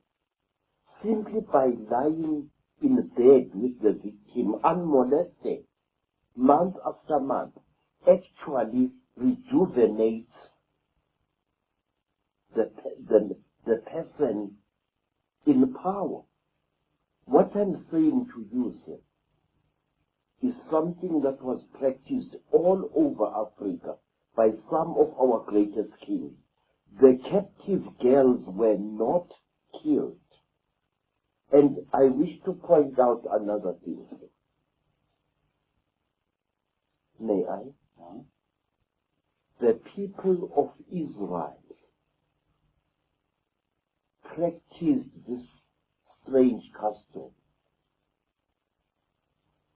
And King Constantine the Great, the Roman emperor, who lived for well over 80 years, used to practice this custom of sleeping side by side with young virgins whom he did not, however, mate with. He was one of the created with Christianity. Right? Now, let me tell you, sir, there is a name for this thing. In fact, the name is also in the Bible. It is called Shulamitism. In the Song of Songs of Solomon, the male singer repeatedly refers to the woman as his Shulamit. And a Shulamit is a woman who is brought especially to rejuvenate a dying person of importance. Quote the Bible. And a woman was brought unto him, and she lay with him, but he get no heed. Sometimes, for a parent, a mother or a father, to sacrifice his own child is an act of self-rejuvenation. I often view with a very deep suspicion the story of Jacob, of Isaac, whose father had been ordered by the Lord to sacrifice him. Remember? Abraham. Yeah. Was Abraham trying to rejuvenate himself? My answer is yes. Because sacrificing your own offspring releases forces within you which can actually make you young again. Now, sir, this is one of the reasons why child abuse is today so prevalent throughout the world. I have spoken many times to men who have raped their own daughters. I have spoken many times to women who have abused their own sons. And they give me the same answer. Each time I do it, I feel good. And this would explain why so many of this Illuminati are into pedophilia. I mean, people like George Bush is infamous for it. And all over the world, phenomenal numbers of children go missing every month, more than anyone ever realizes. And surely this, in some way, is massively connected into this subject we're talking about. And presumably in Africa, the same phenomena of missing children goes on. Exactly, sir, yes. At our meeting last night, do you remember the white lady I pointed out to you, saying that this is a white lady who has a great story to tell? Her name is Madam Hannah Opperman. She is the mother of a Spanish-speaking girl who was hired by an Afrikaans language magazine called Huisgenoot in order to trace several children who disappeared mysteriously in South Africa. I also was involved in attempts to trace these children, most of whom were white and some of whom were black. All these children had one characteristic in common. They were either budding psychics or they were leaders in sports and other subjects in their particular school. And they were not chosen at random. They were carefully selected by someone. One day, a white friend of mine prevailed upon me to try and trace one of the missing children. The child had been kidnapped earlier that day, and the news had come on the radio. And I was able to sit in a dark place and to concentrate fiercely on the photograph of the missing child. And I saw her being driven together with two others in the boot of a car. And sometime later, that car, which was driven by 4 men, 3 white and 1 of Hindu appearance, stopped somewhere in the veld, and the children were brought out of the boot of the car. But one of the children, the very child we were seeking, had become very, very ill because of lack of air. And this child we followed in spirit. We found her that she was being taken along a highway that goes into Natal from the north. And then she was taken along that highway until her captors reached the coast. And there she died, and I clearly saw her body being buried in Sise. What happened to the other 2 children, I do not know. But I can tell you that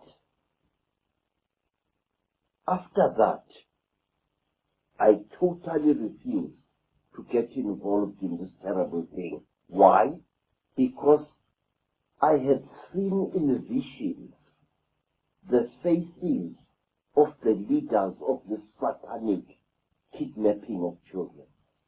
And some of these leaders were men whose names were very big in South Africa indeed. How many children go missing in Africa, say, every month? I learned from a gentleman with a very logical mind.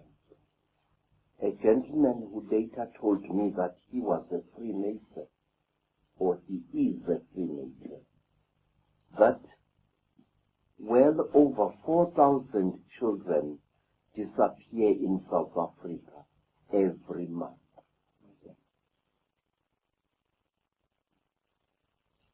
When you were talking earlier about human sacrifice and longevity, it's quite a thought, the number of Illuminati people who have come up in my research again and again, who live remarkably long lives. People that come to mind, and not just long lives, but fit lives for most of it.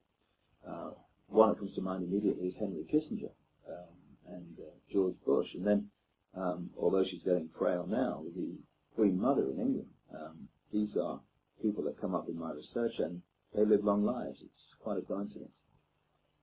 You know, sir, in this life there is no such a thing as a coincidence. I know. These people like these, somehow rejuvenate themselves. I do not want to know exactly how. But when you see a man like Dr. Kissing, a man who seems to be a very rock of immortality, a man who has changed little since the days of the Second World War.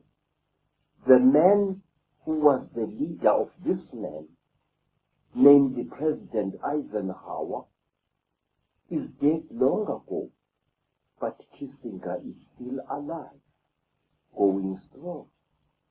I would like to point out a very interesting thing to you, sir, that in black communities, especially nowadays, people of extreme old age who still remain active in spite of their old age become targets of witch hunters. They become victims of witchcraft killers. My stepmother is today 98 years old. at one time, a group of young religious fanatics wanted to kill her as a witch because she was so old and had never been sick.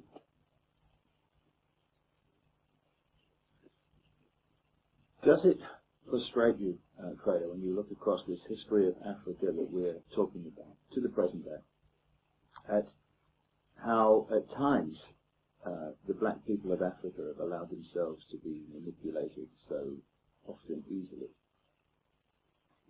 Yes, sir.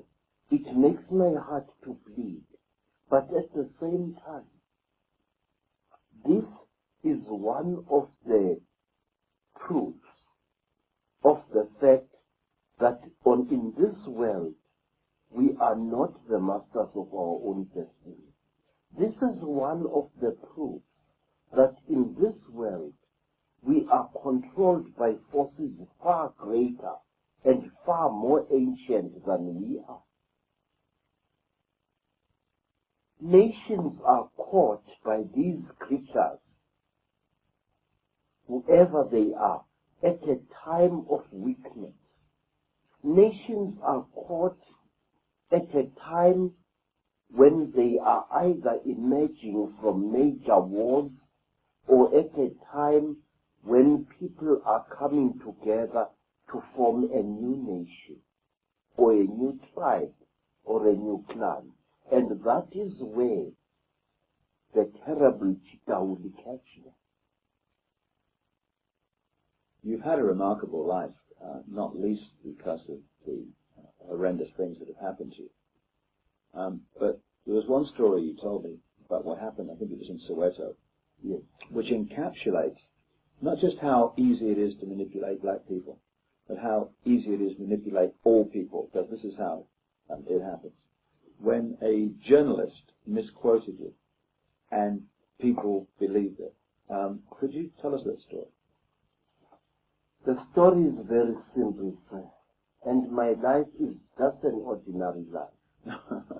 First of all, after the Soweto unrest of 1976,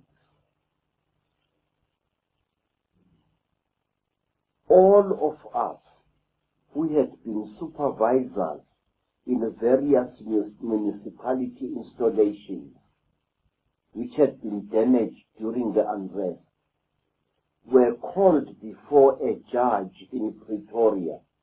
The name of the judge was Justice Seli. Seli wanted all of us to give him a clear report of what we had seen take place and how the installations we were the supervisors of had been destroyed during the unrest. Many people were afraid of speaking at this inquiry, which was called the Seli inquiry. And we were promised that our names would remain anonymous.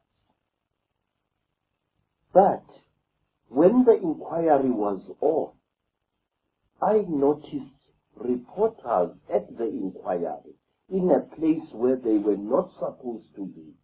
If the inquiry was to be held in camera, why then were there reporters there? And amongst the reporters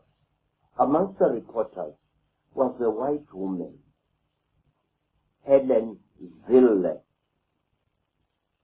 Now, I spoke to the judge, answering his questions, and then I said to the judge, protection for workers in Soweto is completely inadequate. Innocent workers are being beaten up and sometimes killed by the rioting youths. Can't more protection be supplied to those of our people who are willing to work? And this white woman went on to write in the Rand Daily Mail newspaper that I had said that the army should be called into Soweto to quell the unrest. Now, here was a white woman defying the orders of a judge, breaking the law with impunity almost. Of all the people who testified in that place, some of whom said worse things than I said, only my name was betrayed. And after that, my home was attacked by 500 or more school children. It happened in September 1976. My wife was raped. My children were beaten and injured. How they managed to escape, I don't know. And I was stoned and stabbed many times. And when I was lying on the ground completely helpless, petrol was thrown over me. And that was when I knew fear, because we African people believe that if you are burnt to death, not only is your body consumed by the flames, but your soul is destroyed as well. We believe that although a human being possesses an immortal soul within him or her, that soul can be destroyed by fire. How I escaped from that Holocaust, I do not know. Something must have frightened these children. They all ran away and left me lying in my blood at the back of my house. And not a single one of the many neighbors I had, many of whom I had helped years before and weeks and months before with loans of money and gifts of food, not one of them moved to help me at that time.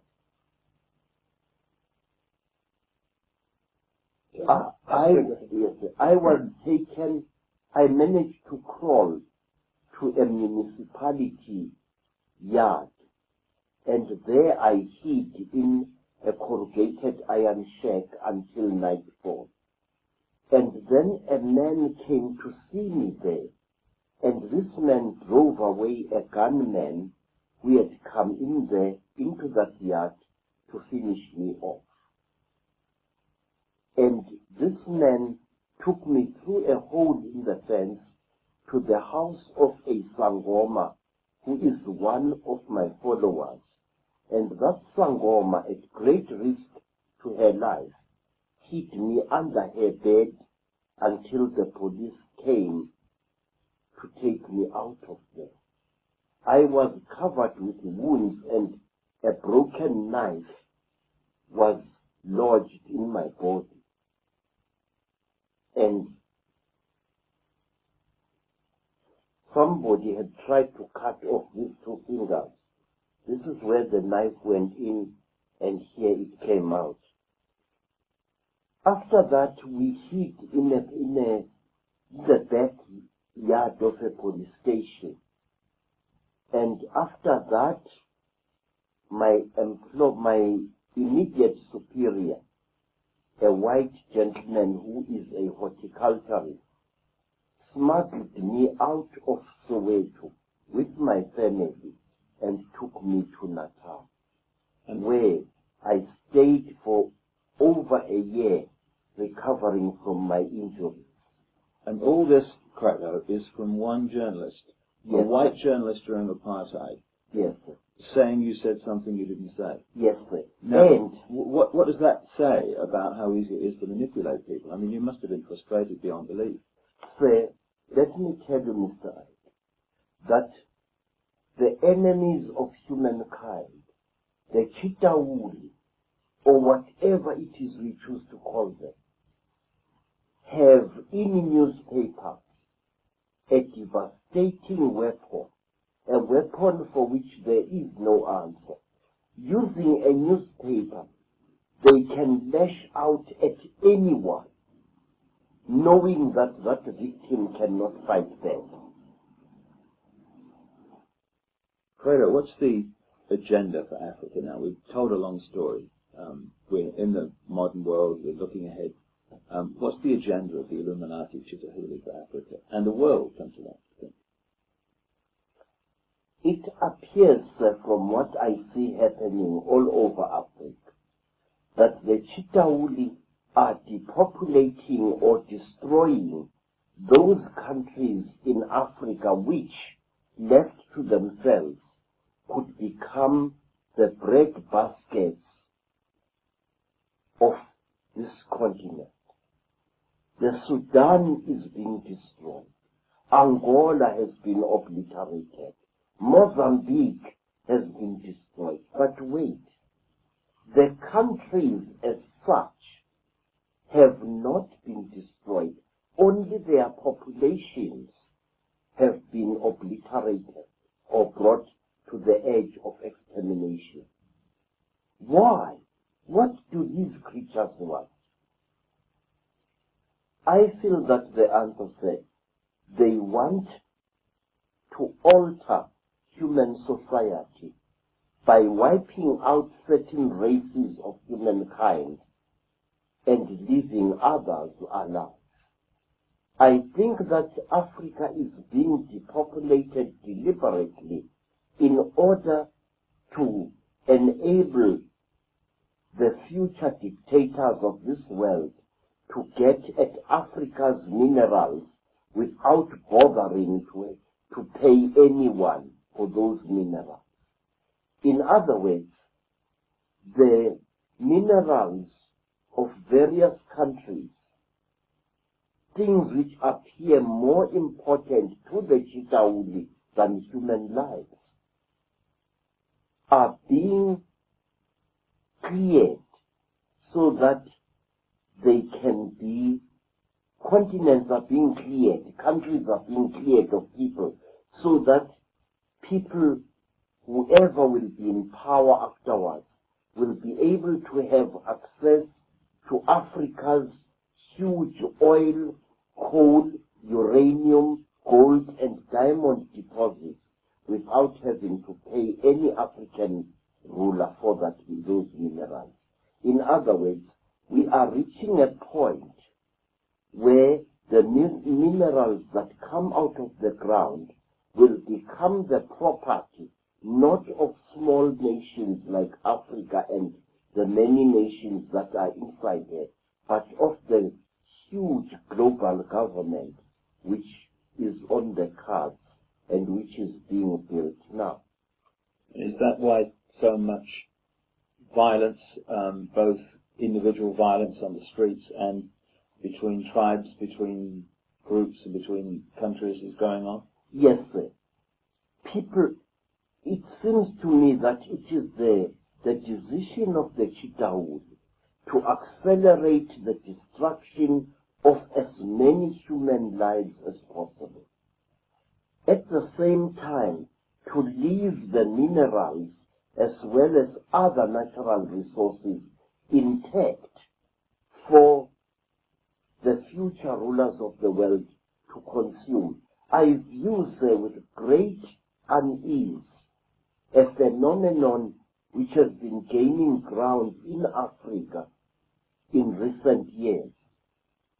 There has been planned and actually built in several parts of Africa things which are called peace parks, huge game reserves which border on certain countries.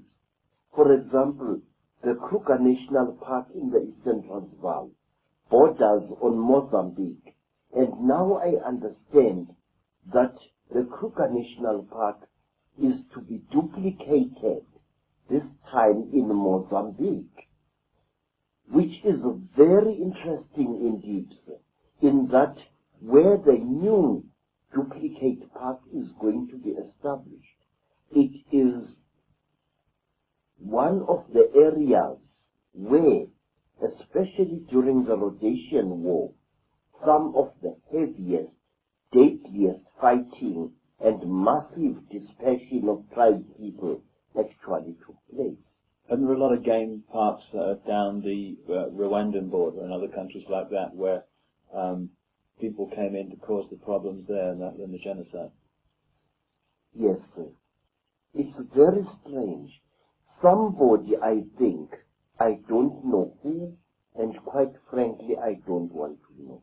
Because it's no use talking about an enemy you cannot throw a weapon at. I don't know who is planning this thing, but these game parks are being established at a huge price, a huge cost in human lives.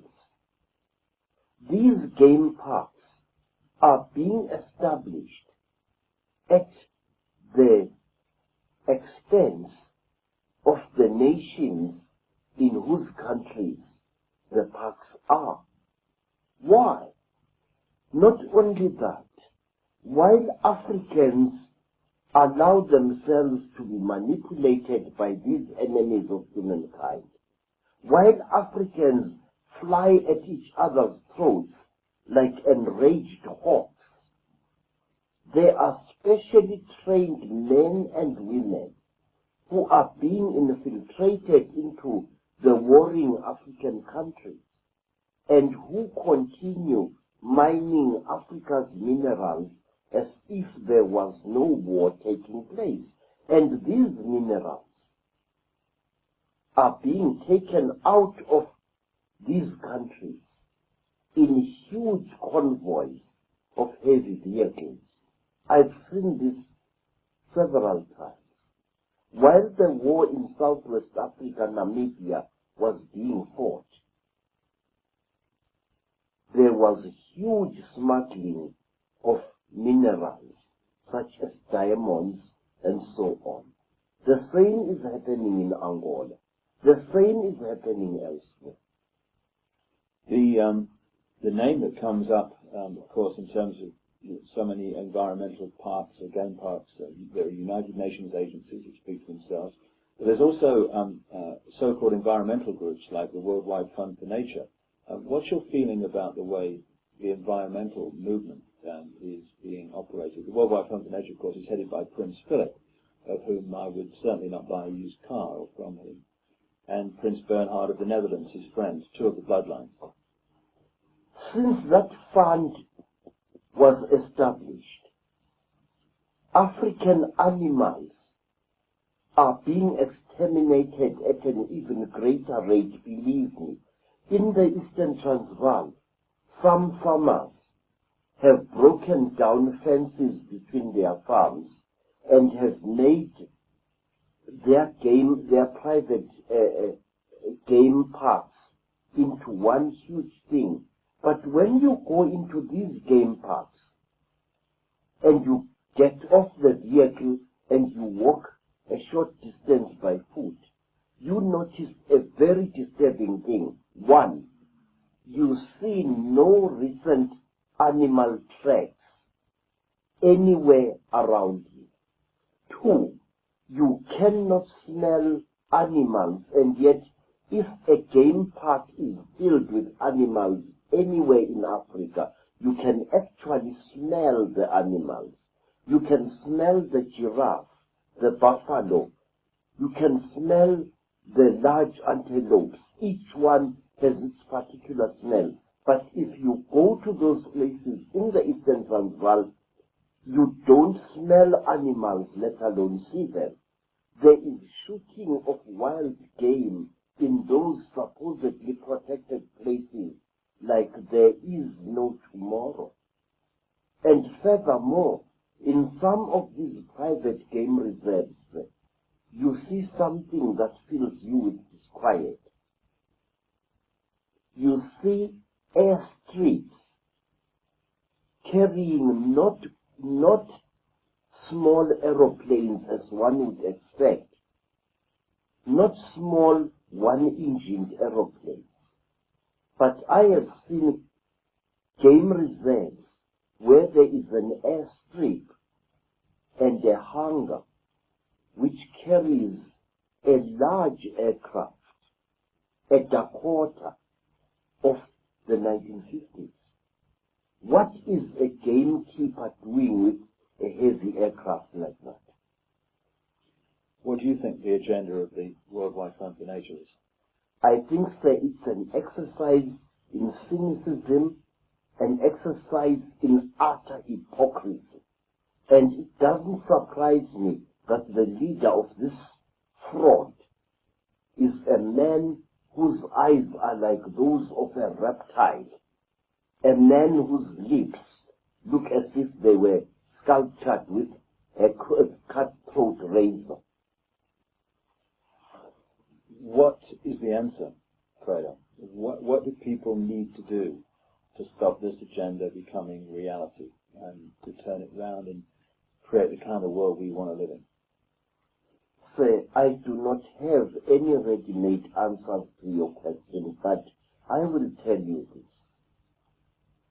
Our first duty is to make the whole world, the whole of humanity, aware of the threat facing it.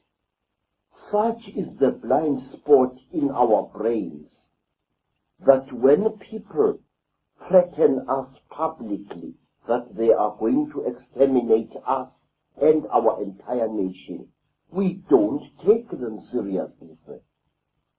For example, this threat to Africa is visible to everyone with a little thought, but it is so monstrous, so huge and so fearsome that our conditioned minds refuse to accept this.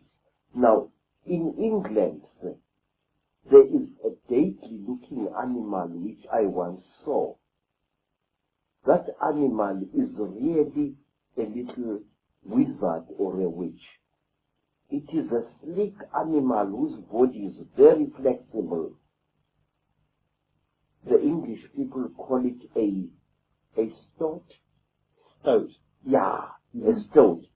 Now, when that animal chases a rabbit and corners it, the rabbit stops and freezes, and it looks at the stoat with totally hypnotized eyes. It is as if this animal is refusing to see the stoat, and the stoat catches it and eats it. We are reacting exactly like that. This is the way the Illuminati want us to react, to be hypnotized by their supposed power, to become blind to their existence, exactly as a cornered rabbit refuses to see a stoat. It doesn't want to see it because it cannot handle what is standing before it. We are like that.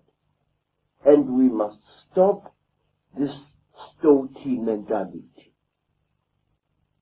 We must understand that there will come a time when the damage will have become so great, will have gone so far that we will not be able to reverse it.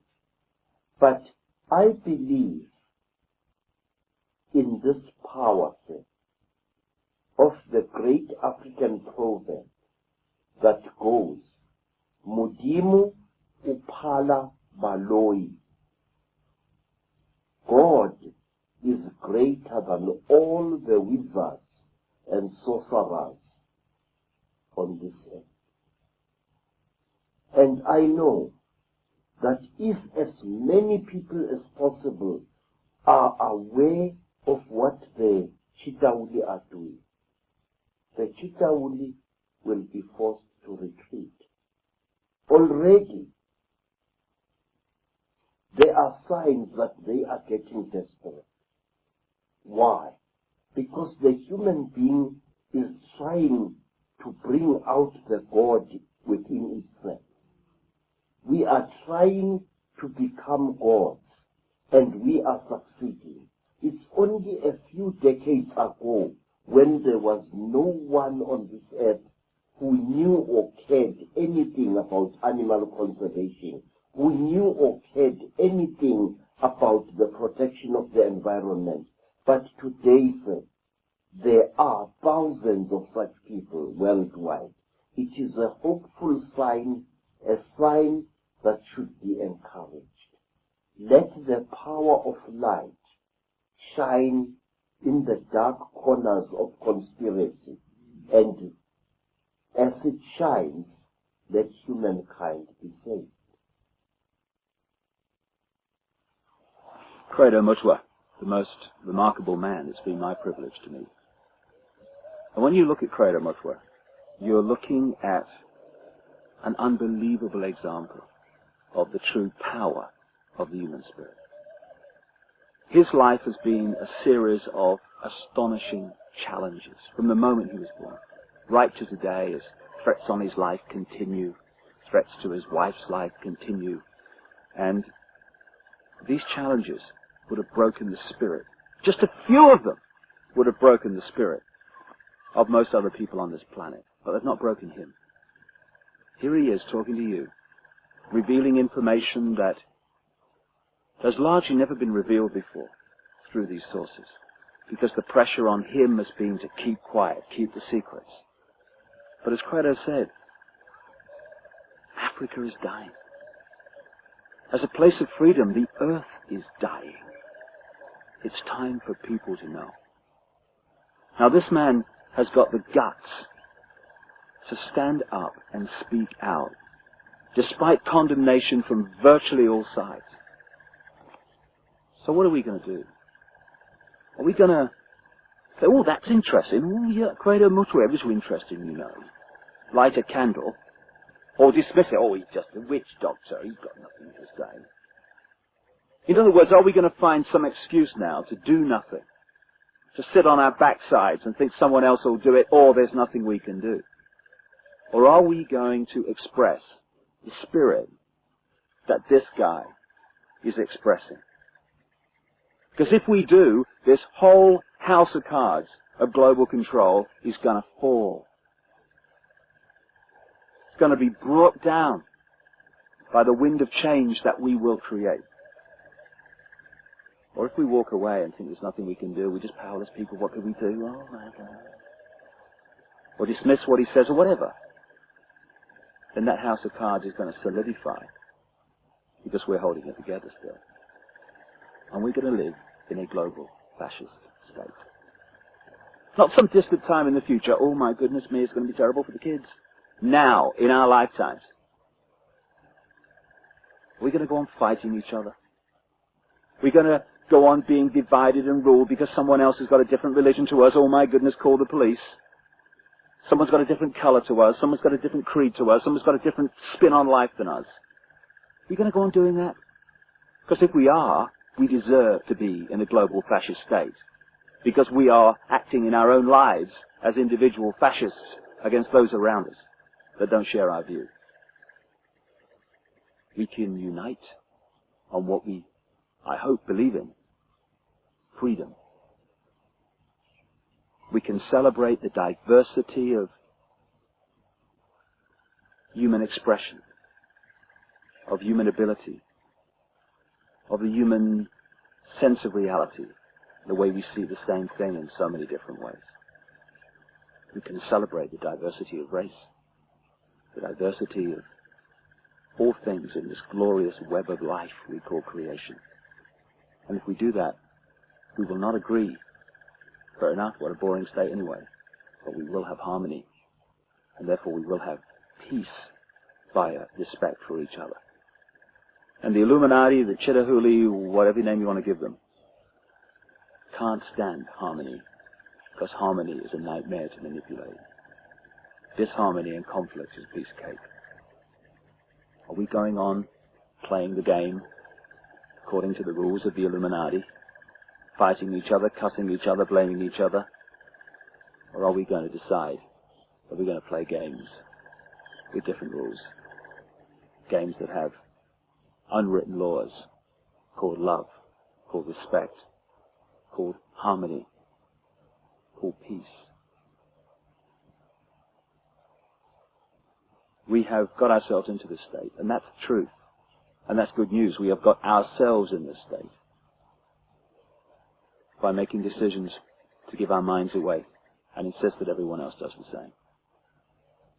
We can therefore make choices that will bring this manipulation to an end, almost like that, by taking our power back to think for ourselves and giving everyone else the honor to do the same.